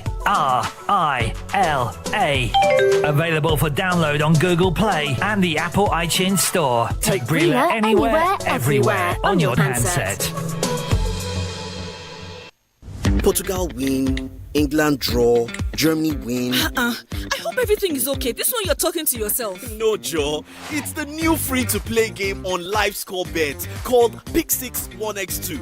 See, all you have to do is pick 6 match results between home, away, or draw, and you win a jackpot of 1 million naira. 1 million naira. what if nobody picks 6 correct results? No problem. LiveScoreBet is giving out a guaranteed 500,000 naira every round to players who got the maximum amount of predictions correctly. Hey, me too. I am going to play Pick 6 1x2 on LiveScoreBet. Terms and conditions apply. LiveScoreBet, home of free bets. Our friend Oliver is what you call a man with a huge appetite. Gigantic, actually. And if there's one phrase we have come to know Oliver for, it is this. More data, please. No matter what we offer him. More data, please. So, guess what we did? We heard Glow created new data plans for people like Oliver, and we got him exactly that. And guess what Oliver said? Excuse me, please, is this all for me? Only me? Now, Oliver certainly has more than enough data. All thanks to the Glow Mega Data Plans. With the longer validity you get on Glow Mega Data Plans, you can work from home with ease, run your business better, download non-stop, stream music and movies endlessly, learn online, and share data with anyone. No worries. Get 225 gigabytes at 30,000 naira for 30 days, 425 gigabytes at 50,000 naira for 90 days, and 1 terabyte at 100,000 naira for a year. Dial star 777 hash now to start enjoying these mega plans. Glow Unlimited.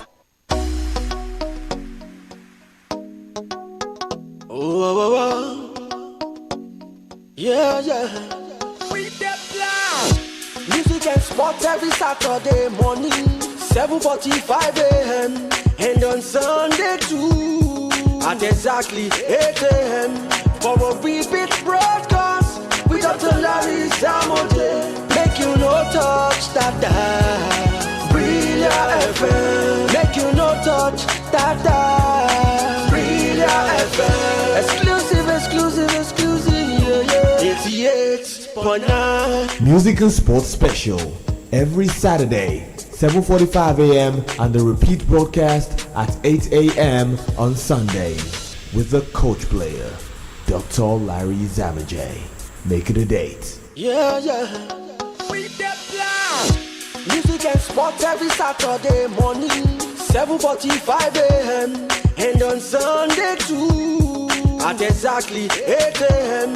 for a repeat broadcast with Dr. Larry Samote. Make you no touch that dial. Brilliant FM. Make you no touch that dial. Brilliant FM. Exclusive, yeah. 88.9. Now the new level. We are sample your ticket from Baskin to yesterday's gone today. It be a lucky day for Baskin to you are royal, you oh yeah, come make me bet with Baskin to go check these scores today. It be a lucky Bet King. Playground for Kings. BRILA. Brila. A bigger sports experience just for you on several platforms. Sports Radio 88.9 Brila FM. Lagos, Abuja and Onitsha. Enjoy our services on www.brila.net. Anywhere. Everywhere. And also on our handle at 889 Brila FM on Twitter, Facebook and Instagram. Subscribe to Brila Sports TV on YouTube. Watch, like and share our videos. Brila. It's a total sports media experience. Anywhere, everywhere. Yes! I won! Oh my god, it's home! Guys, since I joined BiggyBet, I have been cashing out daily. You don't mean it? Look at you. Let me tell you, they offer 120% welcome bonus, bigger odds, 315% accumulator bonus, got one bonus, and you can even cash out anytime, whether in a shop or online. They also have the best virtual games and jackpots. Hey, you see? They even pay winnings instantly. Guy, choose bigger rewards. Visit www.biggybet.com. Sign up or become an agent now. BiggyBet. Bigger reward, bigger life. Hi, DJ Drogba. Hello, this is Haile Gebrselassie. Hi, I'm Michael Essien, midfielder. My name is Jeremy Mikel. My name is Kenny Jordan. My name is Peter Rufai. My name is Kolo Toure. Hi, my name is Diego Vangira. Hi, sports fans. My name is Victor Moses. My name is lightning bolt. I'm Joseph Yabo. My name is Austin Jeju Okocha. This is David Dean, former Vice Chairman of Arsenal and Football Association. We're on 88.9 Brilla FM.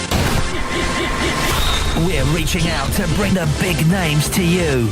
Sports Radio 88.9 Brilla FM. There's nothing like it. It all kicks off right here.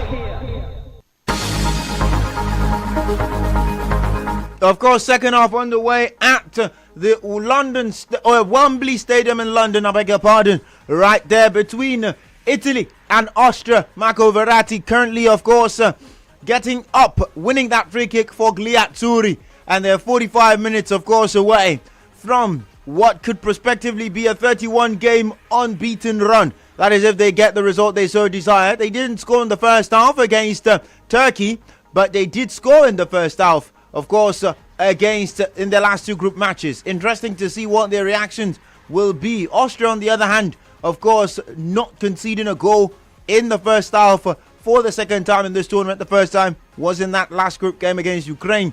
And of course, remember, they did concede in that game against North Macedonia. Also did concede against the Netherlands as well. This perhaps the highest ranked nation after the Dutch that they have faced in this tournament. It will be interesting to see what their reaction will be. Of course, Roberto Mancini. Interesting to also see what his thoughts are as well. What he would perhaps have told the players in the dressing room as they're coming for the second half. No goals have been scored after 47 minutes. And a lot, of course, left as far as this fixture is concerned in terms of consideration as well. Let's let you know that in what is the first knockout game at a major tournament in since 1982 for the Austrian national team, they've held their own in 45 minutes as well. The question is whether they can do that for 45 more minutes. It remains to be seen. 48 minutes on the clock in that fixture. No goals have been scored. Also kick off in the second half for Al Ahly against Esperance of Tunis. They call them the blood and gold. That is Esperance. They call, of course, Al Ahly, yes, indeed, they call them the Red Devils as far as they're concerned. But of course, you definitely see they lead 1-0 in that particular encounter, and it's 2-0 on aggregate in that fixture as well. Had a lot of things to talk about as far as that is concerned. Talked about the record. If it would mean anything for Italy if they go 31 unbeaten and they don't win the UEFA European Championships. Also did talk about the small matter of the CAF Champions League as well, and the paucity or the lack of Nigerian players, of course, at this stage of the competition. Would like to know what your thoughts are as far as that is concerned as well. We would also like to know what your thoughts are concerning Lee. Jose Mourinho is talking again, and he says, if I'm picking a left back for England, it would be Ben Chilwell, not Luke Shaw. Of course, perhaps having his reservations about the Manchester United defender right there as well. Let's know what your thoughts are. 070000000889. You can also join us on our Facebook fan page, Sports Radio Brilla FM. That is the Facebook fan page right there as well. You can also join us and let us know what your thoughts are. Of course, a look at the data in the Premier League concerning both sides right there. Of course, pretty exquisite. So in the 2021 season, 2020-2021 season right there, it was a small case of 32 Premier League appearances for Luke Shaw and 27 for Ben Chilwell. 1 goal for Luke Shaw, 3 goals for Ben Chilwell. Both men finished with 5 assists as well over the course of the season, and there were 10 clean sheets for Luke Shaw, 9 for Ben Chilwell as well. 8 yellow cards for Luke Shaw, 3 yellow cards for Ben Chilwell. Let's also know what your thoughts are as far as that is concerned. Hello, good evening. This guy is nice. How are you doing this evening? I'm fine, sir. How are you, God? I'm great, for Mark. Carry on. Yeah, for me, we can just win this match too. Yeah, that was 2 goals to 1. 2 goals to 1. Yes. Okay, thank you very much. Right there, of course, carry on. He says Italy to win by 2 goals to 1. The Austrians, however, have got a free kick at the edge of the box, and one man has got the experience of scoring from that range. David Alaba is right behind the ball. If Austria do score, it definitely will provoke an interesting reaction for a team who's not conceded. How do you think it would be in terms of reaction if they eventually concede? Well, 2 things. Could either spur them to action or demoralize them. And this is actually, for those who said that the Italians have not been tested, situations like this is what will test their mental strength. Who knows? Sometimes when you're building mental strength also from a very patchy run, from a very terrible run, you can build by saying, let's not concede first. And then it helps the players mentally to know how it feels not to be on the losing side. But after a while, when the confidence is good and you've turned the corner, it is okay to concede and see how they react. So these are examples that have been tested over the years and can be tried. The Italians have sort of kept the Austrians in their half and made things difficult for them. But right now, a poor tackle has given them more like a free kick just outside the 18-yard box. And it was something that the Austrians probably should have taken advantage of.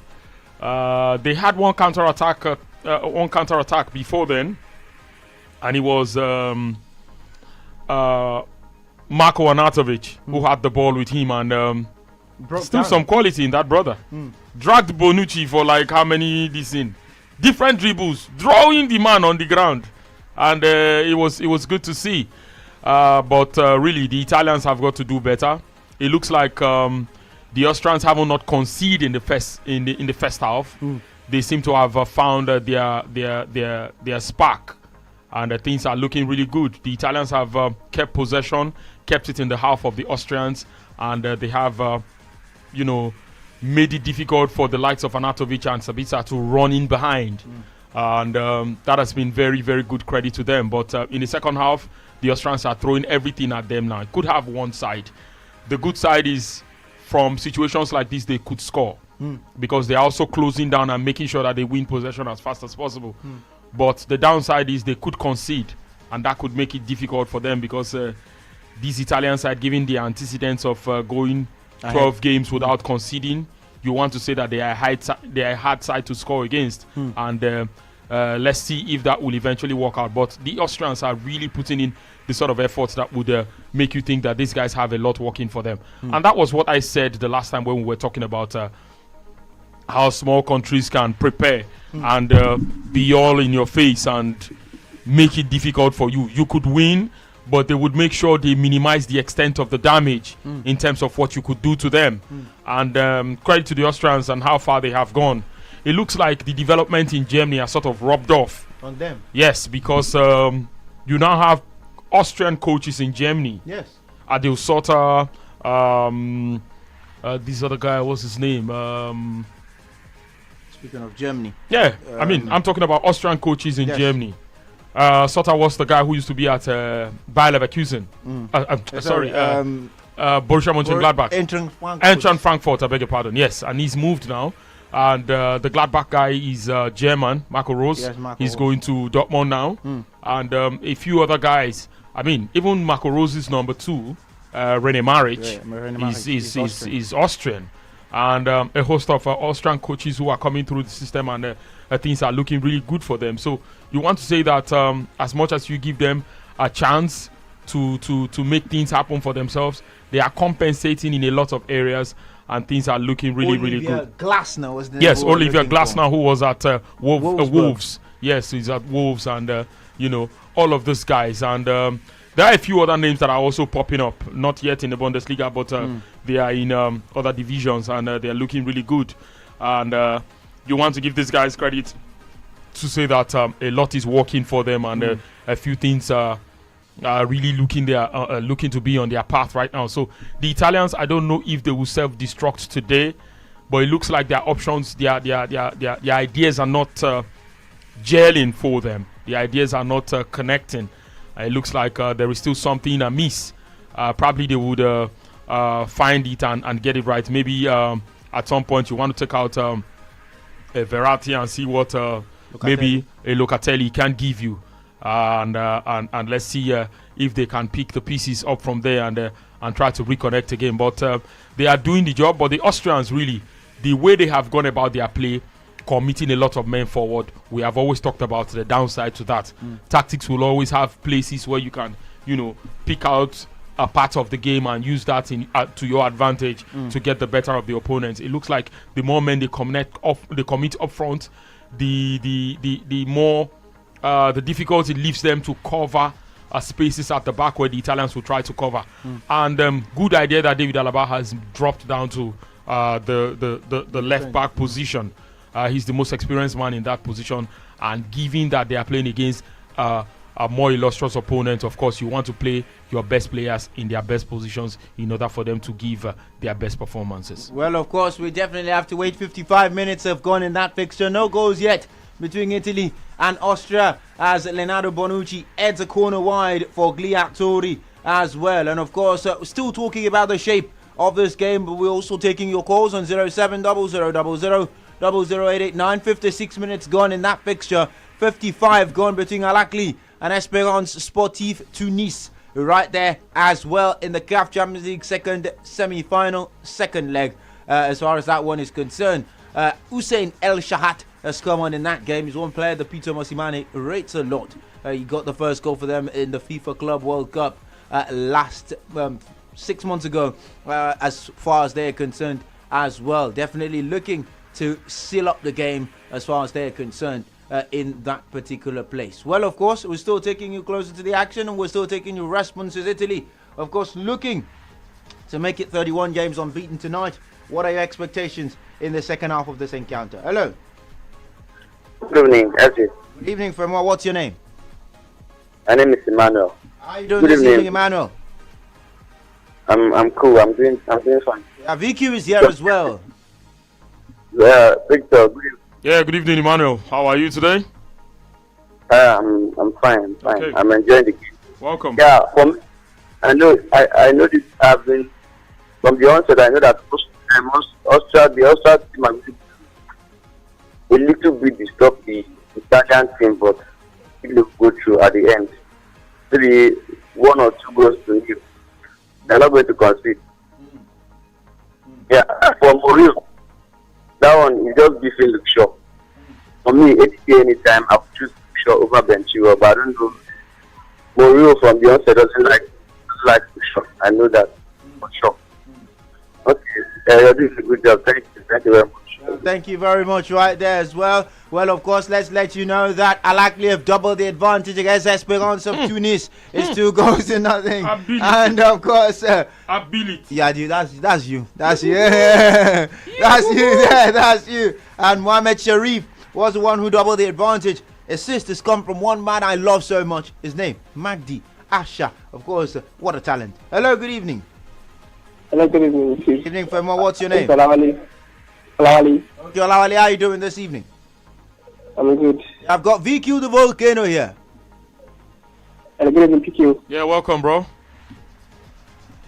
I'm calling the Australian match. I think you can get it. A penalty. You don't get O. I said either you go to head or Australia or the Australian. Okay, we're here for it. And for Mourinho, I would say with Shaw about to because Chiro much overlap, and that tends to really get who covers him. But for sure, wherever you overlap, nobody covers. No Maguire or Lindelof cover. So it's like it's not good, but it's trying his best. Still ask with regard to cover him whenever you overlap. So for me, I'll go with Shaw. Okay, no problem. Thank you very much. He says he goes with Shaw right there. The options, of course, also giving you the data as far as that one is concerned. Let's let you know that Al-Ahly have made another substitution, and it's one name everyone would perhaps want to hear. Oluwafemi Junior Ajayi has, of course, replaced Aliou Dieng for Al-Ahly right there in Cairo. 2-0 up, 60 minutes on the clock. What a good time to come on for the man right there as well. Cruising on the way to the final. Perhaps what you would say. Forget what I said about not starting. It is good to be a starter for a side, and it is important to be a starter. But if the coach can trust you enough to say, come on when we are leading, it's a good one. I know also that it might be also because they are leading by 3 goals on aggregate, and it is almost impossible for their opponents to get back. They are one man down, their opponents. But it is also good to always get the trust of the coach. It means that you are also not far off the options that could be called upon when the need arises. And good to see Junior get a few minutes under his belt tonight. Well, of course, let's get this one on board. Hello, good evening. Okay, we lost that one right there. 07000000889. Let's try and get you in. Hello. Oh, we lost you right there. Please try to get back on board. 07000000889. It's on the hour mark, right? Of course, at Wembley, and still no goals have been scored in the game between Italy and Austria. Meanwhile, 2 have been scored between Al-Ahly and Esperance. Peter Mosimane is going to the CAF Champions League final for the second time in a second straight season. And of course, just to put it, that is actually putting it mildly. This man has done this in a space of 8 months. When did he take charge of the football club? But let's take this call. Hello. Good evening. Okay, welcome, Pius. Can you speak up, please? Okay, of course. Please, when you get back on board, it's now 3. Okay, well, of course. He was flagged offside. Okay. It was 3. That was already 3 goals, but he was flagged offside.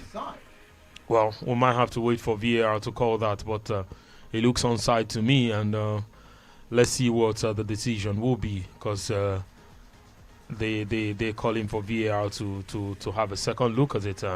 The linesman raised this flag for offside, but the referee might have to consult VAR for VAR to check and see what happens. But Peter is already saying that he's not offside, and they are probably calling for a review. In the meantime, their opponents are making another substitution, of course, maybe just to sort of limit the scoreline right now and limit the extent of the damage and not make it go worse than this. But you can tell that they are demoralized. It will take something extra for them to get back into this game. The goal is being reviewed. And it just might be given. And if it's given, it will be 3-0 on the night and 4-0 on aggregate. Al-Ahly. Wow. If you're scoring 3 goals in a semi-final, bruh, it won't guarantee anything in the final, though. I still say that. But there's something for your opponent to be worried about. Yeah, intent is very important as far as that is concerned. Basit Abdul Khalid was the one who came on for Husseini Koulibaly for, of course, the Al-Ahly side. Italy preparing 2 changes as well, but we'll take this call. Hello, good evening. Are you there? Good evening. Hello?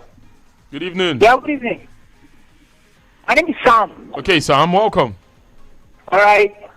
I'd like to talk about the Italy-Austria match. Sorry, Sam, I'm sorry to interject you there.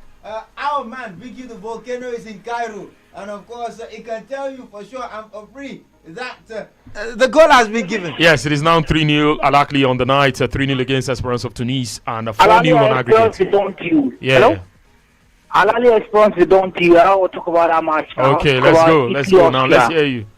Al-Ahly has dusted those guys, so it's done. I would say Italy are in for a strength test. Austria are going to give them a good run for the money. But I believe Italy will still come up tops. But Austria are going to do a bad job for them. I wish them good luck though. But I still wish my Portugal big good luck. Okay. Thank you very much. Thank you. Austria have scored. Yes, they have. Yes, indeed, they have taken Austria have scored. They have taken the lead. Marco Arnautovic. Sorry, Vicky. We know you are in Wembley in London. Marco Arnautovic. Bruh! Well, of course, first of all, let me let you know this. That the deadlock is broken, just like Vicky was said. And now the record is over. 155 plus 65. Please do the mathematics. Well, of course, I'm quickly pleased to tell you that Italy's record stops at 1,120 minutes. You can't catch the behemoth. That's what you just learned tonight. Dino's off. 1,142 stays intact right there because Austria have trailed, and that goal will go to a VAR check. VQ the Volcano almost certainly of course, after the header from David Alaba. But there was a time, I remember when I was growing up and I was learning football, and they said if you hit the ball and the ball doesn't touch the ground, as long as it doesn't touch the ground, it's not offside. I remember you used to be told that. And then we had to do a lot of unlearning. When I started playing, as I grew in the game, I had to unlearn a lot of things. A lot of grassroots coaches had taught us, and you had to do, Shivi, it's not offside now. We had to relearn the rules as well. But of course, that goal will be checked by VAR as it is at this point in time. Anthony Taylor is English. You know how they do their things as far as that is concerned. And of course, as the check continues. But VQ, if that goal stands, if you're Roberto Mancini, what do you do? The substitutions will have to come in. I do not trust Verratti. He didn't trust him in the first 2 games until the last game against Wales in the group. Maybe Verratti has to come in and bring on Locatelli. And let's see if a change in plan could effect something for us. I'm also looking at a situation where they should be looking at a back 3 so that you have more men committed to the midfield and committed to the attack as well. That could also fetch them something in the game. But it is a goal. Oh, it's offside. It was offside. Okay, goal chalked off. So it was offside, and the goal doesn't stand. Marko Arnautovic and Austria will have to do the work again. But credit to them for what they have done. We were talking about their play, and we said the way they were committing men forward, it was only a matter of time before things would look in their favor. Now, if this goal had been given, if this goal stood, if it was a situation where the goal stood and it was given, then we would have seen a case where the advantage of committing more men forward was what paid off. And then they will have something to defend right now in terms of the guys they have, and then they will now commit more men to the back. But they are still asking the question, and I kind of like the effort they are putting in terms of their hearts and all the action. They appear to be getting their verticals right at the moment now. And, knocking those passes into areas where they can find a free man at the shortest possible time. The Italians are also making it smaller for them. But that control that the Italians had in the first half is no longer there. Marco Verratti has been hauled off for Manuel Locatelli. And I think this has a potential to unlock a few things in this encounter. Matteo Pessina also comes on for Nicolo Barella. Yes, I think so, because Barella is also the sort of guy that, especially what I saw at Inter last season, if he's that guy who, when he's in the mood, he gives a lot. Yes. But sometimes you can smell that he doesn't. You can smell that he doesn't have 90 minutes in him. So maybe a fresh pair of legs that would run more, because again, football has gone to that place where sometimes you can ignore technique for pace. And let's find guys who can do a lot of the running, and as long as they can do a lot of the running, we'll see what will happen, and then see what happens at the end of the day. But if you have more runners, then you are giving yourself a chance to still remain in the game, and I think that's something that they will be looking at trying to find, because this is no longer about a style of play or a philosophy or something. It is about the effectiveness of how they can maximize the best of what they have and let their tactics yield the right results in their favor tonight. Well, of course, tactics, you yielding the right result. And of course, you talk about shoe sizes. Victor, what shoe size do you wear? 44. 44, okay. So that means if myself and you are going for a ball, I will be offside by my foot. No, you wear 45. I wear 46. So you can imagine that is how Marko Arnautovic will be feeling at this juncture, because he's offside by his foot. Bigger foot, that's all it is. How are you not a giant when you wear 46? Oh, please, I'm not interested in... See, these are things that we should not talk about. We shouldn't talk about these things, please. Let's just leave it as it is. Right there. Okay. Let's leave it as it is. 0700000889. Of course, you already know. As it's goalless, 70 minutes on the clock. Italy have been warned, and VQ says that Roberto Mancini done a good job, of course, bringing in those substitutions. Manuel Locatelli as well as Matteo Pessina. Pessina also gives them an option of going to a back 3, where he drops and then joins Bonucci and Arcebi, so that they can progress the ball, doesn't he? Yeah, that's I think that's one option that this substitution affords them, and let's see how they're able to make use of it. But in terms of creating chances, they have really created chances, but it looks like the service to the guys up front appears to be lacking. You would have trusted a lot of guys with that in the past, and Andre Pirlo, but none of them is a Pirlo here. But it looks like Immobile hasn't exactly been serviced a lot today. That would have made it possible for us to see the best of him. It's disturbing to say the least, but situations like this were always going to come up. And why this is an advantage, these situations usually count as advantage in coaching, is the fact that you would want to see how those coaches react. And it's things like this that will make you say, okay, this was a solution he provided when this was looking really difficult, and this is how we could make the best of it next time. Are they going to attempt wing play and see if they can drag these guys out wide? The spacing and the way these guys are compact in midfield and how they drop to defense when they do not have the ball, they have the opponents pressing them, might make this a bit more difficult. Maybe Mancini should be looking at but why not just go to a flat 3 and then have Di Lorenzo and Spinazzola push up? Spinazzola would have been a good guy to push up because he does that really well. But I don't know. It looks like they let them. They don't seem to organize themselves pretty well until they get to nearly the final third. So maybe if the build-up play was good, you would have expected that to be the case when Verratti was still around. But Locatelli comes in and he's already threatening. That's also a plus.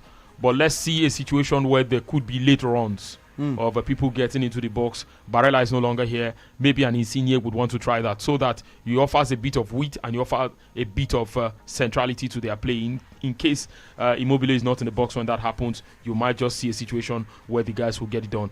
Credit to Austria. They try to limit the damage in situations where you're supposed to pull the trigger. It looks like they did their homework very well. The player appears to stand on your stronger foot, and so you can't take the shot with your weaker foot. So you'll have to transfer it back to another area, and they sort of unbalance you away from the target. That's why you see the Italians having a lot of touches in the box, but they appear to be crossing to other ends instead of finding the target. Well, of course, a lot of work right there.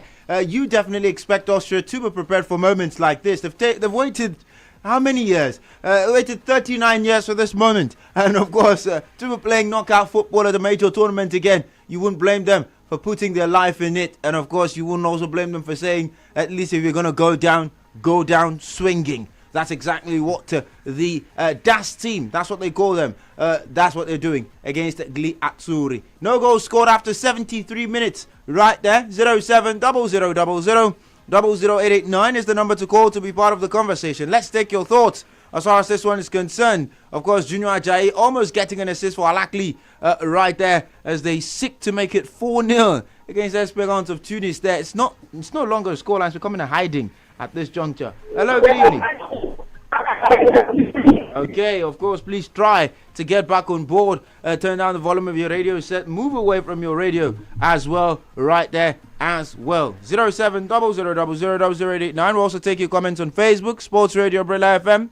That is the Facebook fan page, and you can get on board as well. Well, of course, there will be a decision for Anthony Taylor to make, of course, right there, given there has been a shove in the penalty box. But let's also let you know, Awal Abdul Rahman, of course, I've got an interesting comment. This one I've got to take it. If I don't take it, I'm not going to be a happy man. He says, Victor, I seriously miss you. I remember Malam Abdullahi Bashin Baki. That's what I said I had to take. These are my community people I call it. Malam Abdullahi Bashin Baki. Oh, Bashin Baki. Oh no. These are people from my community. I know I've heard you mention that name before. Yes. Yeah, he's the one before Mojidadi. Mojidadi is your guy. Bashin is the one before him. Yeah. Oh, okay. Well, thank you very much. Let me check your name again. So I'm going to put your name on blast. Awal Abdul Rahman. Awal Abdul Rahman. Yeah. Awal. Okay. Awal. Okay. Awal Abdul Rahman. That's how the name is pronounced. Yeah. Awal. Awal. Okay. Yeah. I mean, I'm going to try.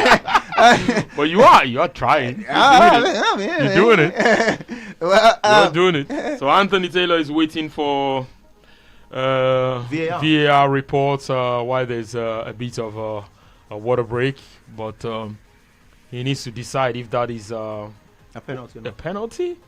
Well, the Italians, when they get ruffled, these things are not far from them. And Anthony Taylor hasn't been bad in this game so far. that call for offside was very, very, very close, I would say. Was very close. Probably some referees won't give it at all. But let's agree that was offside. But, this particular one. Also given an offside as well. Was he given as offside as well? Yeah, it was given an offside as well. It says since it was offside, then obviously the tackle doesn't cancel the well, tackle. That's the same thing that happened to Van Dijk the last time out.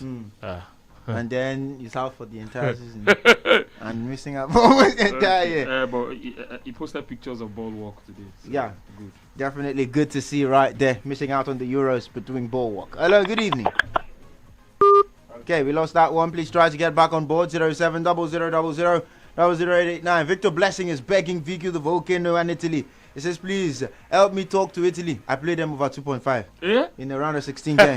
Victor Blessing, I don't know who your advisor is. Please talk to them. And that's also. I wouldn't have done that for all the team in China. You would have? I wouldn't have played Italy over 2.5 for all the team in China. That is if you were sorry, offering me. If you were offering me all the team in China. What do they have to do with this? No, I'm just saying that it was risky for him to have taken such a step. Like another 2.5 would have been good. For this game? Another 1.5 would have been massive odds, even if you would play it with the handbrakes. I think this game, the first to score might just win. Well, we talked about the first to score in the first to game score might just win. First to score. Because Austria will defend, and you can't blame them. No rule book says you can't defend when you have scored. I'll ask you a question. Very interesting question. Hello. Yeah, good evening. Good evening to you. Hey, honor master. Yeah. Burkina Faso. So and so on and so on. And so on and so on and so forth. Double machinery and Kalashnikov machinery. Yeah. This one is from home. Oga Victor. Yeah. This one, yes, calling from the community. My name is John Rimda. John, welcome. How are you today? I'm good. How is work? John, work is good. Work is good. How are you people doing now? Yeah, we're doing great. We can't complain. We're fine. That is great. I'm just receiving a great analysis about this Italy match. I see. Seriously, Italy have the chance to finish this game from first half. But as they allow the game enter second half now, Italy have turned against them. Because me, I've seen them going to extra time in this match. I did not see them just beating these guys because then they are ready now for them out. And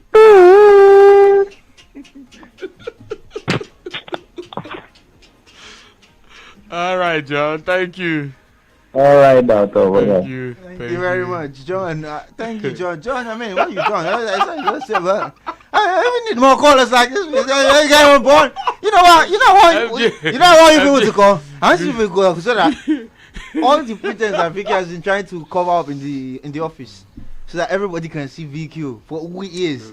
He's trying very hard to be modest, and I'm saying that your constituency people must come from there, so that the fame will be acclaimed across the world.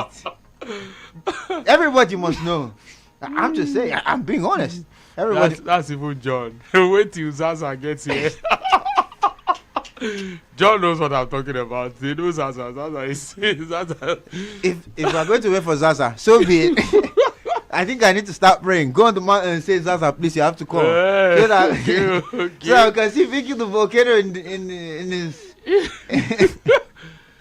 It's 10 minutes to the end of the game. Yes, it is 10 minutes to full time. And Italy against Austria still goalless. This time the Italians are the ones defending. They have like 8 guys behind the ball. And the Austrians are asking the question. They have grown in confidence. That goal was chalked off. But I guess the confidence is still I was going to ask like about 100. that. Yeah, I was still going to ask about that. So it's good to see them put up this sort of performance. Now they are the ones camped in the home of the Italians in front of their goal. And it's interesting to see. While they are doing that, they're also trying to control the game, string passes together, while looking for how to get something out of this one. And it is interesting to see, for real, how these guys have been able to keep themselves in the game. And it's really interesting to see. Well, of course, let's take this 10700000889.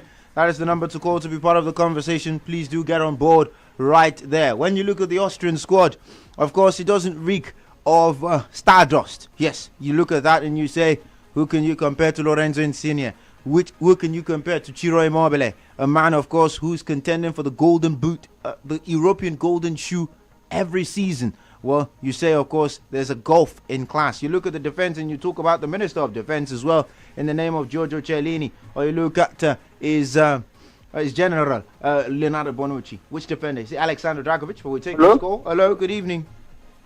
Hello, good evening. Good evening. What's your name? My name is Michael. Okay, Michael, welcome. People will pick my call, you will not talk. Oh, sorry, Michael. Sorry.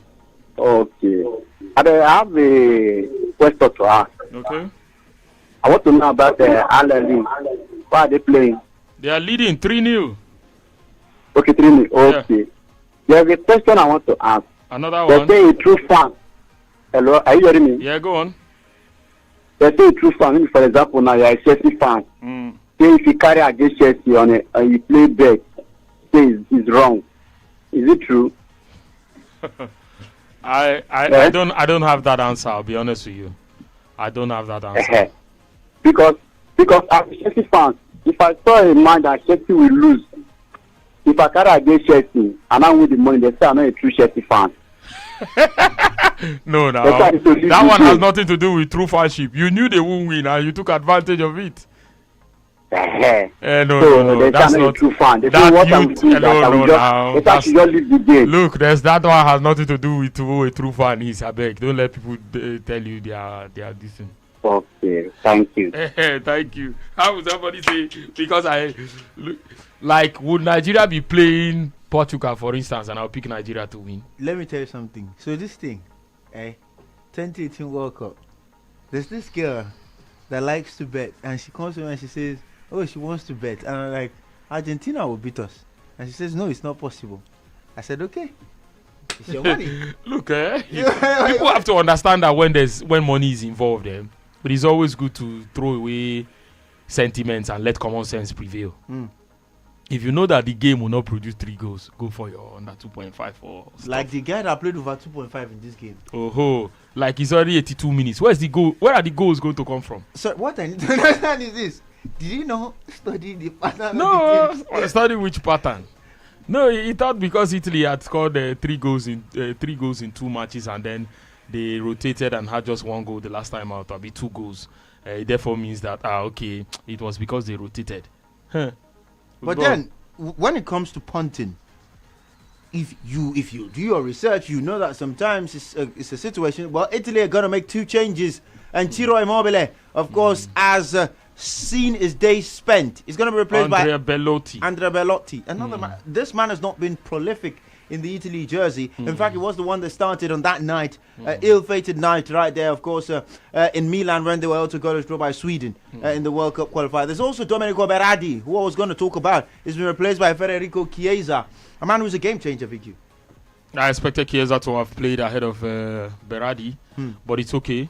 It's okay because if this goes into extra time, you need Chiesa to give you those options with his pace and his abilities on the ball. He can dribble, he can pass, and this game is not even over yet. So let's give these players the opportunity, because sometimes also when you bring fresh pair of legs, especially when they are strikers and they have to play against defenders that are getting tired, it just might be the magic, and that might be the magic wand you would need to win that game and see what happens. So far, the build-up play of the Italians have been bad because Sabitzer has been on Jorginho, and that has was something we talked about, and it has helped them to launch the ball forward to find the men on the flank instead of trying to build up play that would see Jorginho get past people and then have guys to give the ball to hit the attack. And because if he gets the ball, no pressure on him, he can get past 2 or 3 guys by an intelligent move, and that would make things work out for him. But so far, since they had that man on him, it looks like it has worked out in their favor. And sometimes it's also important that as you put out a game plan out there, also be able to look at your abilities to read the game in play. as the game is in play, try to look at what is not working and what is working, and try to look at the changes you could make and a few tweaks here and there. Now, because the Italians have quality, they can give themselves the benefit of the doubt to say that these guys don't click on the day. Let's bring on more quality. But the Austrians, they have not been able to take such risk because they probably have their best 11 starting this game. And that's why so far they are just biding their time to say, okay, if our best legs cannot give us what we want, who do we call on the bench? And it looks like that has been the case. But they appear to be getting a few things wrong, and in terms of how they play. I mean, David Alaba gets the ball and gets into a fine position, but help hardly comes until probably someone closes him down and all that stuff. You already know that he's left-footed.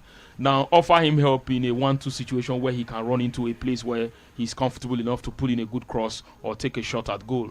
But if he has to do all the winning the ball, bringing it down, running into the box, and then trying to do all that, of course, you would expect that the players, they know his stronger foot, they know how he plays his game, they know the angles he comes from, and they know how they would want to make sure they limit the extent of the damage he might want to do. So all of that stuff right now, the Austrians have been intelligent in the way they have contained the Italians. By now, I thought the Italians would have had this game, wrapped up. But unfortunately, or let's say not unfortunately, but credit to the Austrians, they are still very much in this game. And the Italians, they have a lot to think about. 87 minutes on the clock. No goals have been scored right there in London. And of course, talk about a city where there's been a paucity of goals indeed. London is that venue. It's seeing only 2 goals at Wembley. Both of them scored by Raheem Sterling. Maybe that's the reason why there are no goals in this picture. Of course, nothing. I mean, the scoreboard blank after 87 minutes. And I'll quickly ask VQ this one. A lot of German influence in the Austrian side. Only 5 players don't play in Germany in Austria's 26-man squad. The last time Germany played Italy at the Euros, they broke that jinx, that long jinx of having to wait almost an eternity to beat them right there. You look at the goal, only 5 players, beg your pardon. The 5 players are Daniel Bachmann, the first choice goalkeeper. You've got Marko Arnautovic, Luis Schwab, as well as Andres Ulmer and Alexander Schlager. The remaining players in the Austrian team all play in the Bundesliga, the German Bundesliga, that is. Alexander Dragovic, Martin Hinteregger, both of them play for Leverkusen and Frankfurt as well. You got a Leipzig influence as well in that squad. Marcel Sabitzer and Konrad Leimer both play for Leipzig. You got players who play for Wolfsburg as well. Xavier Schlager, Pavel Pavant play for Wolfsburg. So there's a lot of influence. You got players for Borussia Mönchengladbach, 2 players from the top German clubs as well. Borussia Mönchengladbach, Wolfsburg, Offenheim. You've got Leipzig, you've got Stuttgart, you've got teams that you could say, you've got Bayern Munich there as well. Teams you could say, okay, good enough. You've got Eintracht Frankfurt as well, Stefan Ilsanker, Martin Hinteregger. These teams that you say top 6, top 7 teams in the Bundesliga. Is this what we're beginning to see rub off on the national team? And this guy saying we're translating it to this game particularly. It could be because sometimes also it is safe to take advantage of situations around you when you are not exactly the guy who is in charge. We could let they decided to probably plug into the system right there in Germany, but that is not to say that they were not also doing their homework. They were doing their homework, and they have just sort of plugged into a system that is effective and that works. Yes, they don't have more quality players than the Germans, but at least they have players in the Bundesliga, which is good enough. And their coaches are now good enough for Bundesliga club sides. And that, of course, is a way that the ideas can rub off either way. And it looks like that has also offered them something good right now. And it gives them a bit of an opportunity to also improve in areas they were lacking. And if you talk about a country where the distance between Germany and Austria is less than 500 kilometers, then we're talking about you can travel in a day or less, and then go there to go do a couple of things, and go there to whatever you're going there for, especially as in this context as it concerns the game. So I think they have taken advantage of some of these things, and it has rubbed off. And that's not to say they have not put in the effort as well, but compared to what it used to be, it looks like these are a collection of guys that are good enough to help them have a better outing compared to what would have been if their players were not playing in these areas and in these places where things are all of a sudden looking good for them. They may not go on to win this competition. They may not go on to do anything extraordinary. But we have seen from the way they have played that there's a lot of optimism in the side. And maybe the next generation of players that might be coming from Austria might see us have a more successful generation of Austrian players. For instance, I know that the likes of Sadio Mane have played Rapid Vienna in Austria. The likes of the Liverpool midfielder who later went to Leipzig, Naby Keita. The likes of Haaland, the likes of Patson Daka and all of these guys. Yes, they might be playing for some of the clubs where some of the best clubs in Austria. But it tells you that what they do not have in quality, they sort of have for the next big thing. And clubs are doing their scouting pretty well, making sure that players are coming from the system, and a whole lot is happening right there in Austria. So I think it's just what the guys have been able to do for themselves and put themselves in a position where the benefit of other top countries like Germany has sort of rubbed off on them as well. Well, of course, you can now get on board on 0700000889. Alexander Scherf has replaced Christoph Baumgartner in that particular fixture right there as well. When added time, 90+2, Italy, no goal. Austria, no goal at the Wembley Stadium in London. Seems like this pitch, I don't know. There needs to be something done to it so that the goals can come. It's really becoming worrying. 2 goals in over 360 minutes of football in action. That is worrying for me. Sometimes you look at the pitch and you say perhaps there is a goal. I mean, some pitches have goal gluts. You look at the Johan Cruyff Arena, gluts of goals as far as that is concerned. You look at the group stages. There was a game 5 goals. There was a game 2 goals. There was a game 4 goals. There was a game 3 goals. That is a stadium that, of course, people like to see the football in. At the Wembley Stadium in London, only 2. Well, I've not even talked about, we mentioned a couple of players and we didn't even mention the likes of Dominic Slobozai and Dayot Upamecano, Peter Gulassi and, Amadou Hadiara. These are guys who have come through the Austrian system, and it is looking very likely. Kayode Olarewaju was also there at some point. Sadio Mane was there at some point. Chinedu Obasi played there at some point. Patson Daka, of course. We're talking about African players who have been there now.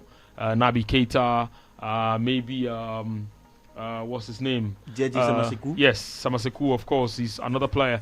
A host of other young guys who are moving there, and things are looking good for them. So I think why they do not have the quality, they sort of have the eye for who the next big thing is going to be. And, that's of course is a good way to start. They may also not have the money and the resources to float the sort of lucrative league, but theirs is not so bad. And why not? If it is good enough for them to get players into their national team, they are making baby steps, and it's credit to them. Of course, 0700000889 is the number to call. Italy have a free kick at the edge of the penalty box. It could definitely prove to be what could be the game changer. Jorginho brought down by Marko Arnautovic, who's done a great job. We talked about him at the start, about him keeping his head right there as well. Well, of course, the dying embers of the game between Al Ahly and Esperance. 3-0. Second minute of added time in that particular one there as well, as far as it is concerned. Well, of course, this is Sports Radio, and we're still taking you closer to the action. Go to the Facebook fan page at this juncture, but we'll take more of the comments as, of course, we enter into the last minute of the normal regulation time. That is, of course, the 5th minute of added time right there as well. Italy could have the last opportunity right there. Delight Chisom Isaac says, Italy have scored all their goals in the group stages. That is the reason why they're struggling. Prince Inkabla says, good job, guys. This Austria team will remove Italy if the game gets into extra time right there. El Bashir B. Hussein says, Italy will be lost in this matter if they're not careful. This one's coming from Istifanus Isa Manman. Now, this is how you know that I said I was going to take all of this comments, and it seems like after they heard the first one, they all decided to come en masse. And Vicky is watching the Facebook fan page, and is proud. He's a proud father. He's looking like a proud father. He's looking at and says, please do. Yes, you are doing well. Hey, Stefano Sisama says, Awal Abdul Rahman, KD Connection. I've missed VQ a lot. Of course, I miss you all. Avung Beto Mamutuan Temitaya says, man, this VQ man, not Chief Cruise Master. Enjoying the vibes from all your Northern family members calling this night. I pray till he takes the day. Priority. Oh, please don't let me pause. It is goalless at full time. It's all over. Full time, no goal scored. We'll go to extra time at the Wembley Stadium in London. And of course, it's also full time in Egypt. Al Ahly beating Wydad Casablanca. Esperance Sportif Tunis by 3 goals to nothing. 4-0 on aggregate. The CAF Champions League final, done and dusted. We are going to Casablanca to see Al Ahly take on, yes indeed, you guessed right, Kaizer Chiefs, the best football club in the world. And of course, let me let you know, if you're a Kaizer Chiefs fan, of course, perhaps you have every reason to be afraid. Because the team that did stop Orlando Pirates the last time, they went all the way to the CAF Champions League final. Don't ask me. The only time I remember Kaizer Chiefs is when I listened to Mode 9's song, titled 9. But it's fine. There's no need. It's fine. But see, I support Amakosi, funny enough, but they've not been getting a lot of things right, and I don't stress myself. Like, it's a secret to long life. I don't stress myself. I allow a few things to stress me. I sometimes could enjoy stress, but I don't dwell on the mistakes of other people and try to put myself in a position to fix the mess. Right? I saw the president of the club at the stadium, and he was cheering the guys, and but he's made some of the worst decisions that have cost the guys. And especially the transfer ban and all that stuff. Gavin Hoyt was just the guy who took the fall. But then again, these things happen, and you cannot claim ignorance of the situation. But what would the Austrians bring right now that the Italians are looking to rejig and put a few things across? That will be a big question. The Italians, of course, made 4 substitutions in the first half. The Austrians, in the second half, and the Austrians only made 1, and it was the injury to Baumgartner. Baumgartner, who got injured, and he was substituted in that game on the 90th minute. It means that the new guys that the Italians have added to this side were yet to see the effect of what they are expected to do. I would have preferred a Barella working with a Locatelli. But I'm not the coach of the side, and that thing I said about Barella also could have been a factor, but I'm not sure that if he has stayed 60 minutes, you just know that it's probably not his day. How much of a big miss is Stefano Sensi in this team? I think he is a big miss, but maybe this is not the sort of game where we want to talk about that, because they were coasting before the stage, and nobody bothered to mention that, right? And then they are meeting Austria, another game you expected them to win.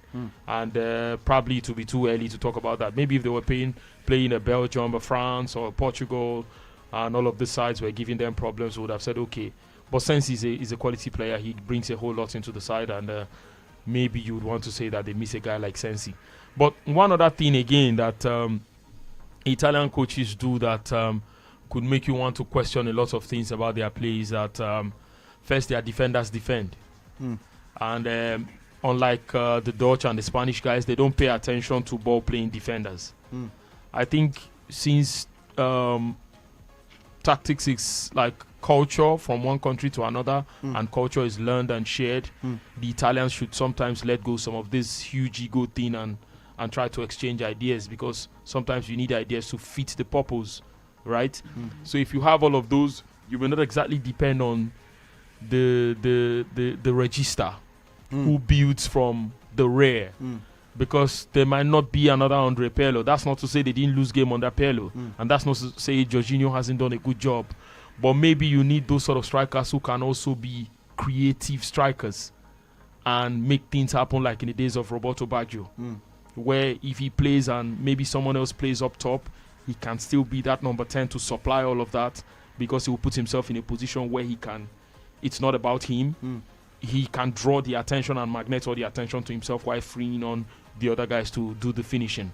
I think the Italians have been lacking in these other areas, and it sort of makes it difficult for one to draw conclusions about what they bring in their game and what could change. The extra time is going to be a whole lot. I saw the physios massaging the Austrian players. It looks like a lot of them are spent. They've had to cover a lot of ground to deny the Italians an opportunity to get past them. Credit to their mental strength, credit to the work they have had to put in, but it's a true test of... the real test is. Yes, the true test is here, and you will have to get past this level also for us to also have other things to say about you. But for the Italians, of course, the pressure is on them right now. If Austria goes home from here, people will say, okay, it's Austria after all. They were going to go home at some point, like we said for Wales. But if the Italians go home from here, a lot will be said about them even at home. So I just think that they have to put in that sort of performance that will not make them be on the train home and, tell themselves that, look, we have made improvements in the last few years and we have got to make more, especially on nights like this. Well, of course, 109 kilometers was what the Austrians covered in 90 minutes. Italy covered 112. Yes, indeed. Of course, interesting to see. And you already know, just like VQ said, quality always shining through in situations like this as well. Well, let's quickly give you some of the numbers. 55% possession for Gliazzurri to 45 for Austria. And of course, let's also let you know, 18 shots from Italy tonight. Only 2 of them have been on target. 9 for Austria. Only 1 of them have been on target. We've seen 27 shots. Only 3 shots on target. So the goalkeepers really, you wouldn't say, have been tested in every sense of the word. 3 corners for Italy, 2 for Austria. 3 offsides for Italy, 2 for Austria as well. 14 fouls from the Austrian team, 9. Of course, for Italy, although Italy have had 2 players go into the referee's book right there. And they've had yellow cards, while 1 for the Austrian team as well. Italy have hit the woodwork. That was Ciro Immobile in the first half. And of course, Austria have not at all. 579 passes to 470 right there as well. Let's also let you know the 27 tackles have been made by the Austrian team to 11 for Italy. 13 interceptions from Austria, 11 for Italy, and 19 clearances for Austria in this game, 8 for Italy. The first extra time encounter at Euro 2020 knockout stage, of course, is the second game, and it is between Italy and Austria as well. Of course, you already know the deal. This is Sports Radio 88.9 Brilla FM, and we're still taking you closer to the action. Myself and VQ the Volcano.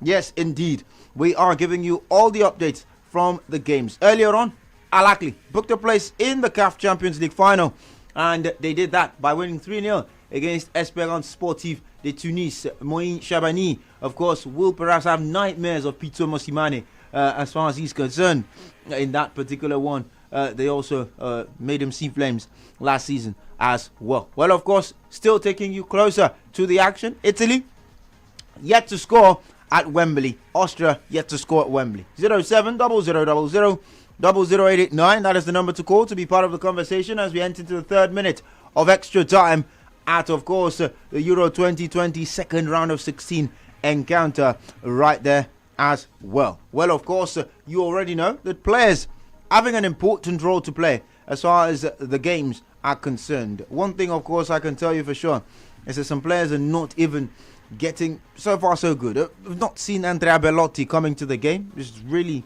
been a passenger since coming on. And you would also say perhaps Matteo Pessina really struggled to come to grips with the intensity of the game. Perhaps that is the reason why Franco Foda has decided to restrict what his changes will be. And of course, remember, VQ the Volcano letting us know that sometimes it's not about what the big team is doing wrongly, but about what the small team, in this case Austria, are doing very well. 4 minutes into the first half of extra time, and no goals have been scored as Federico Chiesa fires what is the 3rd shot on target of the night for the Italian national team. And I'd quickly ask VQ this. Against the Netherlands, there was an experiment Franco Foda tried. It backfired spectacularly. He decided to play David Alaba as a centre-back because he'd seen him do it at Bayern Munich, and felt perhaps because of the quality of the opposition, maybe we needed more bodies in the middle, and then we'll play with 5 at the back. Of course, they got a lot of balls in situations whereby you would say, oh, maybe they could have threatened. But of course, VQ, Federico Chiesa has given Italy the lead in extra time after 5 minutes against Austria. Kiko Chiesa right there, set free, out on the wing. And he was the one who got it. And guess who was not watching him or marking him? His name, David Alaba, leaving Federico Chiesa aloof right there. And Gliazzurri have taken the lead. With, of course, Federico Chiesa being the magician. The man has always had the knack for this moment. VQ, thoughts, please. Well, bringing him off the bench and saving him towards the end of the game, we talked about the importance of a guy like him and how we felt he should have started. But having a Berardi get started and then bringing on a quality player like him towards the end of the game was always a plus. Certainly not Alaba's fault. Certainly not. Alaba was at the centre back, and then another guy was covering. He had time to take the ball down on his chest. He dribbled one player, and then he unleashed. There was hardly anything Alaba could have done. It was a late run, and the Italians spotted it. Of course, it's not. I'm not even surprised he was the guy to get this done, because I also saw in the Champions League. Against Porto. Yes, against Porto, where he was the guy who was making those late runs and hitting those goals, and the Italians have sort of made it difficult. Maybe a switch of plan in terms of playing the ball into a space where one can make late runs and then get the job done.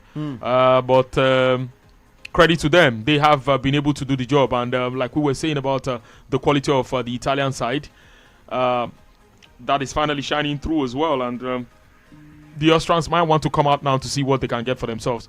But you talked about how the other guys we've not been able to see some people in the game. Of course, the catalyst for their general play has always been Jorginho. He builds from the rear, takes it from the defenders, and gives a few defenders an opportunity to move and open up spaces and do what they do, and let the fullbacks also run into positions. But because Sabitzer has been on him, he has limited the option of what could have been. And Marko Arnautovic has been hauled off in this game. And, of course, they were busy attending to his legs the last time out. And, so overall, I think the Italians, the quality of what you have in this Italian side have sort of shone through. And that's why they are ahead, albeit in extra time. But I'll be honest with you, it looks like they have also been fortunate to meet a not-so-fancied side like Austria. Probably if it was a Portugal or a Belgium or a France, they'll probably be going home by now, because you don't create all of those chances against those sides and don't take them, and then you expect that those sides will also have the same opportunities against you and not take them. I think the quality of what they have to offer has sort of shown through, and we talked about how they take out quality players and replace them with more quality players. So it's a good one. They have been tested in 90 minutes. They have not scored a goal for the first time in a very long time. This, of course, is also testament to the fact that they have a lot of work to do. The job is not yet done. It is promising. Football is played over 90 minutes, and if the need be, in extra time, in order for you to move to the next round. And I think the quality of this Italian side is once again shining through. Well, of course, quality shining through right there. And they take the lead. But then again, they already got people tickets now. Yes. People will give them straight to win 2.5. Only those who did on that 2.5 now will be happy. Only the wise ones. Well, you're only wise when you get it right. The day you don't get it right, you are counted among your wise. That's the truth. That's the truth. Double Kalashnikov. Yes, of course, you already know that when VQ the Volcano is dropping the Nuggets, you already know the deal. Of course, the last time Italy failed to score in a game in 90 minutes was against Poland in the UEFA Nations League back in October of 2020. To be precise, October 11, 2020. You have to go back 8 months to the last time they failed to score in 90 minutes. October 11, 2020. Yeah. It was a Sunday. That's the last time they failed to score in a game in 90 minutes. Of course, you had to wait that long, and that day has also come now. So for those of you who perhaps used to punt, I don't blame you. They now made it Saturday. These people, they should have waited till Monday. Probably they would have been knocked out already, but it's okay. It's okay. Hello, good evening. Hello. Good evening. Good evening, how are you doing? Yes, I'm good. What's your name? G. Yeah. G is Elohim. Elohim, how are you doing? I'm good. Yeah, VQ the Volcano is here as well. I know he's there. That's my guy. Brotherly, how's it going? I'm good. Thanks Correct. for correcting FP that. Don't say the wise ones. See, FP, don't think if you know what we dey think for here, we will carry straight minutes, we will look ticket out. They can't go play Benin, they can't go play extra time, 5 minutes, you can't score. Because say they're no wise. They're wise, so you don't just walk. How be Juju be that? No be Juju be that. Don't say that. How many times will we tell you? Tell us okay. Tell us okay. Prophet. Tell us okay.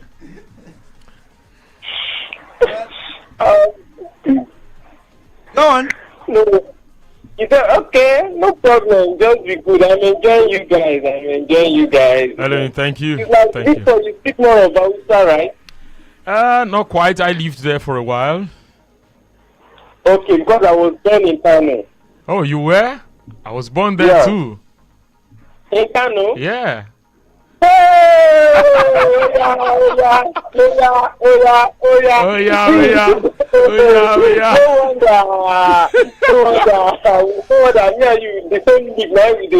understand? Say pillars.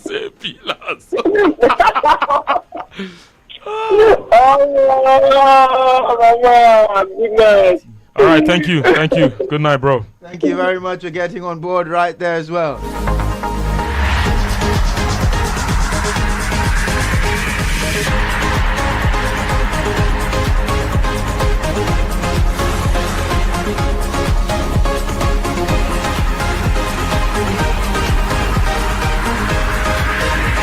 And of course, 11 minutes in extra time. Make it 12. Italy lead by a goal to nothing. Look, right there. They will employ all the dark arts in the world now. And defend their This is how they will be rubbing bodies on the ground. But it's fine. You dare not put in a tackle now and then player won't go down. Because what that also does is that it kills the momentum of the other side. If they are rushing to pass and then a player is down, they might have to, and then a player puts in a tackle or a player tries to attack and he wins the ball, and then you put in a soft tackle and then the player goes down. I mean, you'll be thinking, okay, you don't read though. But seriously, I used to look at Austria and I would just think of only David Alaba for a while before the likes of Sabitzer came, and then because Anatovic was always off and on, you were not sure what he was going to bring in, but a good one. A good player is a good player, whether you play for a small country or not. And David Alaba and the likes of Goran Pandev have been able to show that even in this competition. And like we said, the quality of this Italian side was always going to be too much for them to handle. But good one overall. Well, of course, good one overall. 13 minutes gone. 1-0. The Italians lead, and Martin Interrega has gone into the referee's books right there for a foul on Andrea Berlotti, who finally, of course, shows himself in this fixture. It's been absolutely AWOL. It's done nothing. Austrian defenders have got him on lock as far as that one is concerned. The second fixture going into extra time. It was the first one that went to extra time in 2016. That fixture between Poland and Switzerland, for those who remember. I remember that game vividly. Xherdan Shaqiri's overhead kick was what I remember it for. The goal of the tournament, to be precise as well. You can get on board 0700000 00889. That is the number to call to be part of the conversation right here on Sports Radio. Let's know what your thoughts are as far as this one is concerned. Italy, of course, on the way to keeping another clean sheet. Indeed, as it is now. Listen, take a listen to this. Gli Azzurri have now, of course, beating the record set by Dino Zoff for 1,142 minutes without conceding. Before the game, I was saying perhaps they would not beat that record right there. But now they are beating it because they've played 104 minutes. So far, so good. As Lorenzo Insigne tests the resolve of Daniel Bachmann, who, of course, parries it away for a corner on 14 minutes right there. They played 104 minutes. And, of course, by the time, of course, you do the mathematics, Italy last conceded a goal 1,100 and, of course, 61 minutes ago. Hello. Hello. Okay, right there, of course, not ready to get on board as far as he's concerned. 07000000889. We are in the final minute of the first half of extra time, and Italy lead by a goal to nothing against Austria. And VQ the Volcano talked about winning a game. I remember, of course, one of the things. Talk about the tactics to winning a game. How you know how to slip on the floor, waste the time, kill the momentum. Don't allow your opponent to have an advantage over you. And VQ the Volcano, the game is all but wrapped up now. Because remember, the substitute Matteo Pessina has doubled the advantage for Italy. It is now 2-0, and it's all wrapped up in the first half of extra time of this fixture. Well, not far from what I expected, especially the sort of team talk they had. Not like I heard anything, but they regrouped and they gathered and they started talking. Unlike the Austrians who had their players being massaged and all of that stuff. It looks like the Austrians had all their energy poured into 90 minutes. And the Italians had to save some in their tank for the extra time. Of course, in situations like this, football is played over 90 minutes and more. And it's what the Italians are putting out there tonight. And in terms of the quality they also have, of course, the quality in depth and the quality in players that they have inside, of course, was always going to give them an advantage. And Italy gets knocked out is not such a big deal. Austria gets knocked out is not such a big deal compared to the Italians getting knocked out. But credit to them. They have also worked really hard for this. And if you look at the fact that prior to the 2018 World Cup and the run-up to the World Cup proper, the Italians were not in the conversation, you would say that they have been able to fix all that. It's not all the time you need to call a conference and call for a revisit or going back to the drawing board. Sometimes the drawing board is the work you put in, right? Typically of what we have seen of Mancini and what he has been able to do. The drawing board is not all the time drawing. It's only in places where you do not have structures in place. Like in most parts of Africa that you say drawing board. But in places where you already have these structures in place, you go back and click refresh. You make a few changes here and there.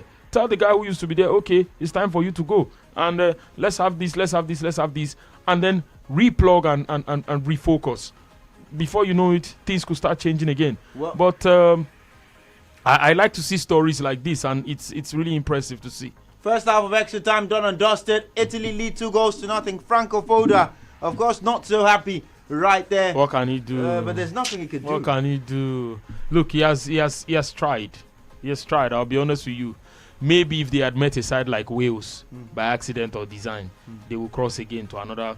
But the further you go in the competition, the more likely you are to meet a quality side. So maybe all that honeymoon of we didn't expect they will get to this point is over. Only quality sides can get past this point now. Well, quality, very important right there, of course, when it comes to the UEFA European Championships. Daniel Bachmann is a goalkeeper for Watford in the Championship. Gianluigi Donnarumma is a goalkeeper for Milan, who were playing in the Champions League. He has just moved to PSG. Imagine that kind of move. David Alaba might end up being the guy who made the most moves. I don't want to say their greatest player ever, because that would be a different conversation entirely, because there are other names on the list. But I mean, playing Bayern Munich all these years and then you are moving to Real Madrid. I'm not sure Austria has ever had it so good, though. At least not in this time.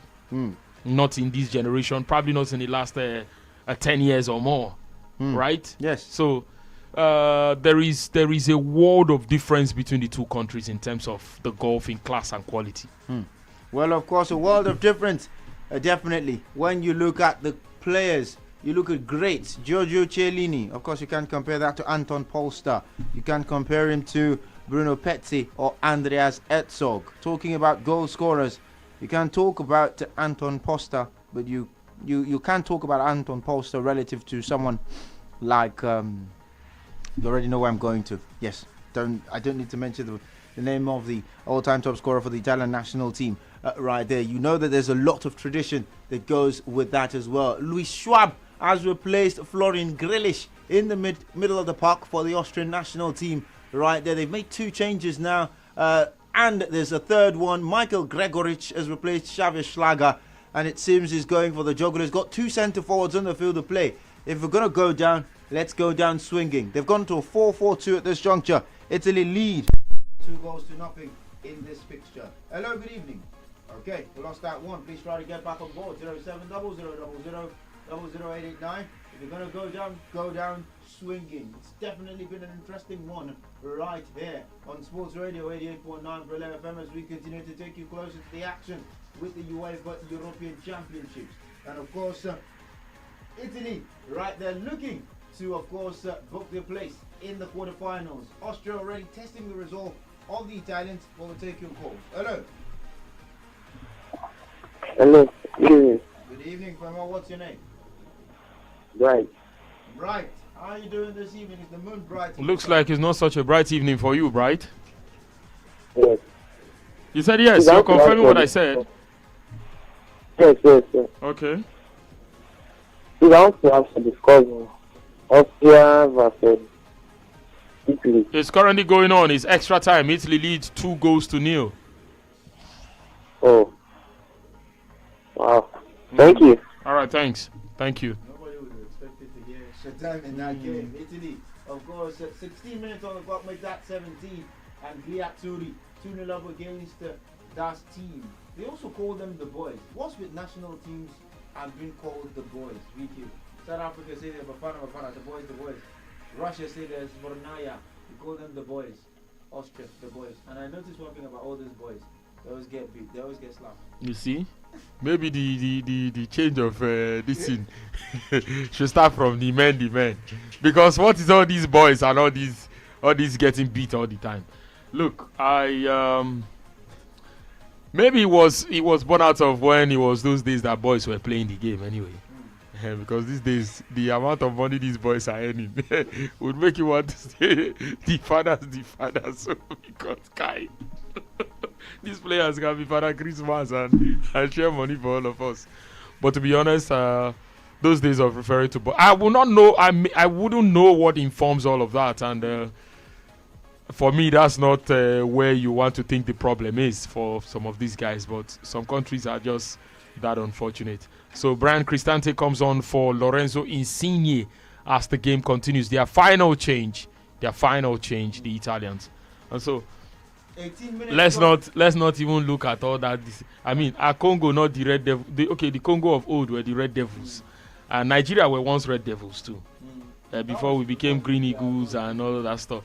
But we are Super Eagles now. Are we that super? See, Carthage Eagles of this thing did not beat us the last time. I beg you. So sometimes it's not in the name.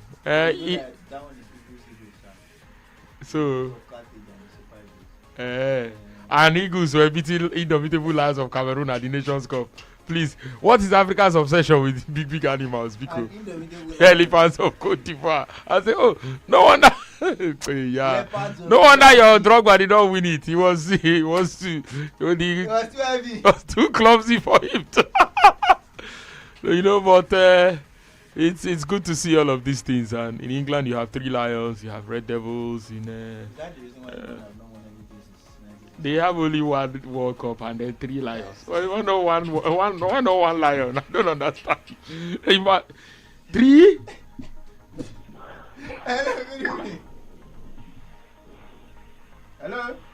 Hello. I'm Ibrahim.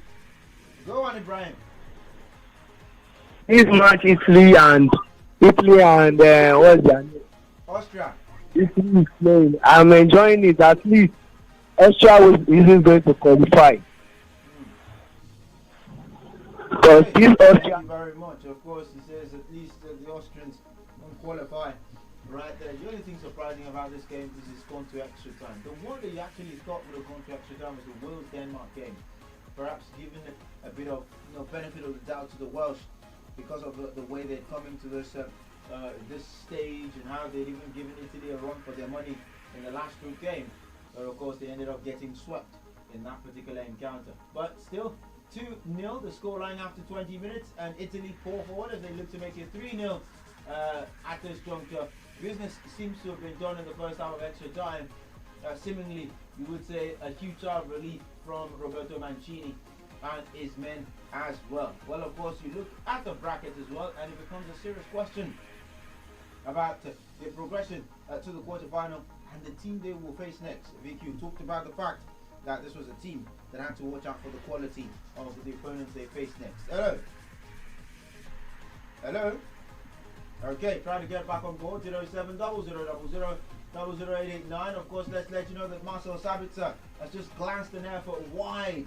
Of course, he was in a position where he should be scoring that, at least to hold his side back within a fighter's chance in this game. But he's just blazed it wide after all the good footwork that has been done by Michael Gregorish there as well. Well, of course, it is still 2-0 to Gli Azzurri. They call them the Blues. And interesting to know that the winner of this tie, that is Italy at this point in time, will face Belgium or Portugal. VQ. It doesn't get any easier for Roberto Mancini's men. That's usually how I like these things to work. Not that you now be thinking, okay, if we beat all these people, we'll now play another opponent that is not so strong and play another one that's not so strong. And you see that you want the final to be given to you at home, or this, you must play against these people. And the farther you go in the competition, the more difficult it will get. Maybe by next week, Turkey would have forgotten that they came for this competition, because by now, everybody, they've all gone about their separate ways. They got knocked out on a Sunday, and Kahanoglu was signing a deal on a Monday with Inter. So look, these things, they happen the way they do, and it is left for these people to go and work hard. Probably Turkey will look at themselves and say, all of that fight we had in us and all of that ability to get past some teams, and that was making it look as if we had our mojo back. We need to go find it, and we need to be more effective, and then try to plug all of that. But I just hope that the Italians will be prepared when they come against a stronger opponent, and let's see what the competition presents. But credit to them, they have done a very, very good job, and you want to say that on the basis of how they performed in this competition, a whole lot appears to be working for them, and that they have earned the right to be where they are. Well, of course, 23 minutes on the clock there in London. Italy 2, Austria 0. But of course, the small question, or the next question now, would be whether it will be a success for Gli Azzurri. They get knocked out. I mean, is this? You look at the next opponent and you're asking yourself, do they have the quality to get beyond this team? That's the question you would ask yourself. But let's take the score. Hello. Hello, Amazing Kingsley. Oh, this is FJ and VQ the Volcano. Hello, FJ. Yeah, good evening. Good evening. Yes, what's your name? I'm on live. Okay, I'm on live. I've got VQ here. Vicky. Yeah, bro. Good evening. Right on. Good evening. Thank you. Now, the difference between... Oh, we lost him there. Please try to get back on board. He was talking about the difference perhaps between Italy and Australia. Stefano Sanga has replaced Konrad Laimer right there. Of course, that is the next change for the team. They call them Das Team, or you call them the boys as well. While Christopher Trimmel, the captain of the Union Berlin team in Germany, has also come on as well. Has replaced the other line, but it's not Leimer, it's Leiner. Stefan Leiner and Konrad Leimer, both of them have made way. Replaced by Christopher Trimmel and Stefan Ilsanka, where Austria pulled one goal back. It's 2-1. Sasha Kaladzic has scored on the 24th minute, and it is 2-1 to the Austrian national team. It was from a set piece. Italy have conceded a goal, and of course this one's not gonna end to nothing. It's gonna end 2-1. Oh, Yinka Sports. Just hide your face when you're coming onto the tackle floor on Monday. Right there, of course. But of course, just letting you know that Sasha Kaladzic, of course, has made it 2-1. It cracked in at the near post, and Gianluigi Donnarumma will be called into question for the goalkeeping for that goal there as well. 07000000889. 5 minutes to go. We do have a game on our hands. It seemed like Italy was seeing this one out, but Austria are going to throw everything forward now as they try to salvage something from the game with just 5 minutes to go. Italy 2, Austria 1. How important is this goal, VQ the Volcano, in terms of what it does for the Austrian national team? A man who plays his football for VfB Stuttgart has gotten the goal. Good for them, but I'm not sure they have the legs to power till the end.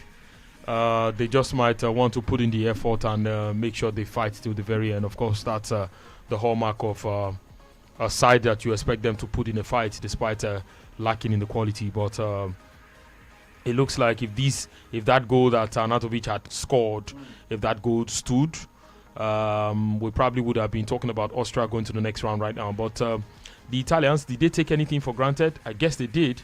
And this is the first time they're conceding in the competition. Austria appear to be putting in a fight, but they have not conceded in normal time. So that appears to also be credit to how they have played. But I have not seen anything spectacularly or particularly special about the way the Italians have played today. Credit to them. They have done some brilliant work in some areas and in some parts of this game. But I think they were not really tested. Austria showed them a bit of, ruffled their feathers a bit. And it gives an idea of what they could be facing when they come up against a top side. I can't imagine them facing Portugal and surviving that. I can't imagine this is their defense against Lukaku and he getting all the service, and you don't think it will cost them all of that trouble. So I just think that all of this is a good test for them. Probably would make them sit up and try to work harder and ensure that they don't get pushed out of the big stage. But I also think that they have got to do better than they have done already this season, so that people would they would earn the credit. When they come up against the top sides, they don't get ruffled, and people will not say that they have been lucky because they've been meeting sides that are not exactly on their level. That has been the case, but you cannot put it down to all of that and say that they have been lucky to get to this stage of the competition because they have met sides that have not been on their level. Even Denmark have won only 2 games in this competition, and they're in the quarterfinals right now.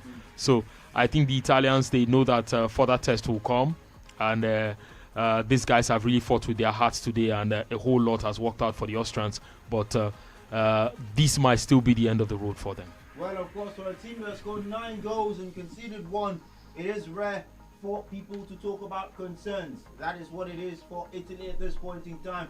Roberto Mancini himself seemed disappointed once that goal went in. We could see the downs on his face. You could see him, of course, quite flummoxed a bit, you would say, or surprised that they conceded that sort of goal, with the game, of course, firmly in their grasp. The importance of a goal and what it does, and it automatically changes the mood of everything that concerns the game right there. Italy 2, Austria 1, 28 minutes on the clock in extra time. Indeed, as we continue to take you closer to the action, we'll go to a Facebook fan page, Sports Radio Brilla FM, at this juncture, and of course we'll give you a bit of what is going on there and what the fans are saying as Austria continue to knock on the door. Victor Blessing says, this life, no balance. Italy cannot give me over 2.5 in the normal game. They're giving me over 2.5 in extra time. This one's Ademido Tonadeto, who says, I believe a team will play in response to how the opposition plays. Italy might not play too well now, but I believe when they play against a better team that opens up, we will see the Italian team. Victor Blessing, of course, then goes into talk about how they made him lose 50k. Right there as well. This one's also coming from Prince Ewax, who says Italy is a disgrace. When you thought Italy are back to the good old days, that's when they disappoint you. Just imagining them against this Austrian outfit. Pilgrim Agrenovac says credit to Austria, they've done a fantastic job right there as well. Ibu Sunday says Austria all the way, I'm still rooting for them. Well, of course, 1 minute to go. Hopefully they do prove you right, as Federico Chiesa, of course, comes very close to making it 3-1. But indeed, that one cleared off as far as it is concerned. Luis Schwab was the one who played the corner for Sasha Kalajic to make it 2-1, and Austria giving it a serious go. They get an equalizer. Going into the penalty shootouts, of course, you could say perhaps a bit of a concern as far as they're concerned. 07000000889 is the number to call to be part of the conversation right on Sports Radio 88.9 Brilla FM as we enter into the final minute of extra time. And of course, it is once again the Italians who are pouring forward as they look to see out the game in London as far as they are concerned. Federico Chiesa, of course, is proving to be a great thermostat for the Italian national team. Has in fact been one of the best footballers today as far as that is concerned. Well, of course, get on board as well as far as this is concerned, and let us know what your thoughts are in this game. Italy 2, Austria 1, Wembley Stadium in London, and of course one man. He can't get on the pitch, Giorgio Chiellini, but he can share from the sidelines. Same for Roberto Mancini as well. Well, of course, we talk about Giorgio Chiellini, who pulled up injured.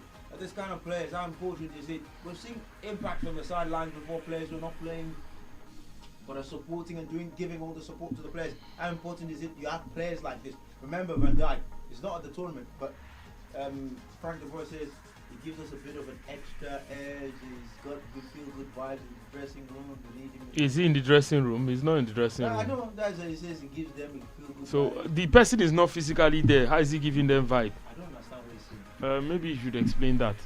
But for Chiellini, Is that why he's a coach that is suspect? no, he's a good coach. Whether he's world class is a different story entirely, or whether he's a top coach or a quality coach is a different thing entirely.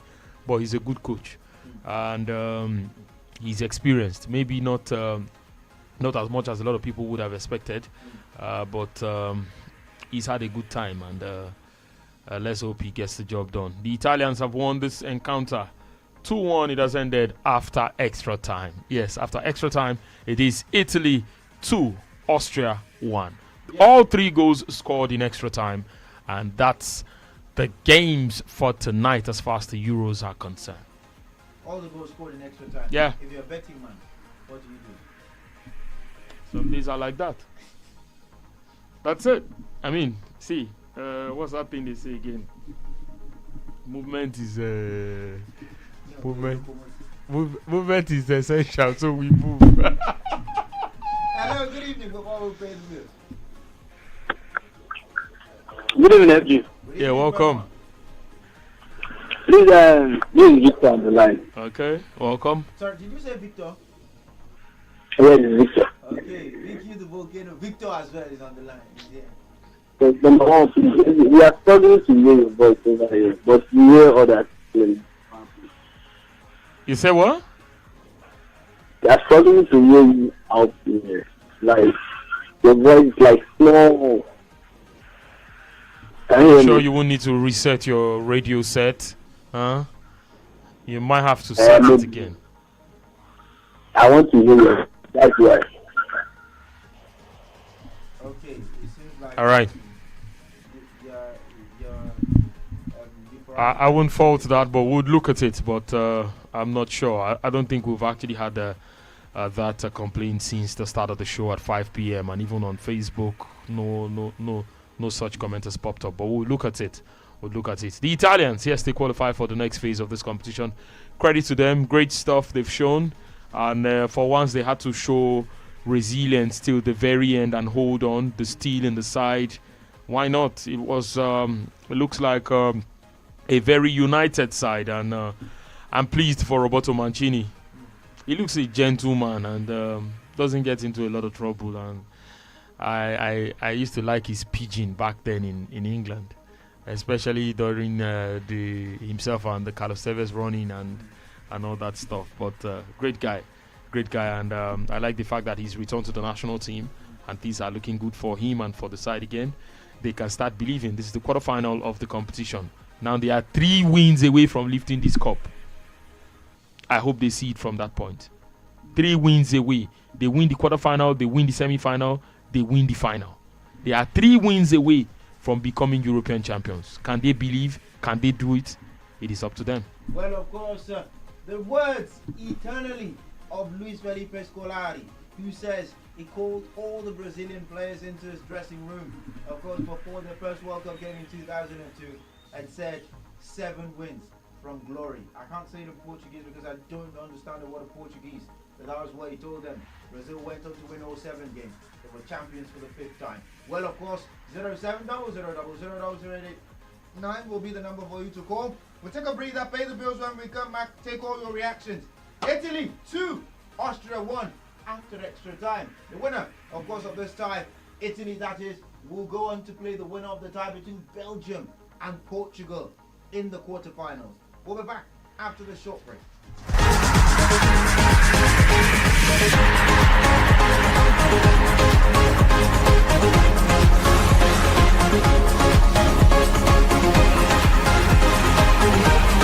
This is Sports Radio. Yeah. Yeah. Yeah. Yeah. Yeah. Oh yeah. Okay then.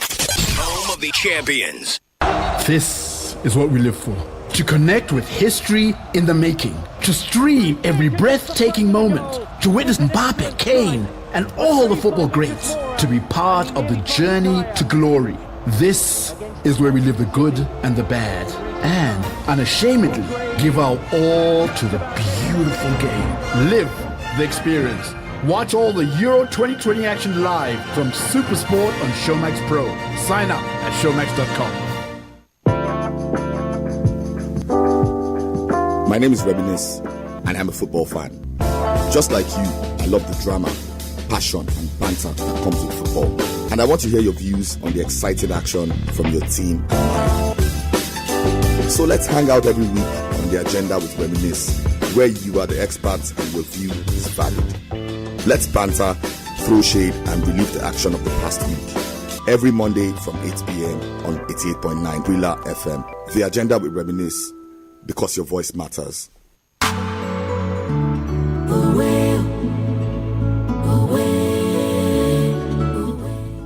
When you come into the Glow Cafe, you're in for a world of treats.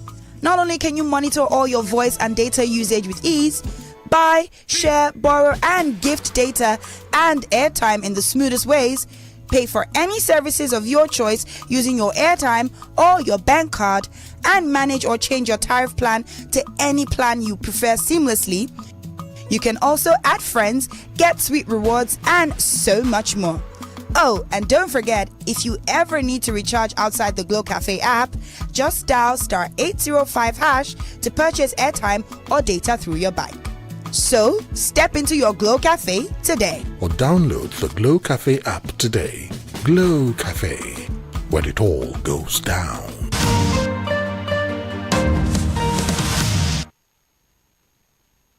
Guy, I don't have since I begin use Biggie Bets, I just dey cash out anyhow. You mean I'm dead there? See, they offer 120% welcome bonus, bigger odds, 315% accumulator bonus, or one bonus, and you fit even cash out anytime, whether inside shop or online. They even get the best virtual games and jackpots. See, they even they pay instantly. Oh boy, choose bigger rewards. Visit www.biggiebets.com to sign up or become an agent now. Biggie Bets, bigger reward, bigger life.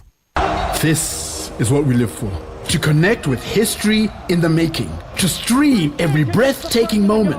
To witness Mbappe, Kane, and all the football greats. To be part of the journey to glory. This is where we live the good and the bad. And unashamedly give our all to the beautiful game. Live the experience. Watch all the Euro 2020 action live from SuperSport on Showmax Pro. Sign up at showmax.com. BRILA. Brilla. A bigger sports experience just for you on several platforms. Sports Radio 88.9 Brilla FM. Lagos. Abuja and Onitsha. Enjoy our services on www.brilla.net. Anywhere. Everywhere. And also on our handle at 889 Brilla FM on Twitter, Facebook and Instagram. Subscribe to Brilla Sports TV on YouTube. Watch, like and share our videos. Brilla. It's a total sports media experience. Anywhere, everywhere. Our friend Oliver is what you call a man with a huge appetite. Gigantic, actually. And if there's one phrase we have come to know Oliver for, it is this. More data, please. No matter what we offer him. More data, please. So, guess what we did? We heard Glow created new data plans for people like Oliver, and we got him exactly that. And guess what Oliver said? Excuse me, please, is this all for me? Only me? Now, Oliver certainly has more than enough data. All thanks to the Glow Mega Data Plans. With the longer validity you get on Glow Mega Data Plans, you can work from home with ease, run your business better, download non-stop, stream music and movies endlessly, learn online, and share data with anyone. No worries. Get 225 gigabytes at 30,000 naira for 30 days, 425 gigabytes at 50,000 naira for 90 days, and 1 terabyte at 100,000 naira for a year. Dial star 777 hash now to start enjoying these mega plans. Glow Unlimited. Good day, sir. How you doing? Welcome. I'm very fine, sir. Okay, see the job I don't bring and come. Okay, everything. Yeah, everything I did, sir, including the banner and the flyers. Okay, let me quickly take a look at. Nice one. These flyers are sharp. Yeah, nice one. Okay, I tell you before, say, I go do you well. I don't change the people when I dey work with. Now, I dey work with Brilla Press. No, I complained the other time. Even my boss complained about everything. Now make me come change to Brilla Press. Now, Brilla Press I dey work with now. I can see everything. They are very sharp. You don't need to tell me, okay, anything when you want print, carry and go Brilla Press. Oh yes, Brilla Press. At Brilla Press, we guarantee you the best in quality printing with up-to-date technology. Our services include idea generation, conceptualization, design and production from cards, calendars, books, magazines, t-shirts, banners and souvenirs. Brilla Press is located at 150 Ikorodu Road at Deboale House, Onipanu, Lagos. Call us on 070-8860-6282 or 070-8860-6252. For inquiries, email press@brilla.net. Our website is www.brillapress.com. Brilla Press, on time, every time.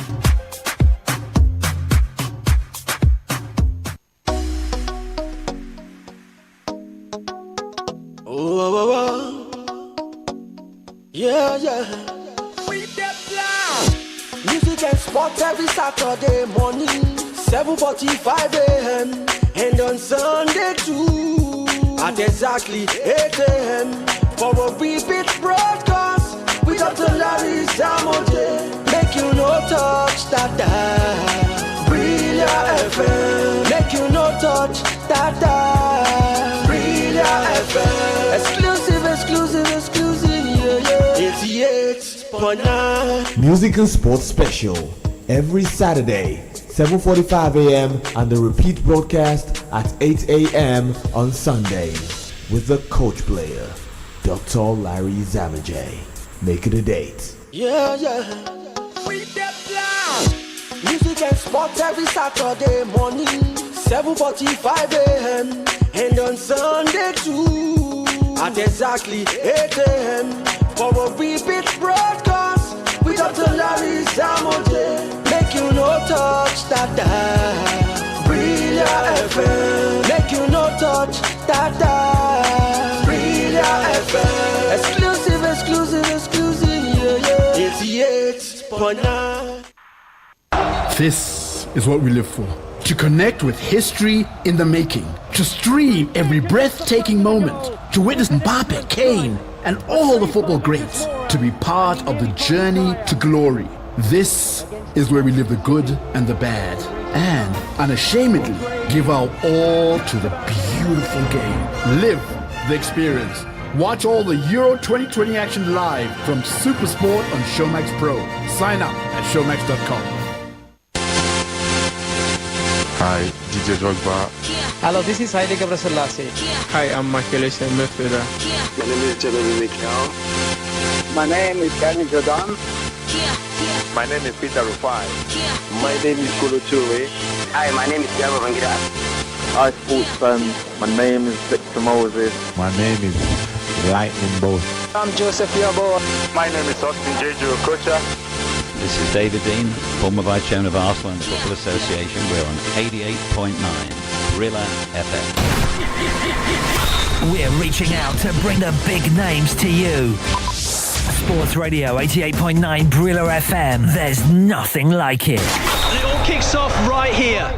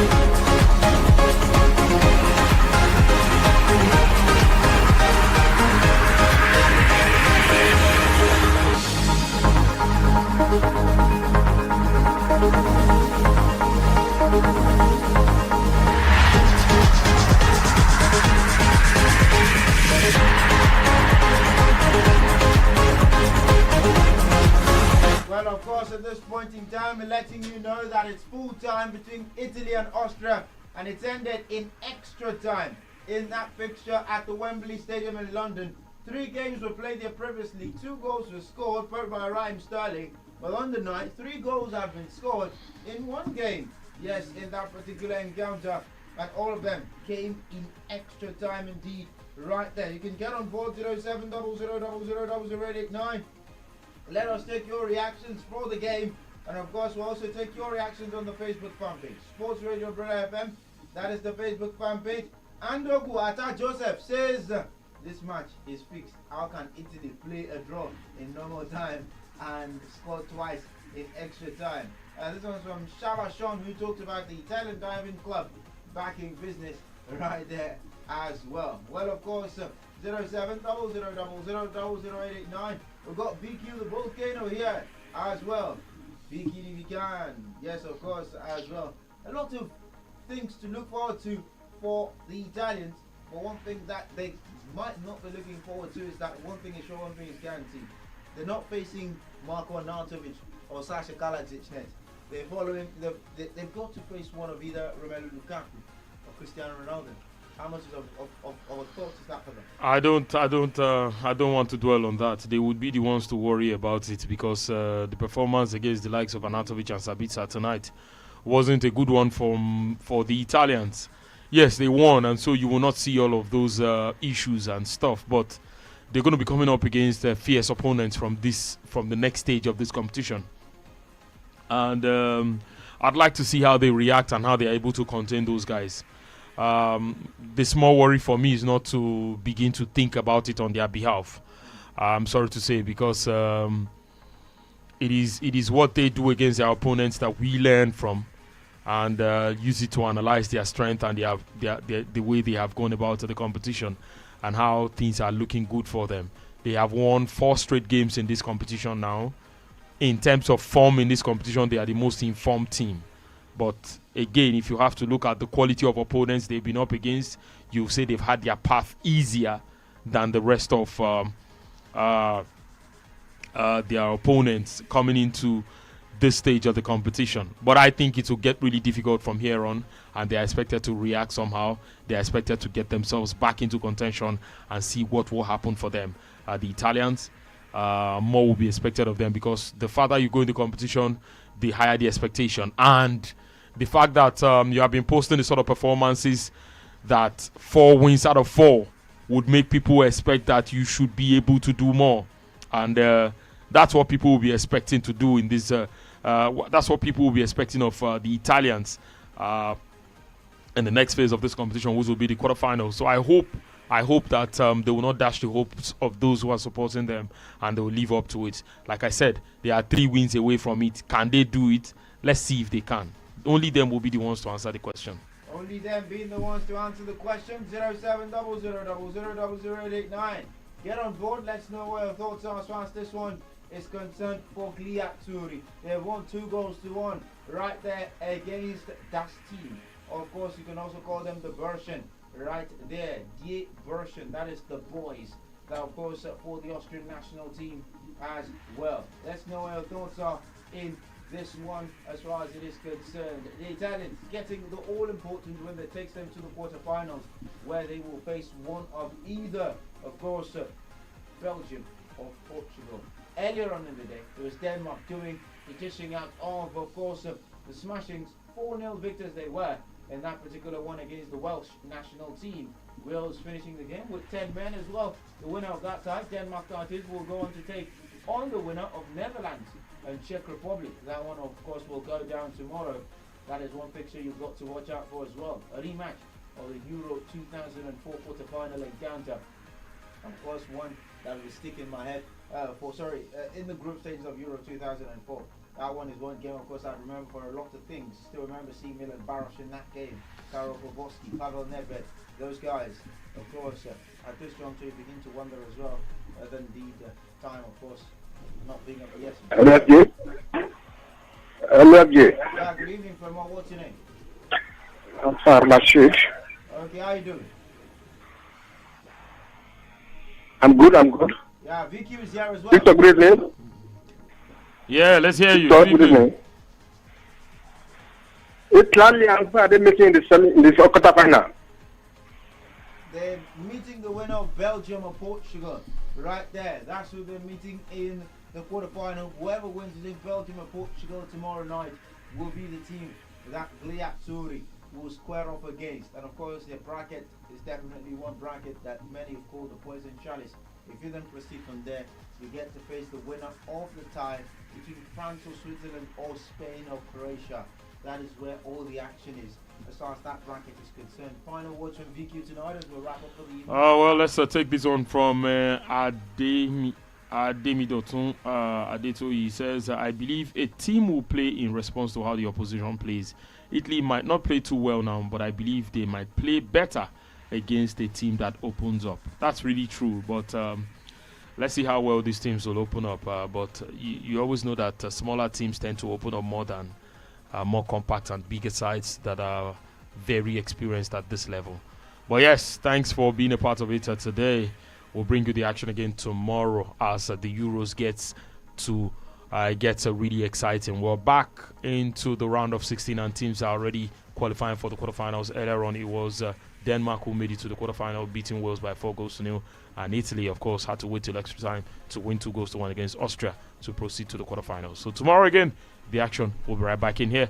But from me, enjoy the rest of your night. God bless you. Well, of course, from myself, I say to have a beautiful, beautiful night rest as well. Simply because one thing is sure, one thing is guaranteed. Football, oh, what a sport as far as we are concerned. It's been a beautiful day, of course, from taming dragons to, of course, handing boys lessons. Football never stops teaching you life lessons. Have a beautiful night rest. Of course, celebration for Gliazzurri as well as, of course, the Danish national song.